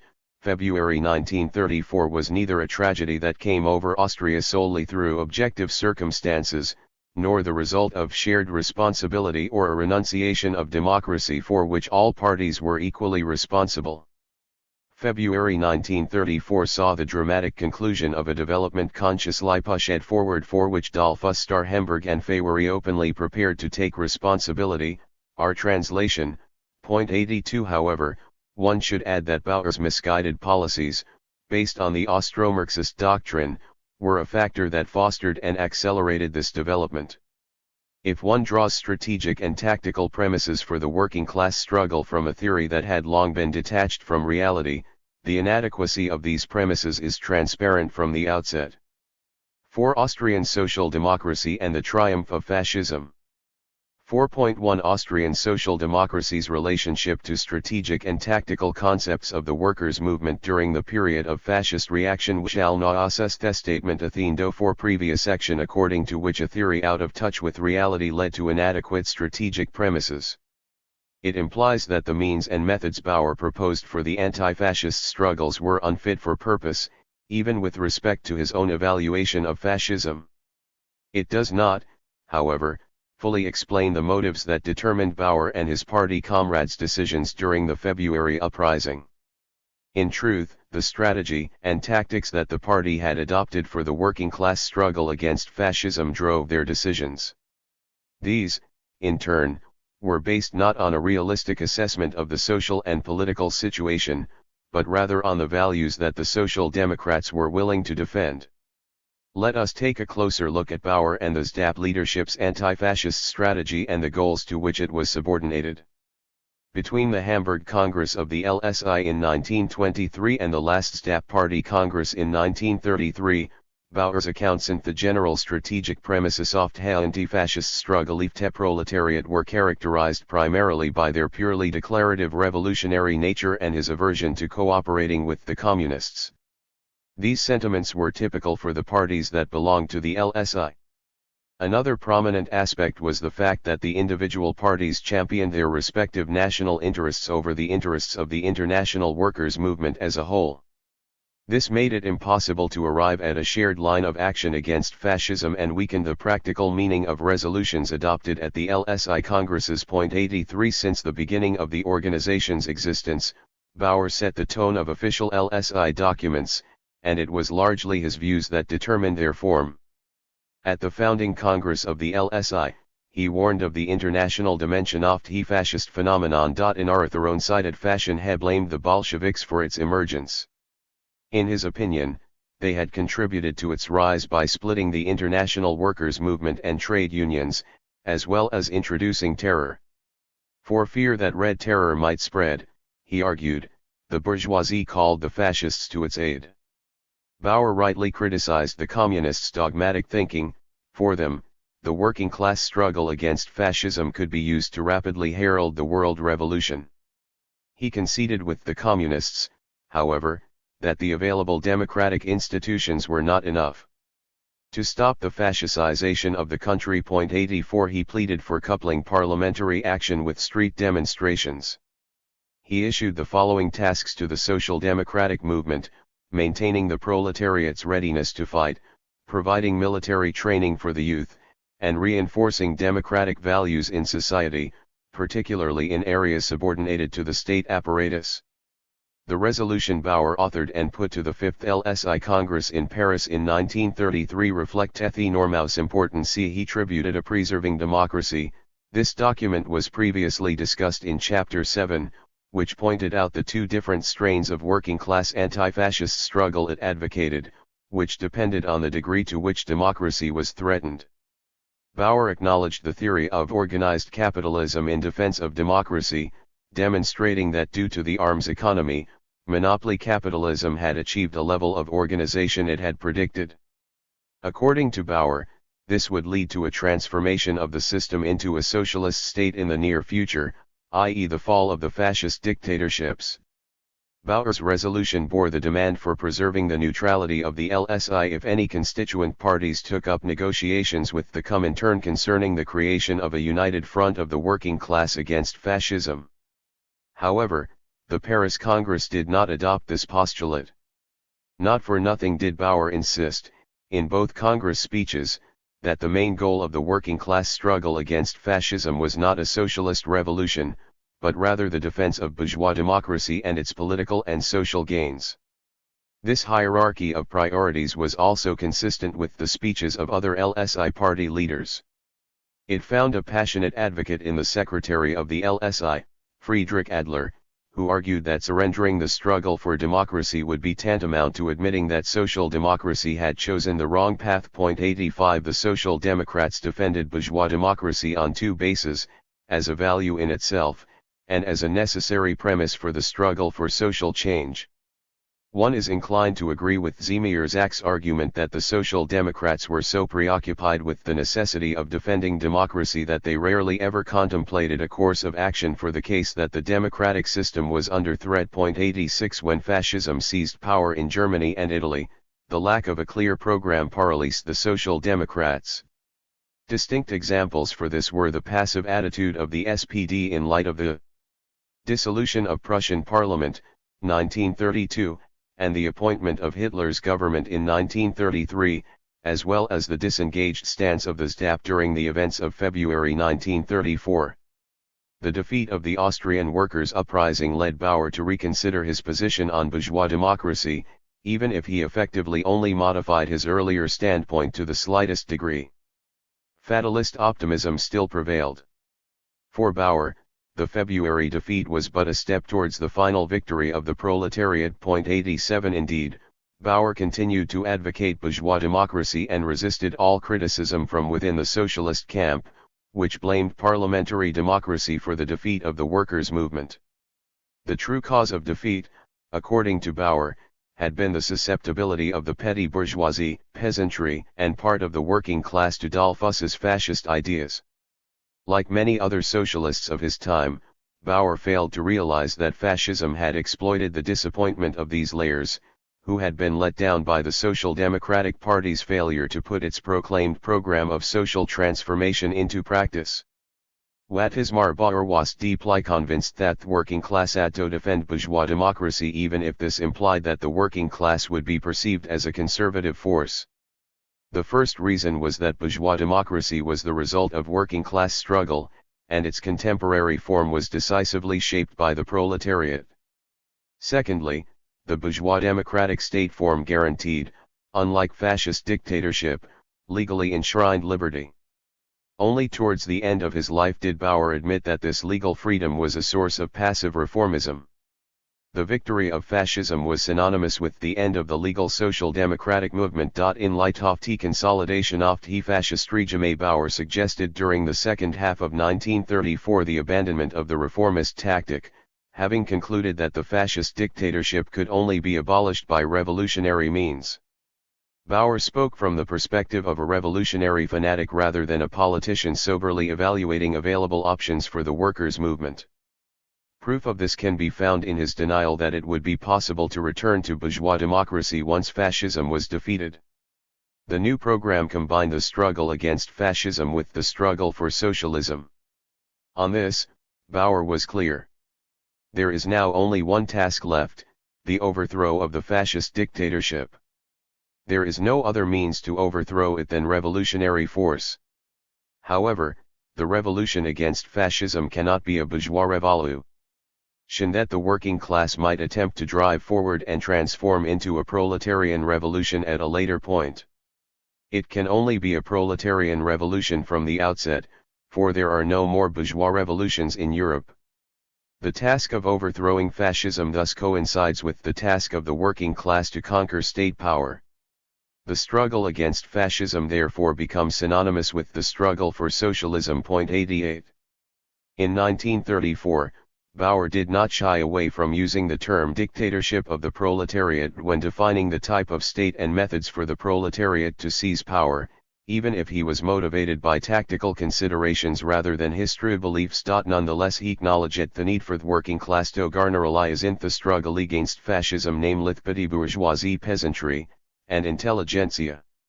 Hence, he insisted that the proletarian dictatorship was merely a brief transitional stage during which society would evolve towards classlessness.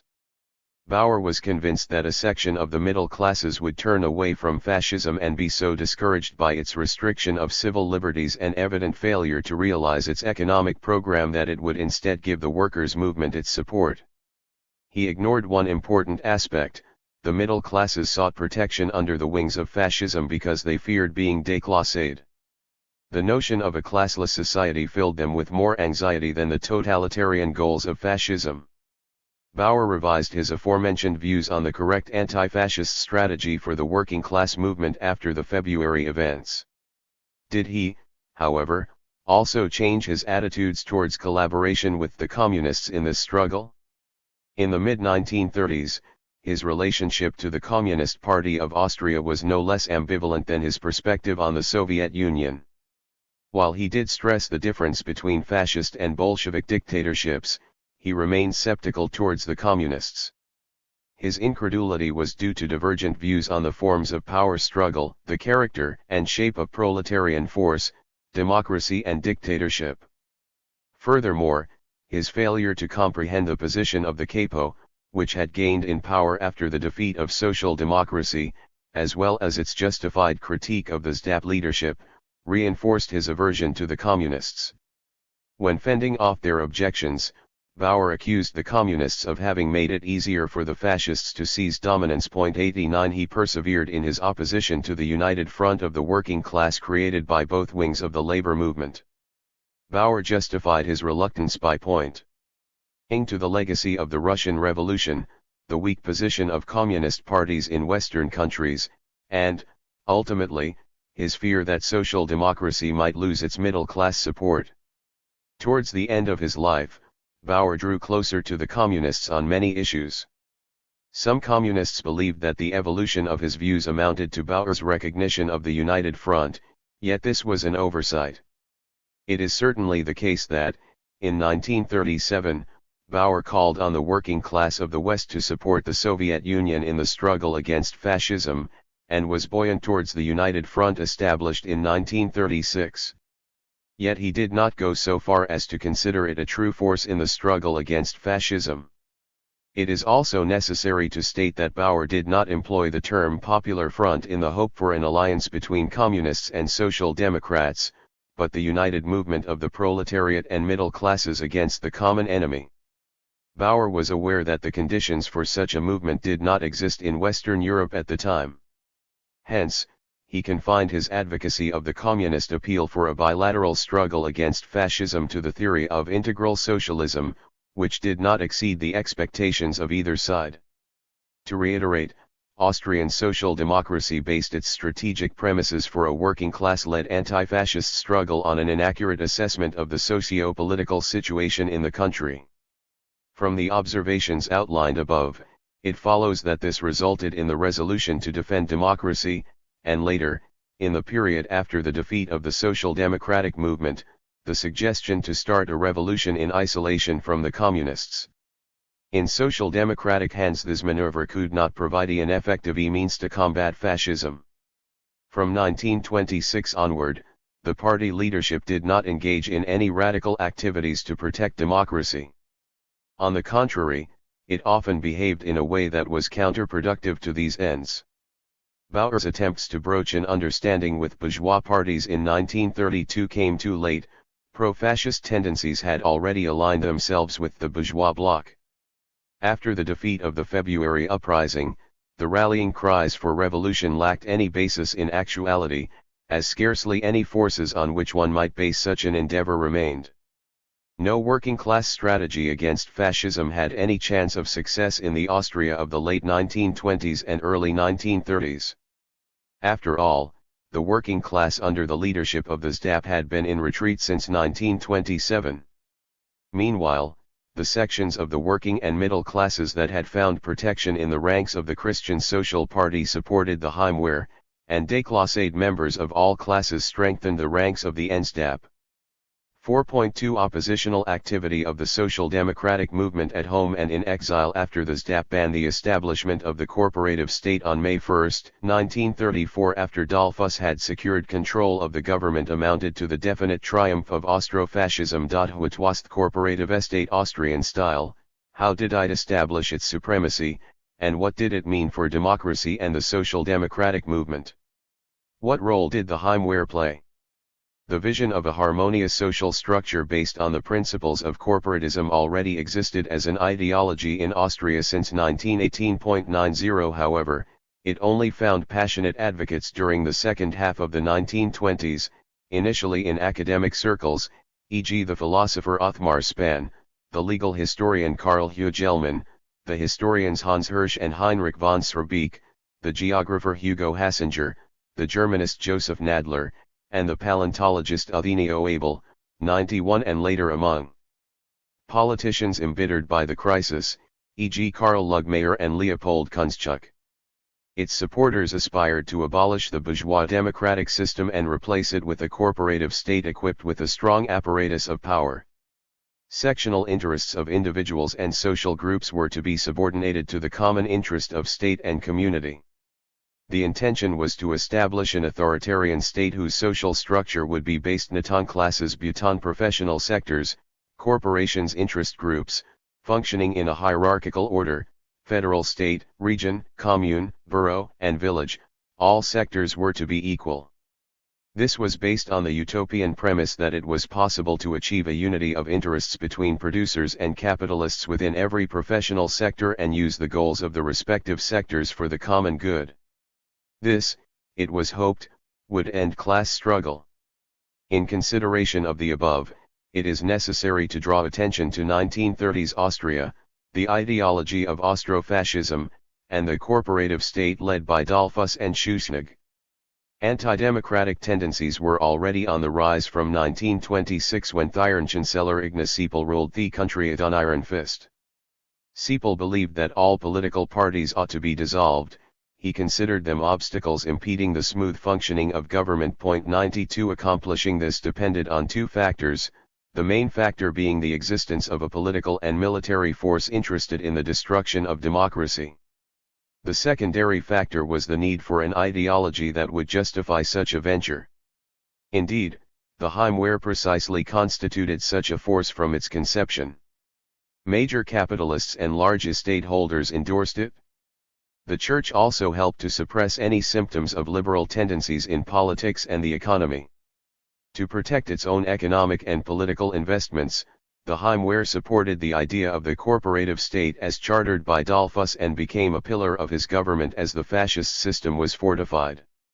The corporative state was the most extensive but not the sole aspect of Austro-fascist ideology. Autocracy, elitism, anti-democratism, anti-Marxism, clericalism and nationalism were further components.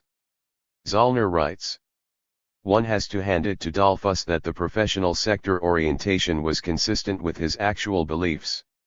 It did not simply draw on fascist ideology but also one essentially conservative tradition adopted from Seipel, although Dollfuss was fond of stressing its basic consistence with the ideas contained in the papal encyclicals, Rerum Novarum by Pope Leo XIII and Quadridecimo Anno by Pius XI. 93 Our translation.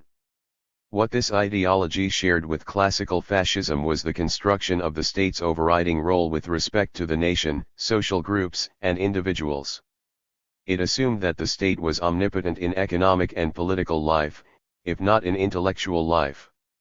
It was a reactionary, conservative ideology, which served to validate government suppression of the opposition, the STAP, Capo, and NSDAP, to name but a few of the organizations that were subjected to persecution.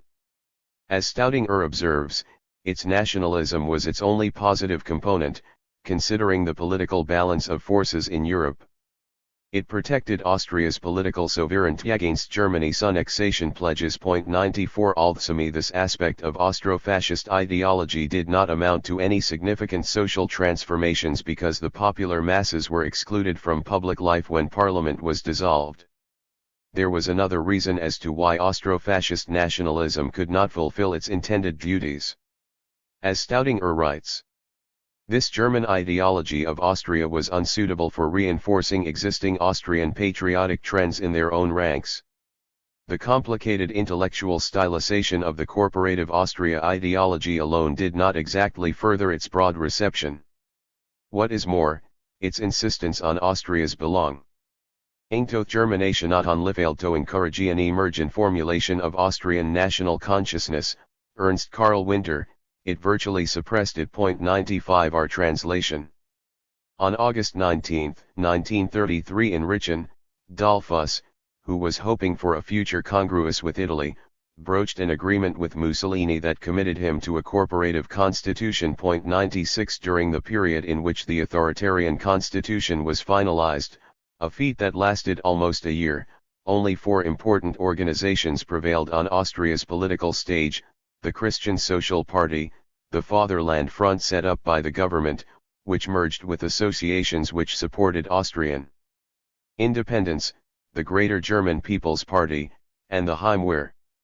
The May Constitution, April 30 to May 1, 1934, supported Bethesda groups introduced the following reforms: professional sectors were subject to strict state control, authoritarian virtues granted to the Chancellor, the government became the central authority in political decisions, bans on plebiscites, strikes, and demonstrations. 97 There was no place for the Heim. Where in the new corporative state, once an indispensable aid in the struggle for power, it now stood in the way of authoritarian rule. Following a government decision in 1935, the Heimwehr was co-opted by the Fatherland Front and subjected to state control. On October 9, 1936, it was dissolved. Once the Heimwehr had been abolished and the Enstapp dissolved, 1935, the process of implementing the Austrian dictatorship was accomplished. 98 A question that Bauer Himsel posed in his analysis of Austrofascismus: did Dolphus dictatorship have a truly fascist character comparable to Hitler's and Mussolini's? This was definitely not the case, even if, as Steiner points out, answers to this question are polarist. 99 It was an authoritarian dictatorship that disregarded any rule of law. It was based on a narrow group of powerful individuals supporting each other and employing means of force, police and the army, yet it was doubtlessly not a totalitarian dictatorship.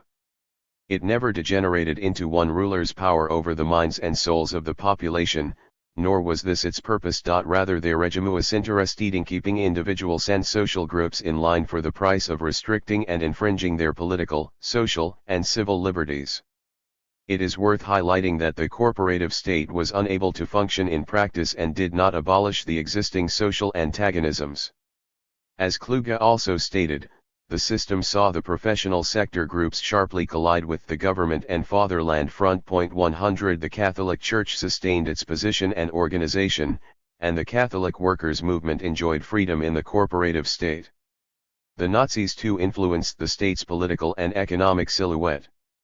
The real victim of the authoritarian regime was, consistently with the intentions of its founders, the socialist workers' movement, which it deprived of all and any legal institutions to defend its interests. Among other reasons, this was possible because the parliamentary democratic system in itself does not offer sufficient protection from attacks by anti-democratic forces if political parties are not genuinely willing to democratize social life. The example of Austrian social democracy, which was influential in 1930 and lost any practical significance in 1934, illustrates this point succinctly. The liquidation of the legal party fundamentally weakened the workers' movement, even if it did not mean a complete abandonment of struggle on the part of the Austrian Social Democrats just yet.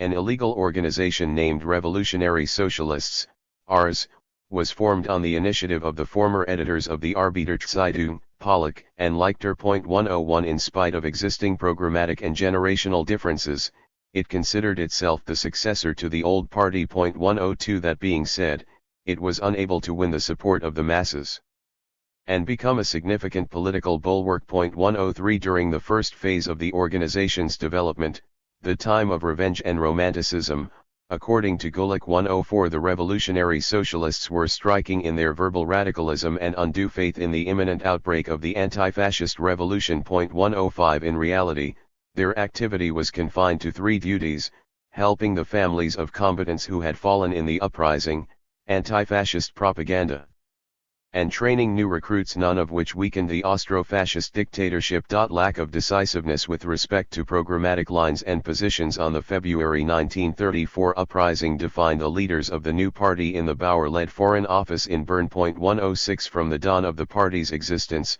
Bauer's standpoint was as follows: political emigration can only flee from this fate. It can only become anything other than the flotsam and jetsam of history to the extent it is capable of serving the illegal movement at home and fulfill functions that can only be fulfilled from abroad. 107 That is to say, Bauer recognized the new leadership and refrained from overseeing the organization himself. It also meant that aid for the socialists at home would be limited to financial dividends and advocacy. 108 Behind this was not simply Bauer's belief that an illegal movement could not be directed from an outside agent, but also a self-critical assessment of his own failed politics, and a partial change in his views on the role of the Workers' Party in the age of fascism. His posthumously published text, The Illegal Party, attested to the fact that Bauer had lost faith in a rebirth of the old party, advoc. Aiding instead the emergence of a new organization with a different structure and ideology. 109 He recommended forming a party of a proletarian character similar to the Leninist model, a narrow, disciplined, hierarchic cadre organization based on democratic centralism. Much like Lenin, he aspired to grant this party the monopoly of leading the working class. Unlike the Bolshevik leader, however, he did not go so far as to conflate this task with lawlessness and lack of accountability to the masses. However, Bauer's position within party activity was not entirely clear.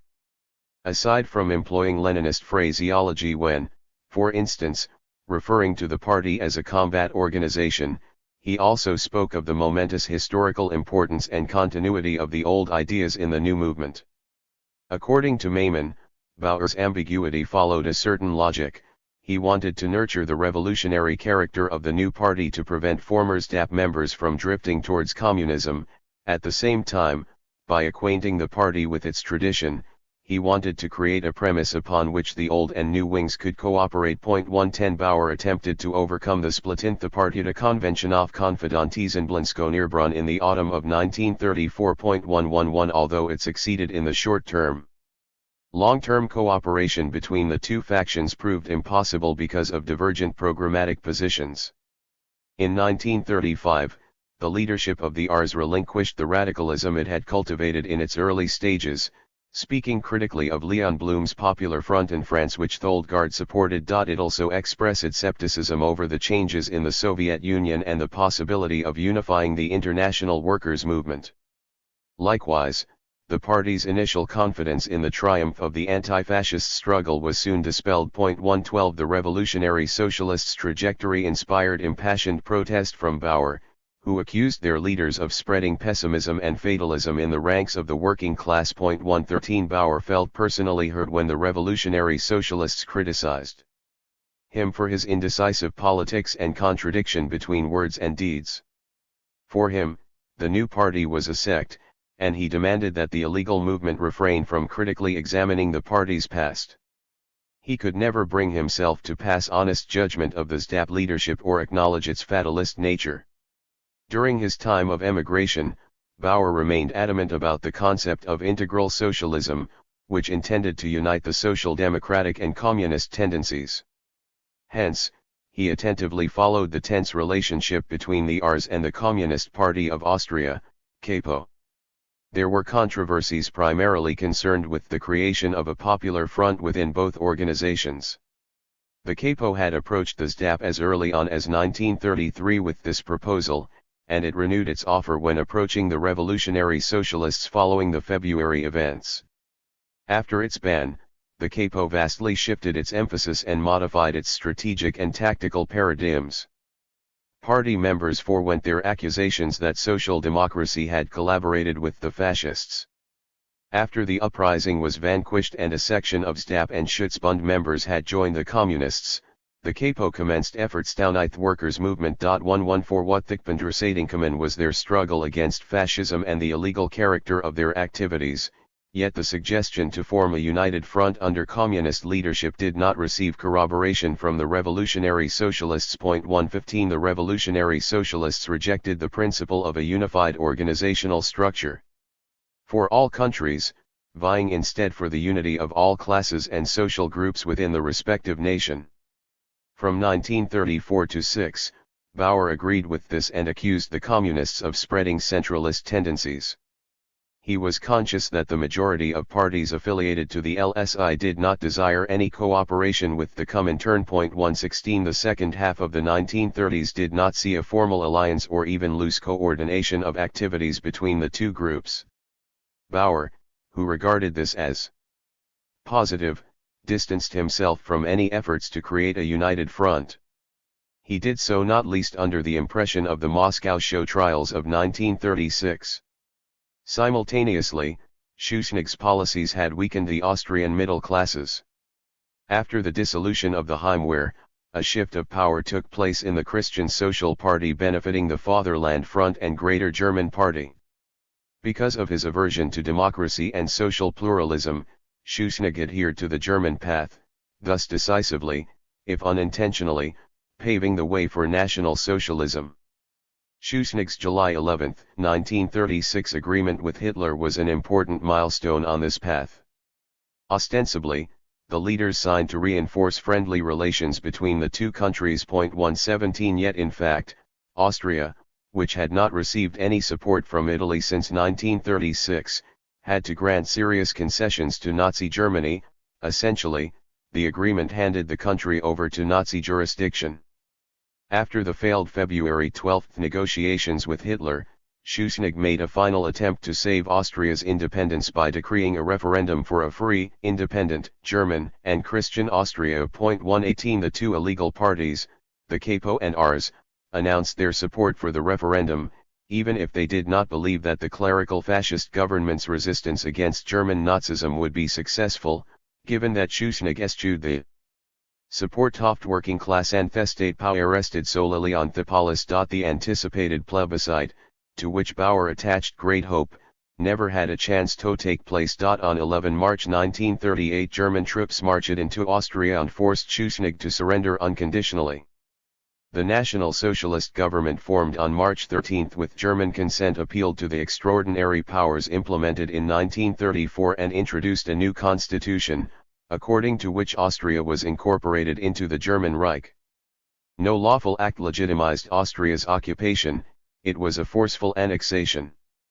That said, the majority of Austrian society welcomed the Anschluss with enthusiasm. 119 It is important to remember that this stage in the history of the country was the result of many years of passive social democratic politics, the counter-revolutionary offensive of the bourgeois parties, and the weakness of the parliamentary system.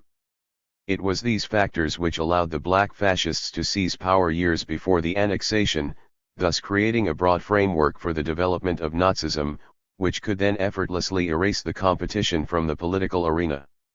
Following Austria's annexation to Germany, Bauer's writings in emigration focused on apologia for the anti-fascist revolution, which he saw as a consequence of the accomplished annexation. 120 As has been previously mentioned, the Themen für Anschluss was ein integral part of the Programme of Austrian Social Democracy. True, the political situation forced the Social Democrats to expunge this point from their program in 1933, but this by no means amounted to an end to the party's Germanophilia. For some Austrian socialists, Bauer included, Hitler's Anschluss was a tragedy of history. 121, but that did not stop them from viewing it as historical progress, as well as considering German revenge for the Allied dictates of Saint-Germain and Versailles politically justified. 122 Bauer supported this assessment, which was ambivalent in a manner that is typical of the Austrian mentality.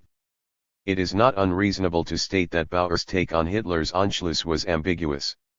Emotionally, he genuinely perceived it as an assault on Austria's independence. As a politician, he anticipated its consequence, war. One may not ignore, however, that Bauer's anxieties, resulting from being a minority in isolation and coupled with the loss of faith in the ability of his country to survive, had only amassed following the defeat of National Revolutions and Theorisofascism in Europe. These factors had already preoccupied socio-political thinking in the 1920s and their presence thrived in emigration. They certainly had a crucial impact on his support for Austria's Anschluss to Germany in the form of an anti-fascist and socialist revolution in the final period of his life. If one wants to understand the meaning of the appeal Bauer made in his articles, Can Österreich noch gerettet werden? Can Austria still be saved, nach der Annexion, after the annexation, and Österreich's end, Austria's end, which were also the author's political testament, then it is important to take his motives into consideration. The most important of them, based on the political situation after World War I, was his desire to transform the war into an anti-fascist revolution from which a new united socialist Europe would emerge. Like a few other German social democrats in exile and the left wing of the British Labour Party, he was still convinced that Germany would be a revolutionary hotbed. According to Bauer, the German Revolution will have to defend the unity of the German people and Reich not only against capitalist counter-revolution in Germany, but also against counter-revolutionary intervention by imperialist powers. Our translation, point 123. Based on this, on March 31, 1938, the Capo and Ars called for an armed uprising against Hitler's annexation, which Bauer dismissed as a counter-revolutionary threat against the socialist revolution. In opposition, he declared annexation the main premise of the all-German revolution. He sharply criticized the communists and their ambitions for independence in after the annexation, and the revolutionary socialists and theirs in Austria's end. He wrote, "We cannot turn back the will of world history. Only Germany's defeat in war could tear Austria away from the German Reich again, but any German defeat in war would unleash the German Revolution, and socialism would not tear Austria away from the German Revolution. The future of the Austrian working class then is not an eine kind of Austrian separatism. The German Austrian working class can only be liberated if the whole German working class is liberated. The future of the German Austrian working class is in the future of the German Revolution." Point 124. Our translation. These words of Bauer's were vehemently rebuked by Ernst Bloch, who accused the Austrian socialist of being unable to tell the difference, self-evident to national-minded Austrians, between voluntary union to a democratic Germany and Hitler's annexation. Point 125. It is difficult to fully concur with the philosopher's view. Point 126. A more appropriate assessment would be that the interpretations of Anschluss by both Bauer and Hitler were by no means the same, even if Bauer rated Hitler's annexation of Austria as historically and socially progress. When confronted with the accomplished fact. What is more, the difference between his position and that of Renner on this question was minimal despite their divergent theoretical justifications. The pathos and self-assuredness with which Bauer spoke about the imminent revolution in his final articles raise a number of questions. Firstly, on what did Bauer base his assumption of an anti-fascist insurrection in Germany? What did he fail to take into account, and what did he overestimate? Secondly, did he truly believe in his own vision of Europe's future, given the Schuschnigg-Hitler agreement, mass arrests of communists and socialists, deportations of Jews, and concentration camps? Did he really believe that the hypnotic power of socialism could compete against fascist propaganda and expansion? 127. Like most European social democrats, Bauer spent a lifetime overestimating the German workers' movement's capabilities of organization, its possibilities, and its willingness to act. The theoretical and political leadership of the Social Democratic Party of Germany obliquely conditioned this. One can hardly blame him, but from the perspective of exile, he was unable to make a realistic analysis of the illegal organization's room for maneuver under the conditions of fascism. The same is the case for the working class's susceptibility to fascist rhetoric. Furthermore, his perspective blinded him to the reality that fascism had solidified itself and sent its political opponents to camps or had them assassinated. On the other hand, it is difficult to believe that an experienced politician and expert on the national question such as Bauer would be uninformed about the growing nationalism in the German and Austrian working classes and social democratic parties. Likewise, it is improbable that he was inattentive to the causes of lost national revolutions and the resulting legacies. His misrecognition of these factors and their consequences was psychological. Bauer was a fanatical revolutionary, even if his fanaticism was of a different variety to Lenin's. It was the fanaticism of a man obsessed with the idea of freedom, who dogmatically and one-sidedly conflated it with socialism, and therefore also with revolution as a tool with which to realize the ideal. What is more, Bauer was incapable of critically assessing his own perception of history, and he could not come to terms with the demise of the SDAP's political vision and the end of the Austro-Marxist doctrine. Likewise, he was unable to forego his revolutionary rhetoric, which accompanied him his entire life and consistently contained hollow formulas, something that he failed to acknowledge. The recollections of his party comrades and his dispersed notes are evidence that Bauer never lost his faith in socialism's appeal.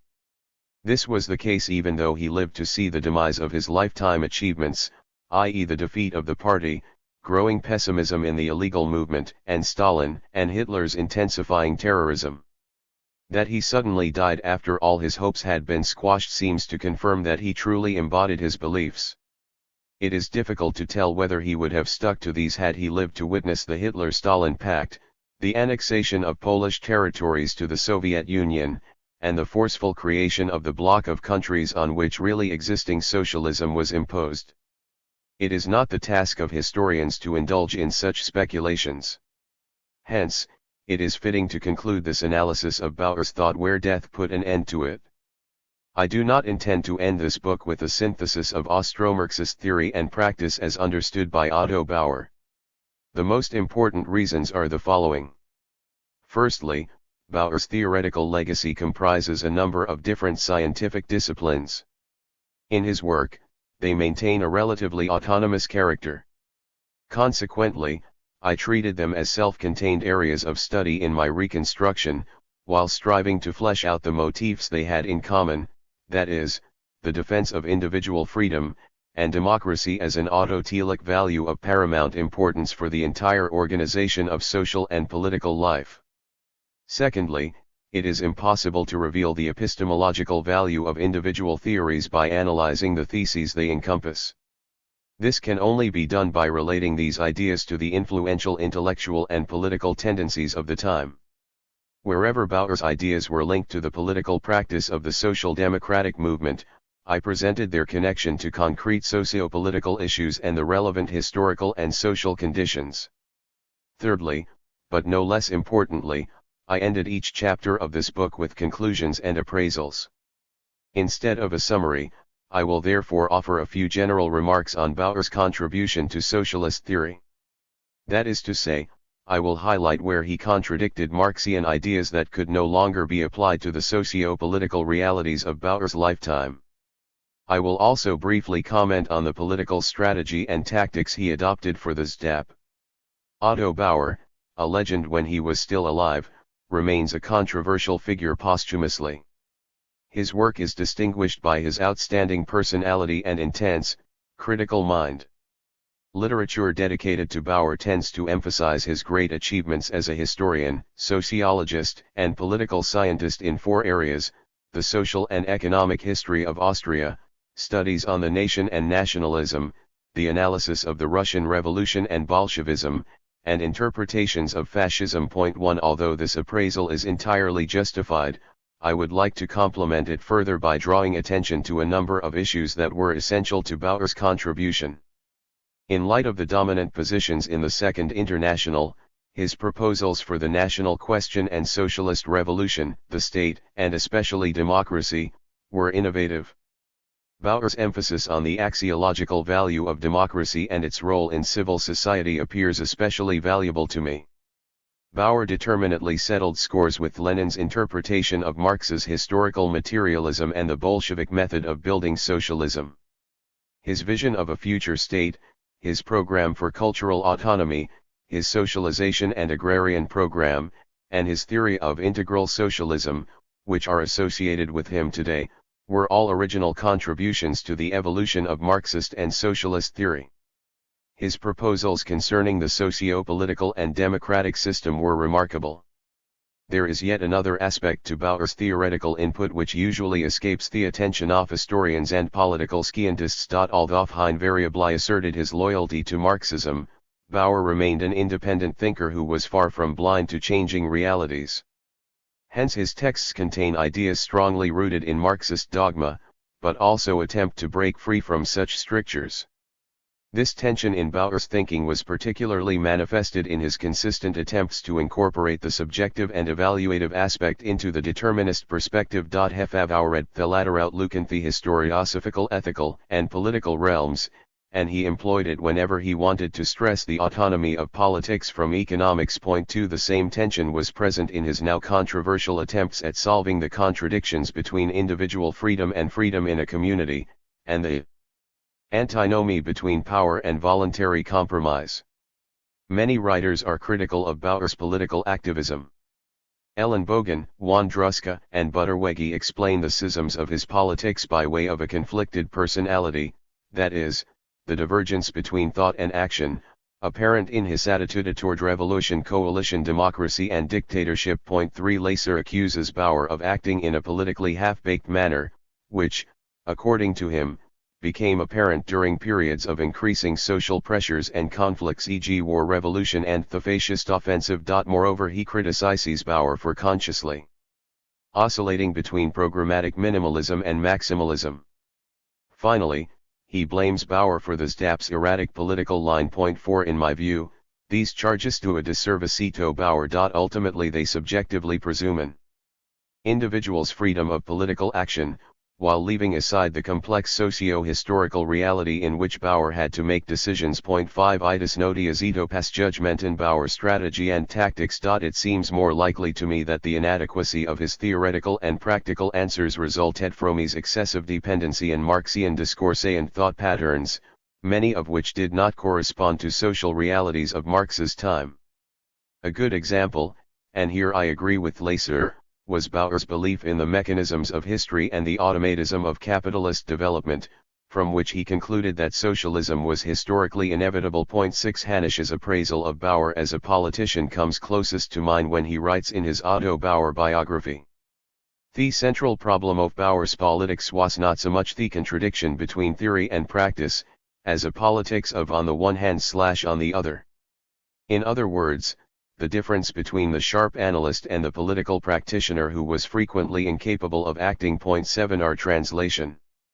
Without a doubt, Bauer's political indecision and supposed incapability to act were greatly influenced by his exceptionally strong sense of moral responsibility, his unquestioned humanism, and his ability to foresee the course of events.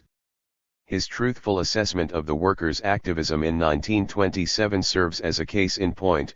Their anticipation of mass support for a general strike proved baseless. Given all that criticism voiced by Austrian researchers, it is justified to wonder whether Bauer as strategist and tactician only ever committed mistakes. If one seriously considers the balance of political forces in Austria and Europe, one has to reply that he did not.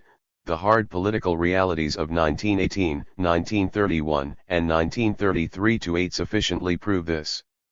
Let us look at the issues that provoke such severe criticism of Bauer's behavior.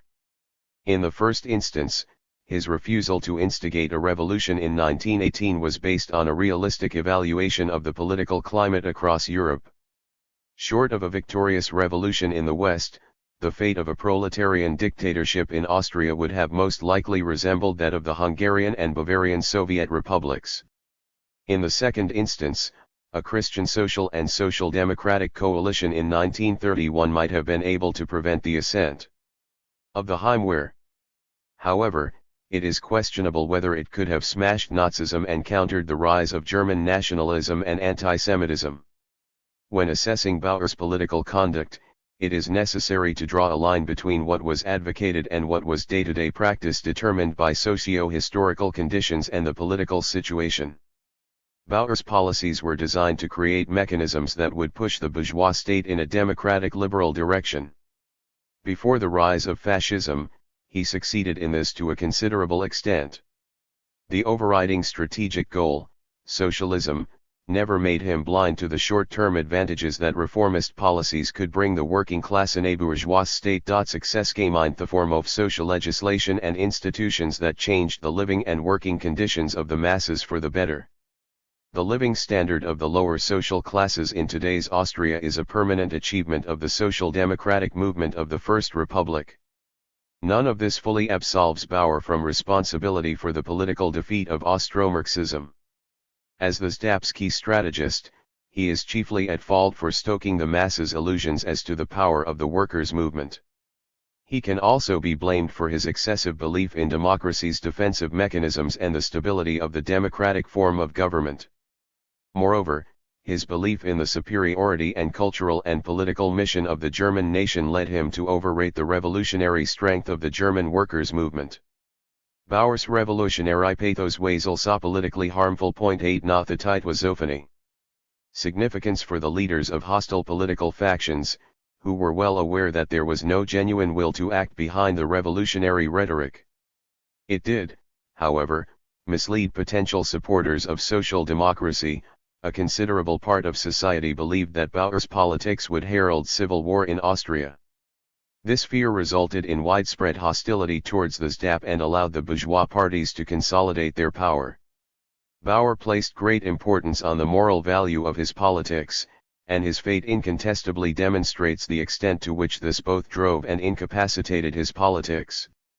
His failure as a politician does not diminish the value of the ideas he served, the realization of social partnership and the unity of progressive and democratic forces.